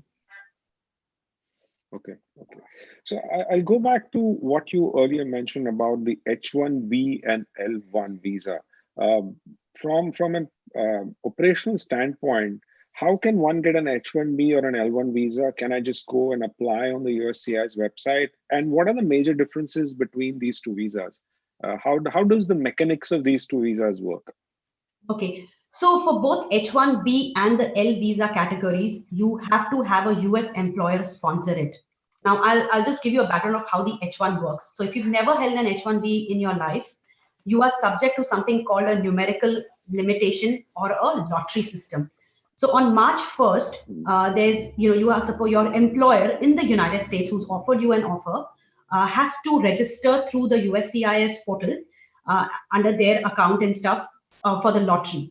So on March 1st, all the registrations happen. March 20th is when the lottery results come out, and then USCIS gives you a time to apply for a petition. Now, for the H1B, you have to remember that you have to meet something called a specialty occupation, meaning the job you are performing in the US. First of all, it's offered by a US employer, a legitimate US employer. Second, it requires specialty occupation, meaning that the work you're going to do meets a minimum of a bachelor's degree. And third, it's bound by certain prevailing wages. So there is an LCA requirement, there's a particular wage requirement which the US employer has to pay. So you have to go through that whole process for the H1B. Now for the L1B, the requirements are a little different. Again, you have to have a US employer, but the main requirement for the L is that the US employer and the domestic employer for whom you work currently have to be related. It could be a branch, subsidiary, or a parent affiliate relationship. Any of the four relationships will happen. Then you qualify for an L visa. Plus, your employment with the domestic or the overseas employment company has to be 1 year minimum. So the main requirements are the two employers have to be related, meaning your domestic one and the US one. And second, your employment with the overseas entity has to be for minimum 1 year. Then you will qualify for an L1. Now, L1 has two categories. One is an L1A and one is an L1B. L1A is pretty much for managerial and executive people, meaning that if you've been a manager or an executive level in your overseas or domestic office and the company is transferring to the US, you have to be a people's manager to qualify for the L1A. If you are an individual contributor, meaning you're just coming here to do independent work, working under somebody's supervision, then you qualify for an L1B, which is more like a skill-based and a knowledge-based kind of a visa category. So these are the two differences between an H1B and an L1 visas. We'll touch upon this more when we talk about green card. But before we jump to that topic of green card, I just want you to talk a little bit about what are the latest trends and news that you've been hearing about H1B and L1 in the last few months, and what are your expectations? I mean, I know no one can really forecast what the Biden administration is likely to do, but we've heard in the last few weeks, we've heard stuff like priority given to higher salaries on H1B. That rule has been struck down. There was this whole rule about US educated H1B applicants getting a higher favor. That seems to be going nowhere. And we also had this country cap removal, circus going on between the Congress and the Senate. And all of this has somehow added some kind of uncertainty to this particular section of the immigration landscape. So maybe you can touch upon a little bit for our viewers as to what does this mean and what should they watch out for and what should they track for? We were facing a lot of hurdles as far as H1B is concerned in the last 4 years. There was a lot of scrutiny happening. There was a lot of site visits happening. The fraud and detection was kind of knocking at people's doors, questioning them on why the H1B was being filed and whether the work was really being done in the right manner or not. Trump administration did make this a little bit more, they were vetting it more. But I think the Biden administration probably is a little more immigration pro, so they might be a little more flexible. There is this bill where they are going to talk about high skilled workers and people getting more opportunities if they do their US masters and stuff. But bills take a really long time to get approved, right? Even if the Senate approves it, the Congress has to approve it, and it goes through a full radar of things. So we don't really know what's going to happen in the coming years. We do see a lot of changes in immigration, which is going to happen. There's going to be a little more streamlined process as compared to what we are going through today. As far as the salary thing is concerned, yes, they did hike up the salaries for the H1Bs for a lot of metropolitans. But the lawsuit which happened that rescinded everything, it's gone back to normal again. And we've been seeing these shifts in immigration all while, right? Things happen and then again it changes.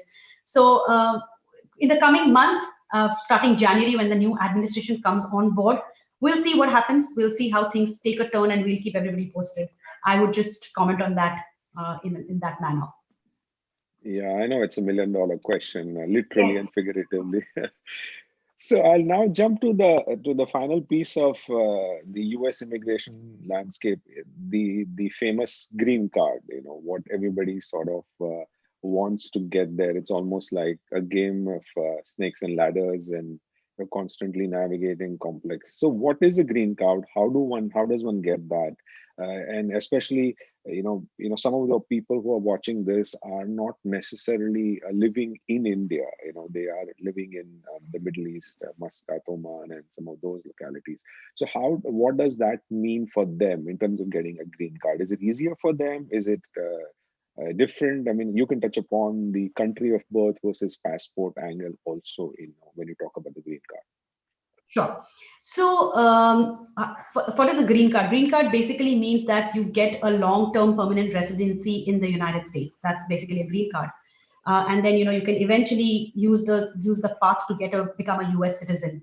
Now, how can you start the green card process? Well, if you are here on an H visa or an L visa or any of the visa categories, you can explore the green card route.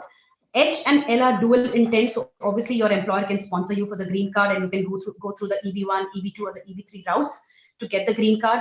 The other way is if you have a US citizen family member, meaning your brother, sister, or your parents, they can sponsor you for the green card under the family-based category. So I won't go into the family-based too much, but I'll touch more on the employment-based.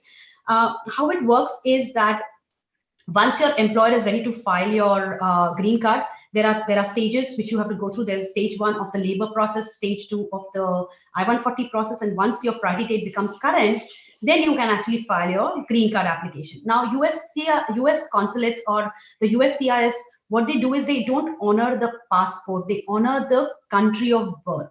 So even if you have an Indian passport and you were born in any of the countries which are listed on the table, your priority date is basically subject to that particular country's country of birth. So for example, if you look at the visa bulletin today, Indians have one chart, Chinese have one chart, Mexican nationals have one chart, and the rest of the world, like Australia and England and all the other countries, they fall under different country chart.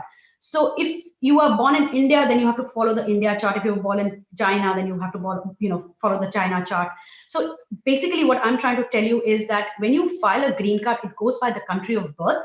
So if you are filing a green card and your country of birth visa priority date is current, then you can get a faster way of getting the green card if you are from the other countries rather than any of the others listed on the chart. So that is how the green card process actually works for the US.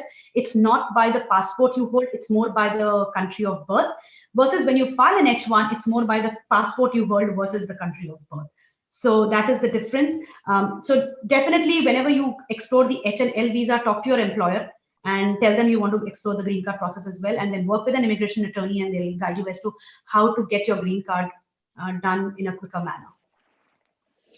Yeah, thank you. I mean, that's a very important distinction, and I'm sure some of the viewers watching us from Muscat and the nearby countries may have children or siblings who are born, not in India, and for them this distinction becomes very critical, especially if green card is an option that they are actively pursuing.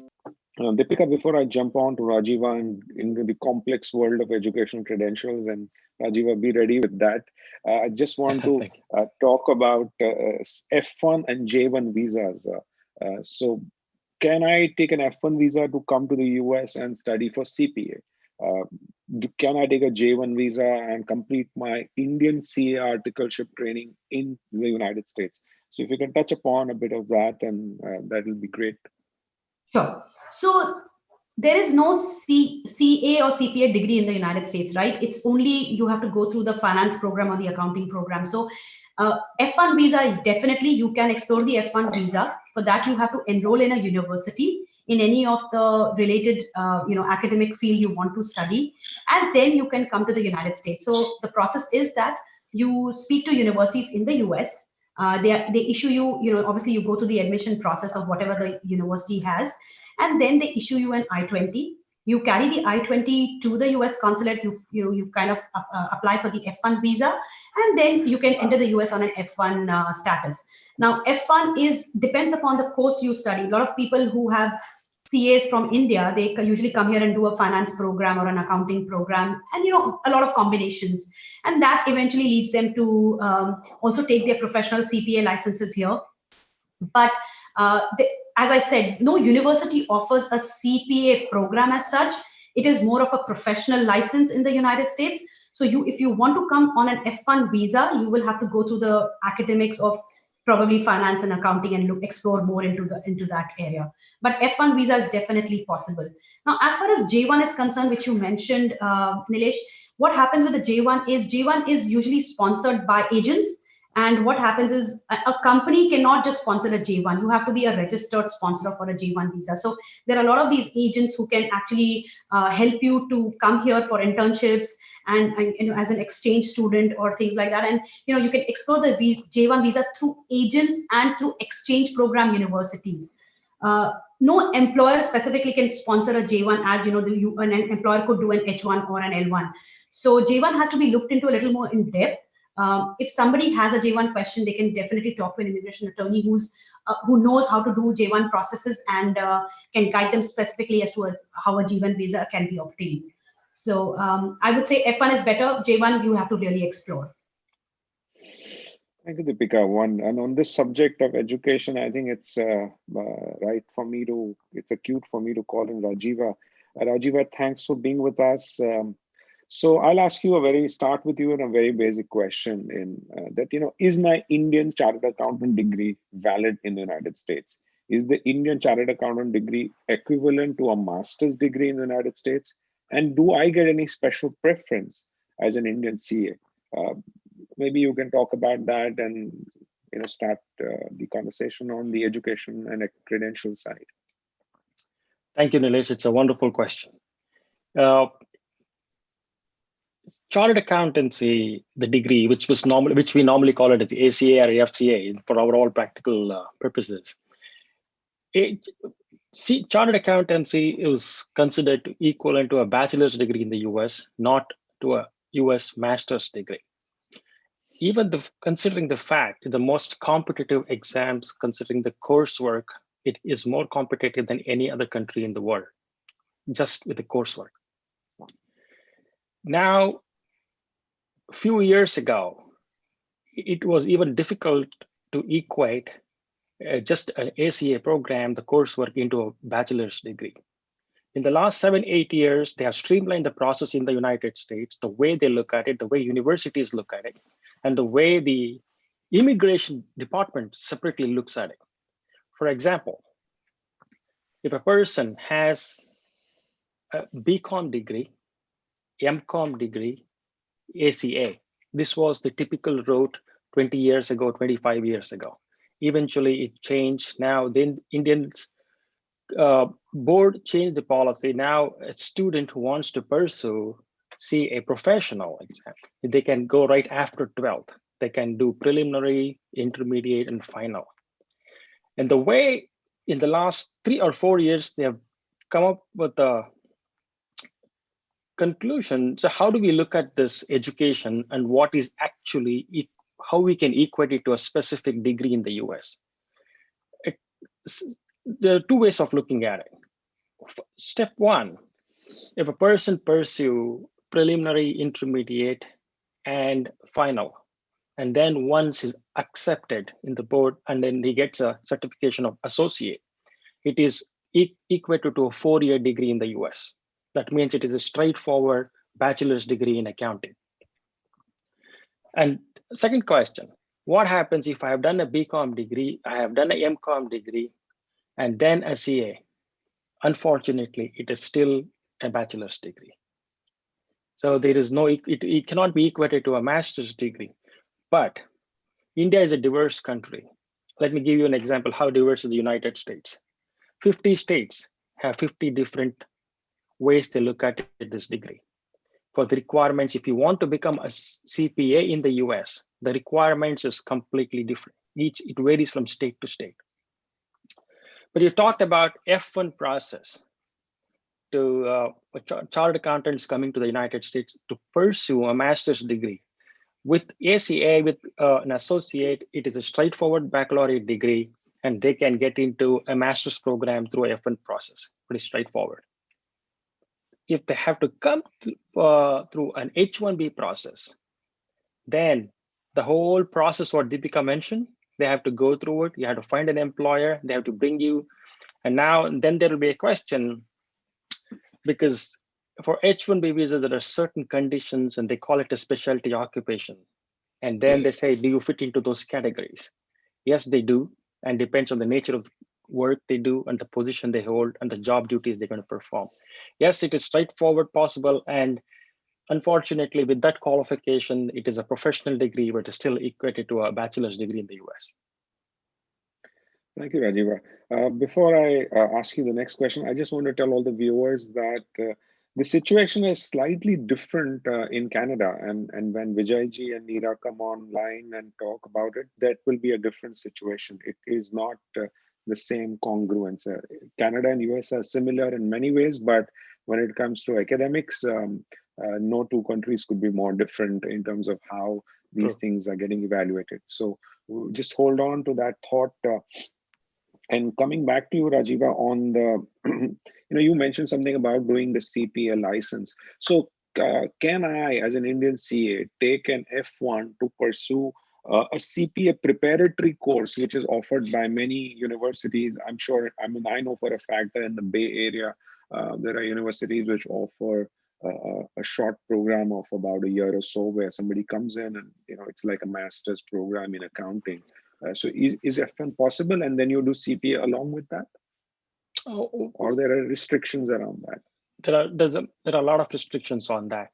If you're going through an F1 process, typically, as Deepika mentioned, the university has to accept you as a student based on your background and what kind of program you want to pursue. For example, if we equate your bachelor's degree in accounting, and if you want to pursue in finance or MIS with a combination or accounting information system, that's a new degree which is coming in called accounting information systems, because the top 5 consulting companies are looking for this background with an Indian CA, and then you come and do an accounting system in master's, you're straight into McKinsey or PwC, EY. These are the companies they're looking for. But coming to an F1 to do a prep course and then pursue a CPA, it's not the right way to do it. So F1, if you want to pursue a graduate studies. Okay, makes sense. So what is the process of credential evaluation for CPA? Let's say, what are the nitty-gritties of the entire process? And if you can take them through the basic steps that they should look at. And this is assuming that they already have a CA in place. Each state looks at it differently. Assuming the number of the quality and the quantity of the coursework they have pursued during this program, assuming they finished in 4 years, assuming first 1 year of preliminary, 1 year of intermediate, and 2 years of finals, added up to, it comes to 120 credits, which is the minimum requirement in order to get a bachelor's degree in the US. And let me give a classic example of California. The minimum requirement is a bachelor's degree, which the student already has. Let's assume that he has a CA and the associate membership, then it is equivalent to a bachelor's degree. Then they look at it 2 different things. They need to have 24 units or the credits in a specific area of accounting, which adds up to it. And then another 24 credits which comes under the purview of business, which is like a bigger net, which includes business ethics, business 101 ethics, and all those things. The combination of all this is a minimum requirement. When they put together all this, when they evaluate it, it needs to add up to a bachelor's degree 1, and then the specific 24 credits in accounting, and then specific 24 credits under business. So this put together, it is a robust coursework. This is the minimum requirement. And then they pass the CPA exam, next step. And then go back to the requirements again, in specific requirements if they have any. Then they have to pursue 1 year, minimum 1 year of experience. Some states have 2. And then pass the professional ethics program, then you become a CPA. It's a long process, but in terms of credential evaluation is just one piece in order to get into this bigger ocean, which is you need a bachelor's degree plus 24 credits of specific accounting program, and then 24 credits of specific business program credits. Okay, makes sense. Makes sense. So thank you, Rajiv. I'll take this as a cue to take it to Vijayji, and thank you, Vijayji, for being with us. I wanted to understand your perspective on the same topic. That I'm an Indian chartered accountant. Is my Indian CA valid in Canada, and how can I really practice in Canada? So for becoming, thank you, Nilesh, and all my friends from Muscat and fellow members and panelists. It is really very nice to have all of you in this wonderful session. So regarding your question, like in US, you don't have a basically MOU with the CA India, but in Canada, we have a mutual recognition agreement. It is a basically mutual understanding, MOU. So with that, you have to evaluate, you have to basically submit your credentials to CPA. And by submitting the credentials, you are exempted almost 5 modules, and you are supposed to give only capstone 1 and capstone 2. That is also suggestive, because they need to be prepared.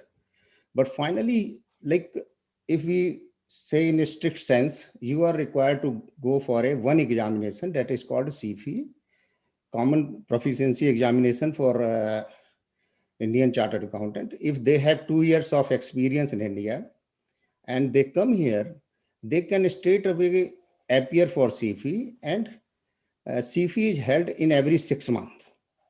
So immigration question can be taken separately by Neeraji. But for once you qualify as a qualify CFE, then you are basically supposed to go for another level for practicing. There is another practice examination. So if you qualify both, you are here to do the practice. So there is no other way around here. For becoming CPA is now consolidated. There is only a single body here and single body in India. So you are supposed to go through only this route. Okay. So you mentioned the mutual recognition agreement that we have, the Indian Institute has with the CPA Institute in Canada. Can you talk a little bit more about it, and what does somebody need to do to take advantage of that? The nitty-gritties of it. I think it over the period of last 3 years, it was done 3 years earlier. The procedure is simplified. You need to have a good standing certificate from institute, and you have to submit your transcript directly to the CPA Canada. We have a provincial institute separately, but they are under CPA Canada, and you have to submit that credentials to CPA Canada and take admission. And then CPA Canada evaluate that and exempt from all modules. Then you directly appeared for the CFE. For this, you have to have work permit, or you have to PR here. That is basically, sometimes earlier they were allowing it. So once you are here, you can appear for that. Is a 3 days examination. So there is not much procedure on it. The good standing certificate, that should be 6 months old from the Institute of Chartered Accountant of India. So those who are coming here, we advise them that please ensure that once you apply, you have a certificate valid for 6 months. And if it is not valid for 6 months, again reapply. And there are certain difficulties we are facing and students are facing here, because once they come here, their certificate expires, and then there are certain formalities in India. So we are talking about it. So that they should not. And every 6 months, there is an examination.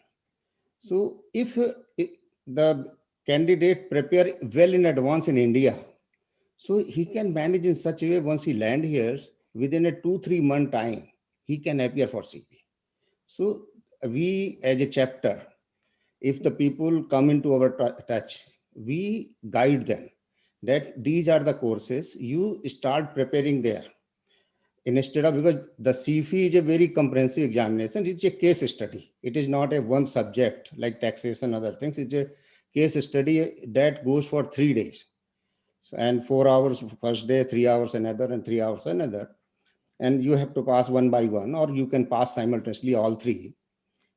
So we guide them that before coming to here, instead of come here, then prepare, you start preparing. All the materials are available online. Even the registration can be done online. You can start your, you can start your process of submitting papers to CPA Canada, sitting in India before you plan to come. So that once you come here, within a minimum time, and chapter is there to help it. Chapter is also organizing a lot of program. Like we have our tutor who guide them. We have our, that's good. Yeah, we have a tutor. And this time I'm really very pleased to, like, out of all my members passed it. There are like 17 members passed the CFE recently. Like the exam result came on last week. We have a tie cutting session for them. So we provided the tutor, and we provided marker also, so that before appearing the examination, and that was free of cost. The chapter sponsors that.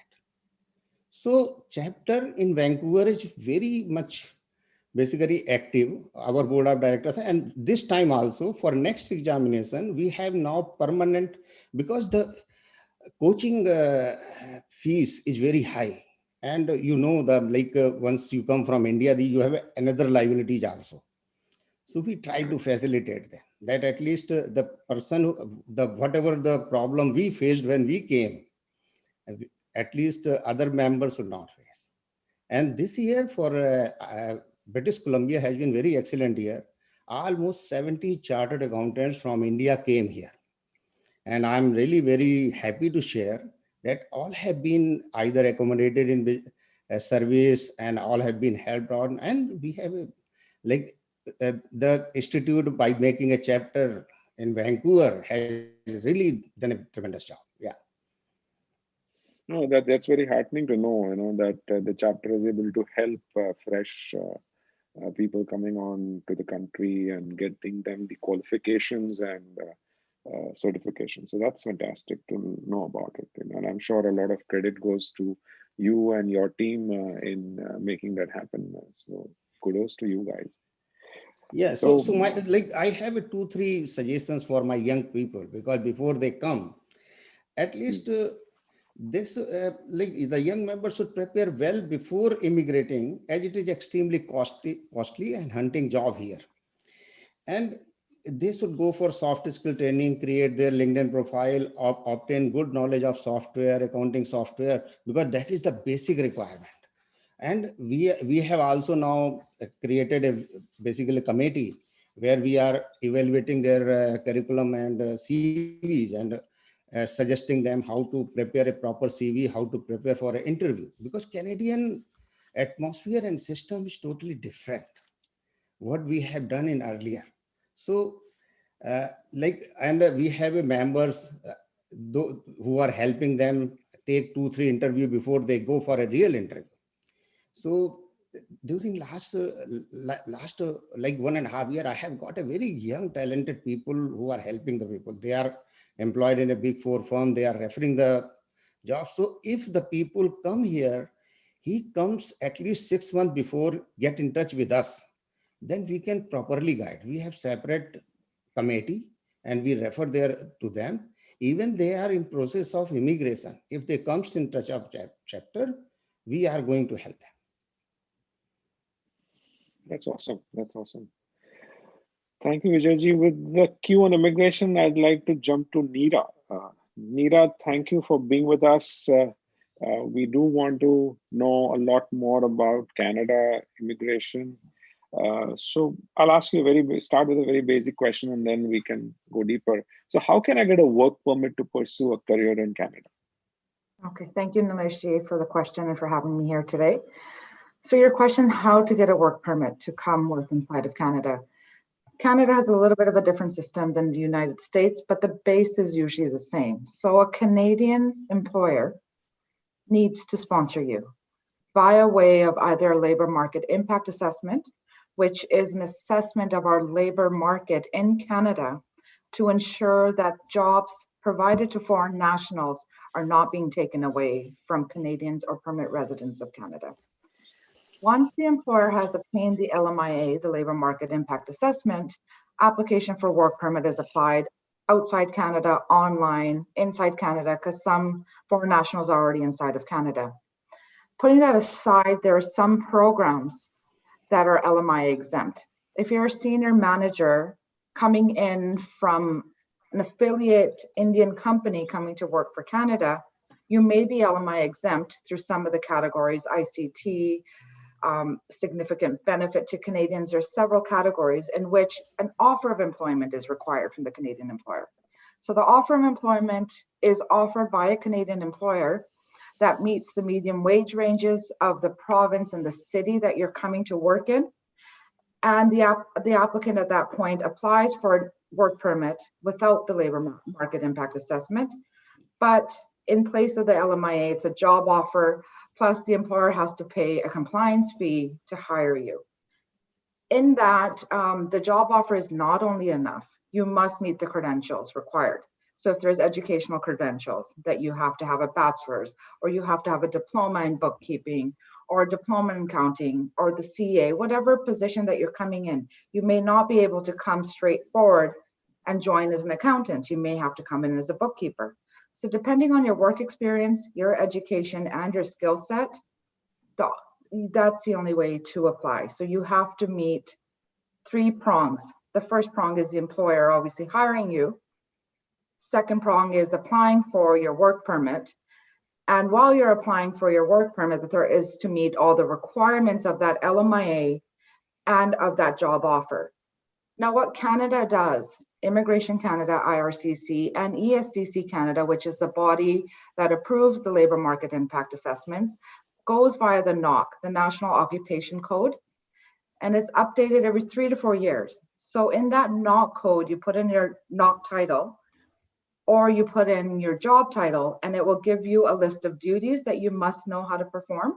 It will give you your employment requirements for that NOC title. So in that, you will have to meet those employment requirements, because when Immigration Canada is assessing your work permit file, they will look at that NOC title, and they go strictly by that NOC title.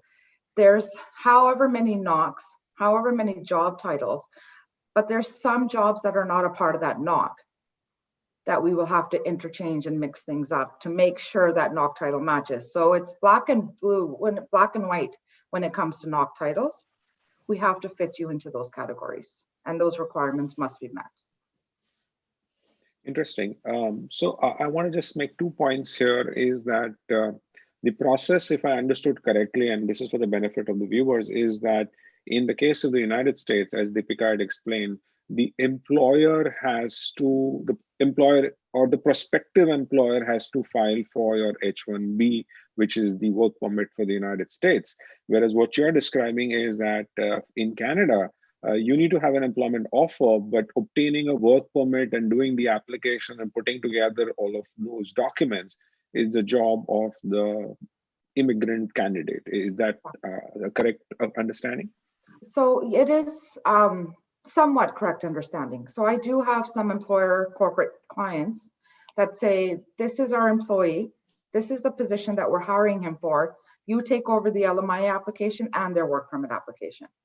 Or I have such circumstances when the employer said, well, this is the employee, please file our paperwork, and the employee may have the opportunity whether or not he wants it filed from the same person, or they can choose their own consultant, lawyer, advisor to fill out the forms. So it's not necessary, but keep in mind when it comes to a job offer, and if a company is hiring you to work for their company, the lead should be taken by the employer. The employee should not be having to take the headache of applying for their work permit. Of course, they have to provide you the documentation, all right, because it's just not the job offer that's going to give them the work permit. It's a whole it's a whole slew of things. It's their experience, their education, their intention to return to their home country, which is huge, your financial ties.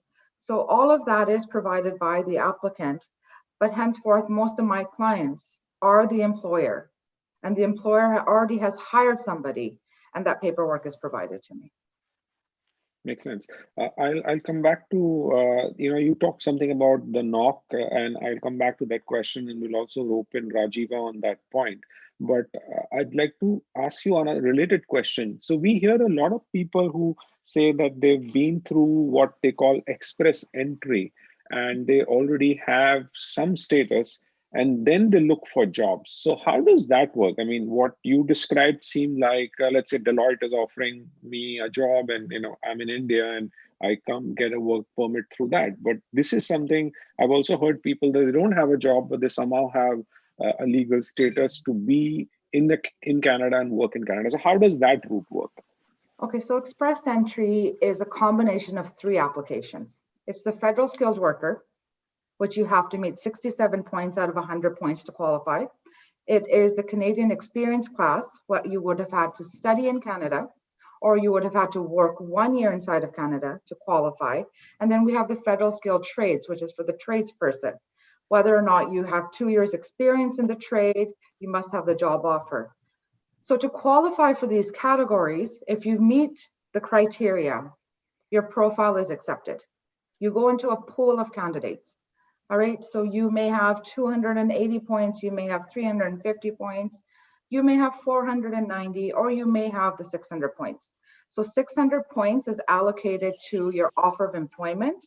So those 600 points are the provincial nomination applicants.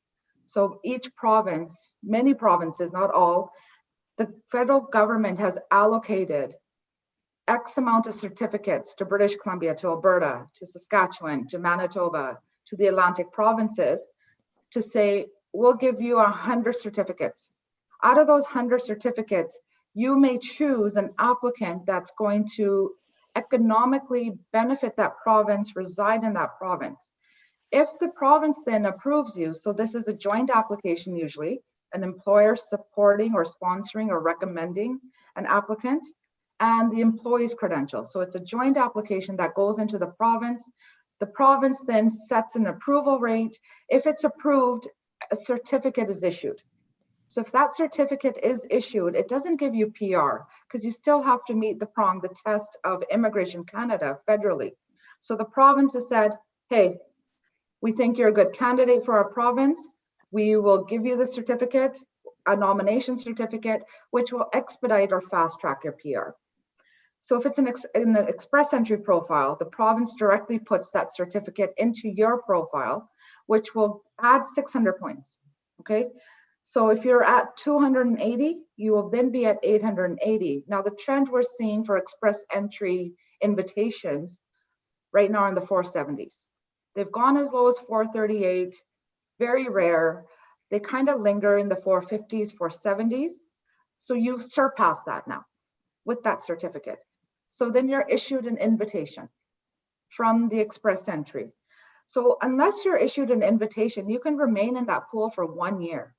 And after 1 year, your profile expires, you're out. Okay, so qualification doesn't mean that if you're in that pool, you're going to get an invitation. Because 470 points, if you have a master's degree, if you have a CLB 9 or 10 in your English speaking skills, you have several years of experience outside and inside Canada, there's a possibility that you'll reach the 470s. Otherwise, to reach those points, it's education in Canada as an assistance, the job offer is the assistance, and your English levels. Your age also contributes to this. The second thing in express entry is the LMIA. So you have the labor market impact assessment. There's 2 LMIAs. One LMIA is to facilitate your work permit. So there's 3. One is just for your work permit. You come, you work, you leave, or you extend. The second one is to facilitate and to support your permanent residency. That LMIA is either 50 points or it's 200 points. The 50 points is for the NOC positions A, B, and O, okay? The 200 points are given for the senior executives, which are 00 positions. So even if you're getting 50 points for an LMIA and you're outside Canada, you've done a diploma or a bachelor's degree, there's still a slight possibility you're not going to reach the 470s or the 460s that's required. So you would then still need to come to Canada and work for a year. And the third LMIA is usually it's to facilitate your work permit and also to facilitate your permit residency. It will facilitate both processes. So you can have your PR in process, but yet you can still apply for your LMI, your work permit to come work while your PR is in process. So the express entry, yes, you can go into the pool, guys. Like you will have agents out there, and the horror stories that I hear is, oh no, you'll qualify, and they put in CLB, they have 8888 in listening, speaking, writing, and reading, but the applicant has yet to write an exam. All right, so if the applicant hasn't written the exam, the applicant doesn't have the qualifications, which is you guys that are listening to us today, don't apply for express entry. You ensure that your WES is done, your credential assessment, either by WES or by ICAI, and your English exam and French or French exams are written, and you have the true picture in front of you. From that, you go into, once you've applied for express entry, there's a job seeker validation code that you have to have. So you go to sign up for Job Bank. Okay, so the Job Bank is employers are able to view your profile to say, well, this is his credentials, his or her credentials. This person also, qualifies for a job that I need filling, so that employer can reach out to that person and send them an invitation to apply as well. So they're like, okay, you know what, you've got 4 stars, 3 stars, 2 stars. They send out an invitation at that point, and that applicant can apply for that position as well. Makes sense.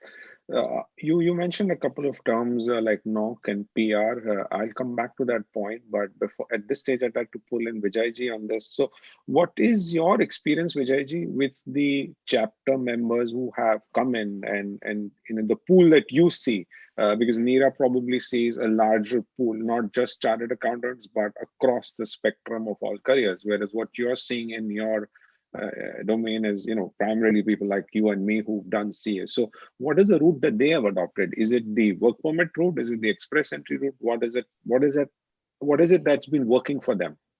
Yeah, so we are getting a basically mix of it, and certain people have come with the express entry. Certain has some sponsorship with LMI earlier also. And now another route is basically people are coming for higher education here also. They can directly go to the university sponsors them. They are coming for the post-graduation certification, of course. And once they come here, they get 20 hours of, they can work for here and 20 hours for the university. And after a year, they need some employment. And if they get the employment, then over the period of time, they get work permit. That student permit is converted into the work permit. So all 3 routes are being used. And then family and other matters are also there. That somebody has come, their wife or doctor or nurses or something, they have different basically priorities here. So they came and they got here the work permit as supported by their wife. So we are getting a mix of it. Express entry, I can say, is around 20%. And 30-40, but it's just an approximate what I like. The people came into our touch, like last year the people came, so talking to them I can just estimate, and the student route has been little higher, so that is the route they have adopted. And so it is a mixed one. Yeah, makes sense. Thanks.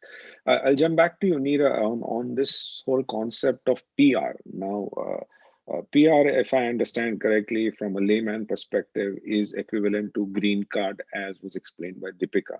Can you talk a little bit more about what is the process of PR card and how soon can one get it? I've heard of people, entering with a PR card. So how does all of that work?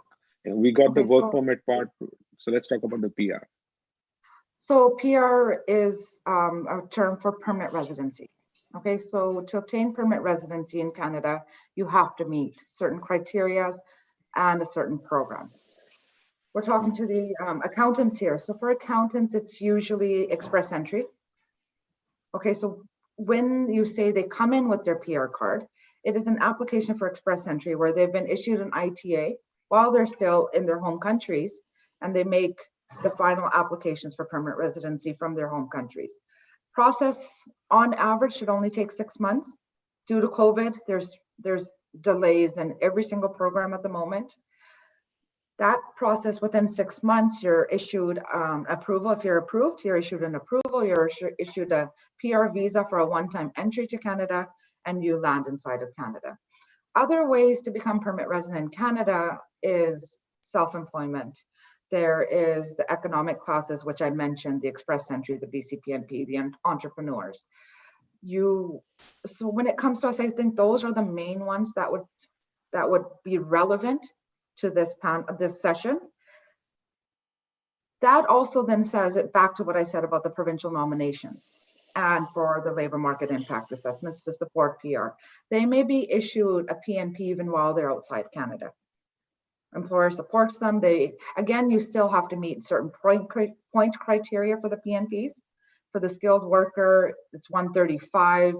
ITAs are issued for points between 98 and 135, depending on the pool of candidates, right?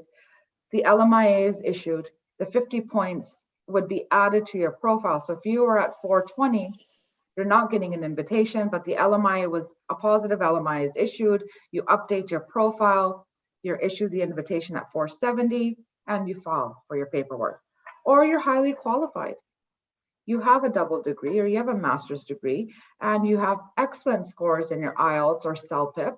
You may have French capabilities, which they're giving additional points for French as well at the moment. So you may be eligible without an offer of employment, right? There's many candidates that are.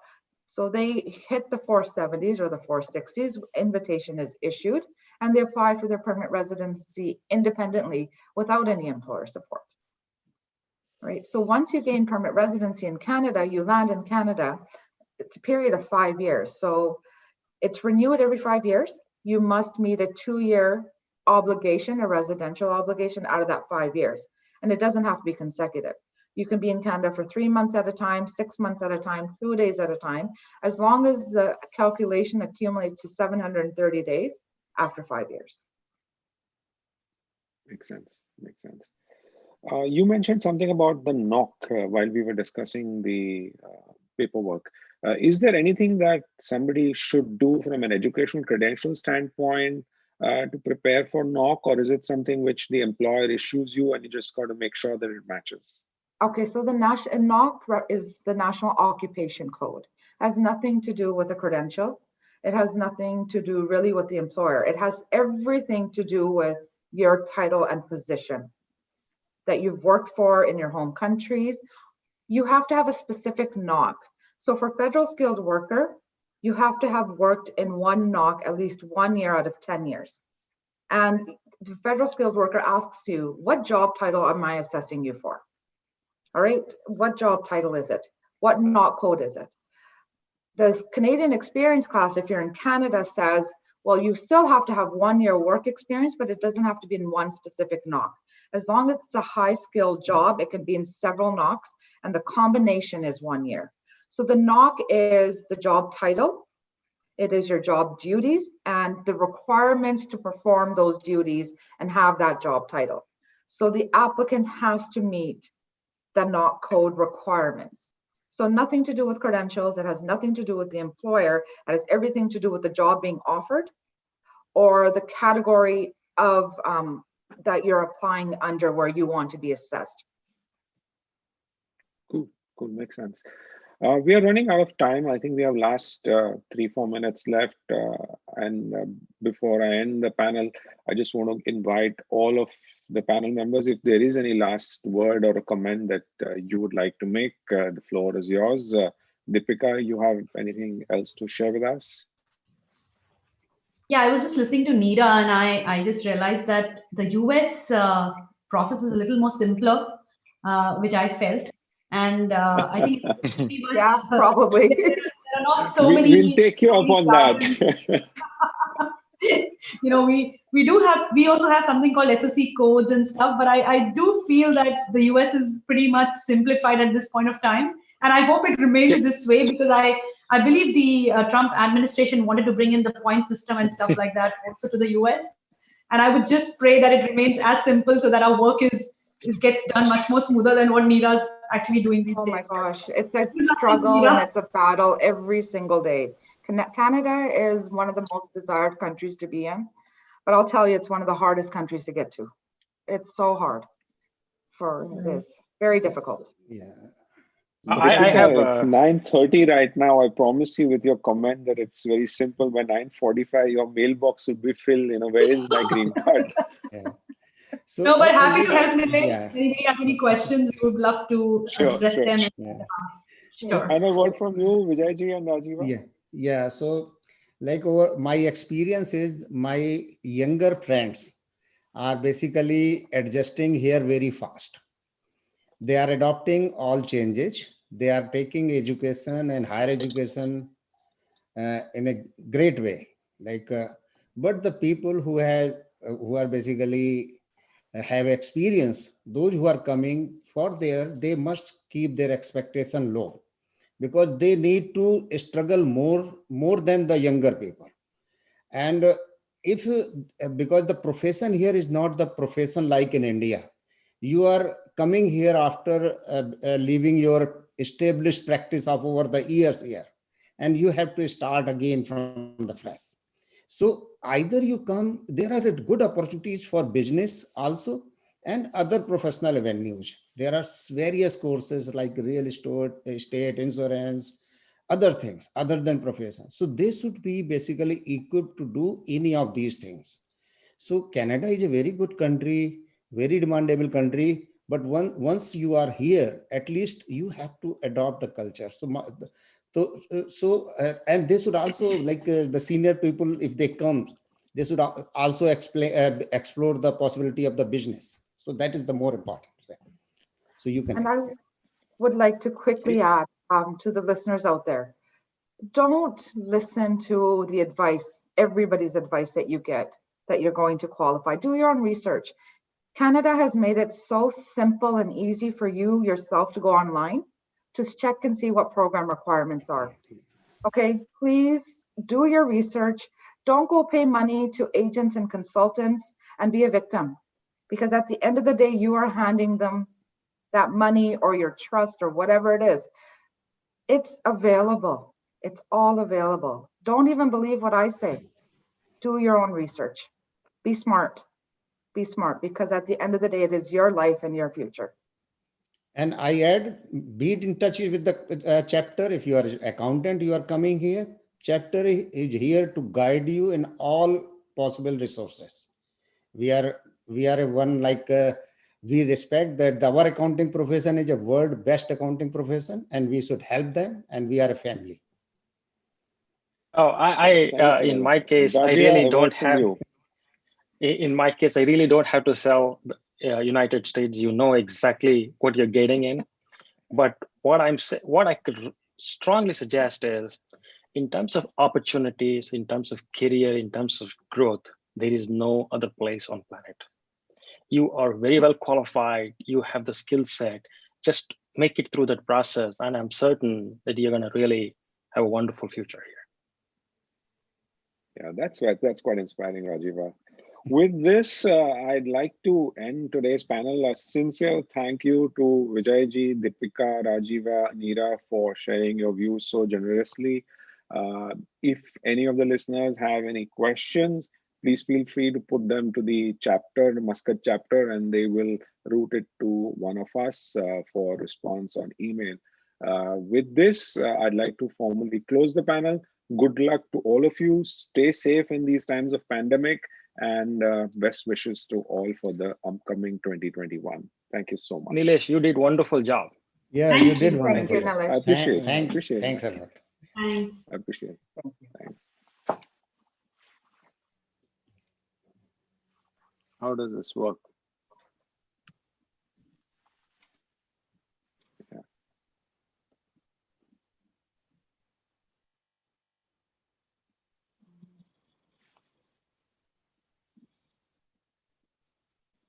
Do we just leave?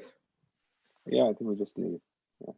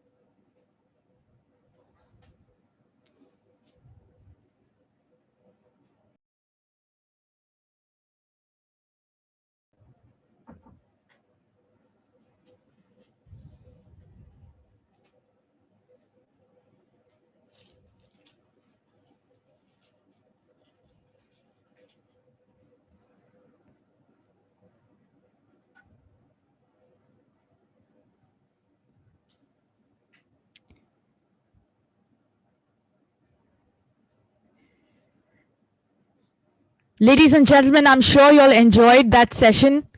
It was a very intense and interesting panel discussion, and I would like to thank all the speakers for their inputs on this topic. I would now like to invite the Vice Chairman of the ICAI Muscat Chapter, CA Sanil Varghese, to kindly come up on stage to present an e-certificate to our moderator, CA Nilesh Shah.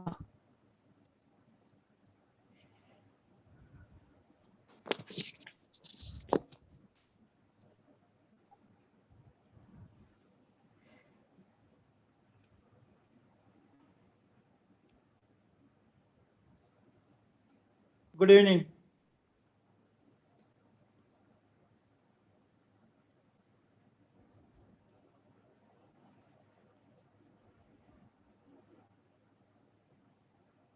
Can I go ahead?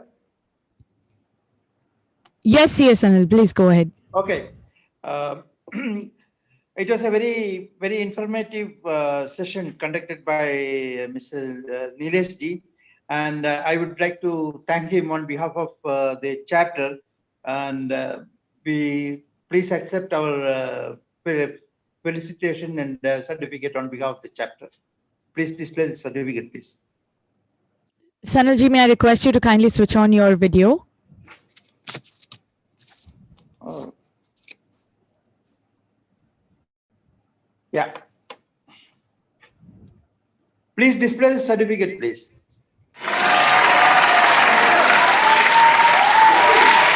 Moderating the session. It was a very informative session. I would now like to invite CA Anuradha Venkat, the past chairperson of the Muscat Chapter ICAI, to felicitate the panelists, Ms. Deepika Singh and Ms. Neera Agnihotri.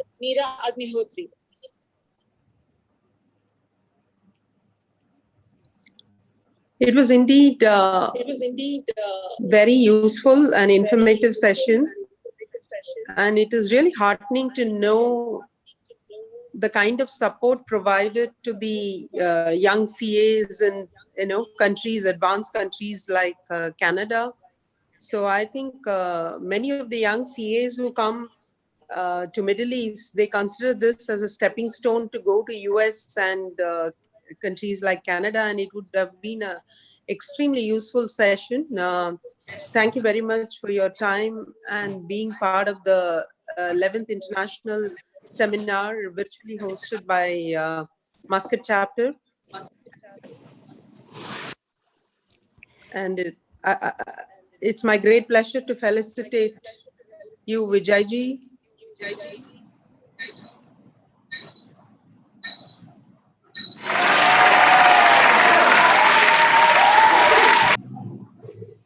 Congratulations. Yes. Ma'am, go on. You can felicitate the next panelist as well.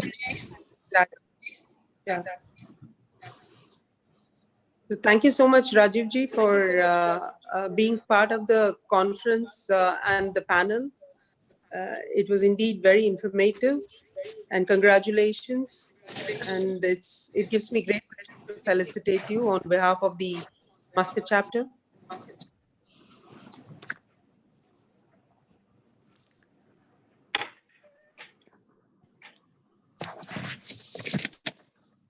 Thank you, CA Anuradha. I would now like to invite CA PR Subramaniam, the past chairman of the Muscat chapter ICAI, to felicitate the remaining panelists. Okay, thank you very much, Deepika Singh and Neera Agnihotri. It was like a FAQ session where most of the participants wanting to know about their career in the West. It was very questions nicely answered by both of you for their respective territories. And I am very fortunate to felicitate on behalf of the Institute, Deepika Singh and Neera Agnihotri.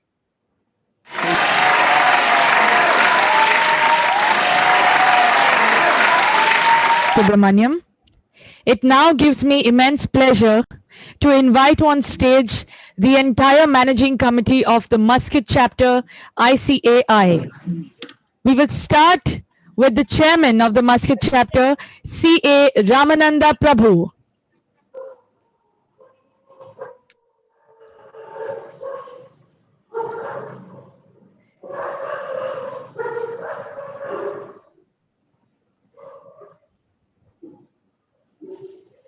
Requesting CA Ramananda Prabhu to join us on stage. Next up, we have our Vice Chairman, Sanil Varghese, who is already on stage with us. Next, we have the Secretary of the Muscat chapter, CA Sajeev Surendran.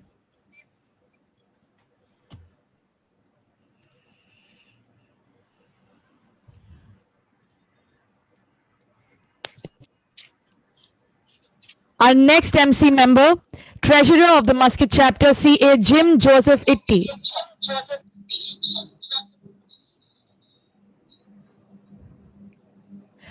Our next MC member, CA Ravi Deora, Managing Committee member and CPE coordinator.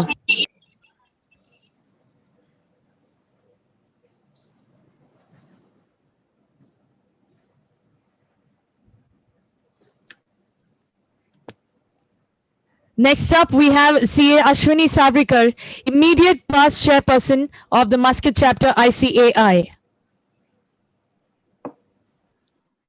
I would also like to invite the subcommittee members, CA Nalini Subramaniam and CA Shilpa Pavani, to join us on stage.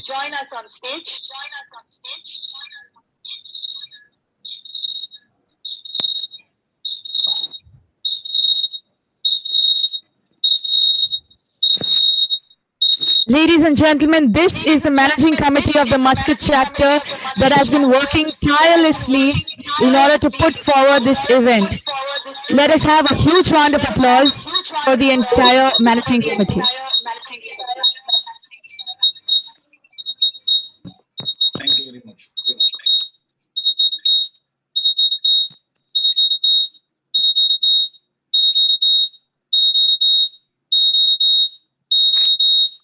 I now request CA Sanil Varghese, the Vice Chairman, to kindly deliver the closing remarks for day one. Yeah. Good evening, everybody. Hope all will agree that we had a nice and wonderful session today, starting with the HE, the Minister, the chief guest of the day, and our ambassador to Oman,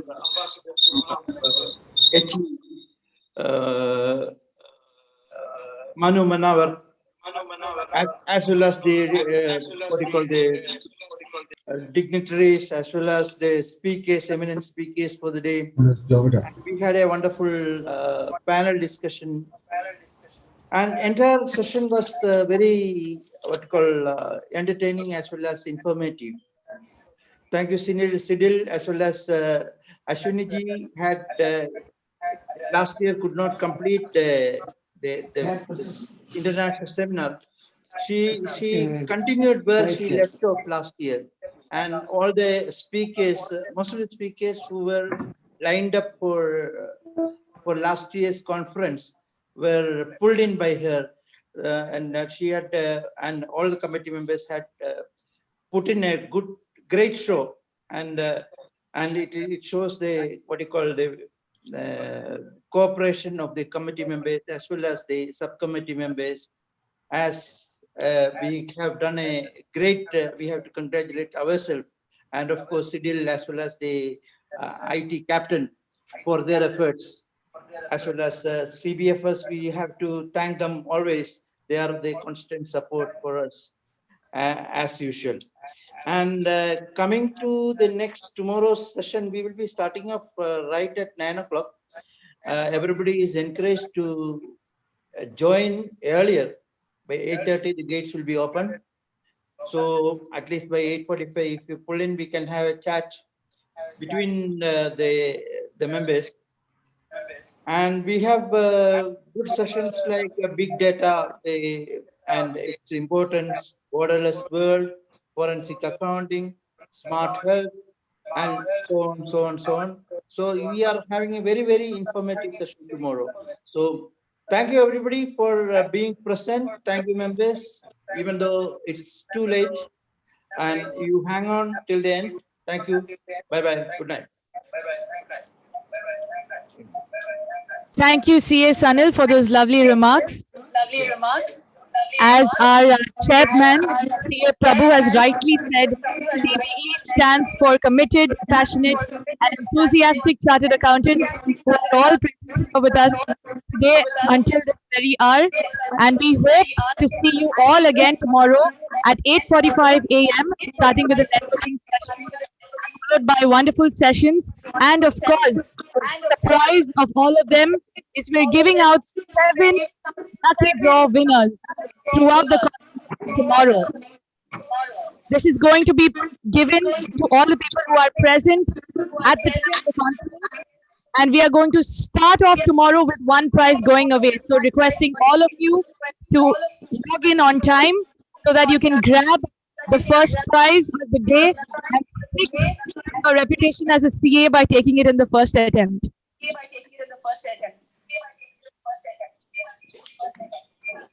We will close today. Good night, everyone. Have a good night's sleep. See you tomorrow and keep smiling. Thank you very much, Ms. Sijal. Great job done, and look forward to see you as committed and passionate and enthusiastic and take charge tomorrow. Thank you. Thank you, Cyril. Learned a lot last 1 week. My pleasure. Excellent day today. Thank you, Ashwini ji. It has been she has been put in a lot of efforts to make this happen, and I thank all my managing committee who has steadfastly worked to make this in this challenging time we have made this happen. Thank you very much. Yes, to all of us. Thank you. Thank you.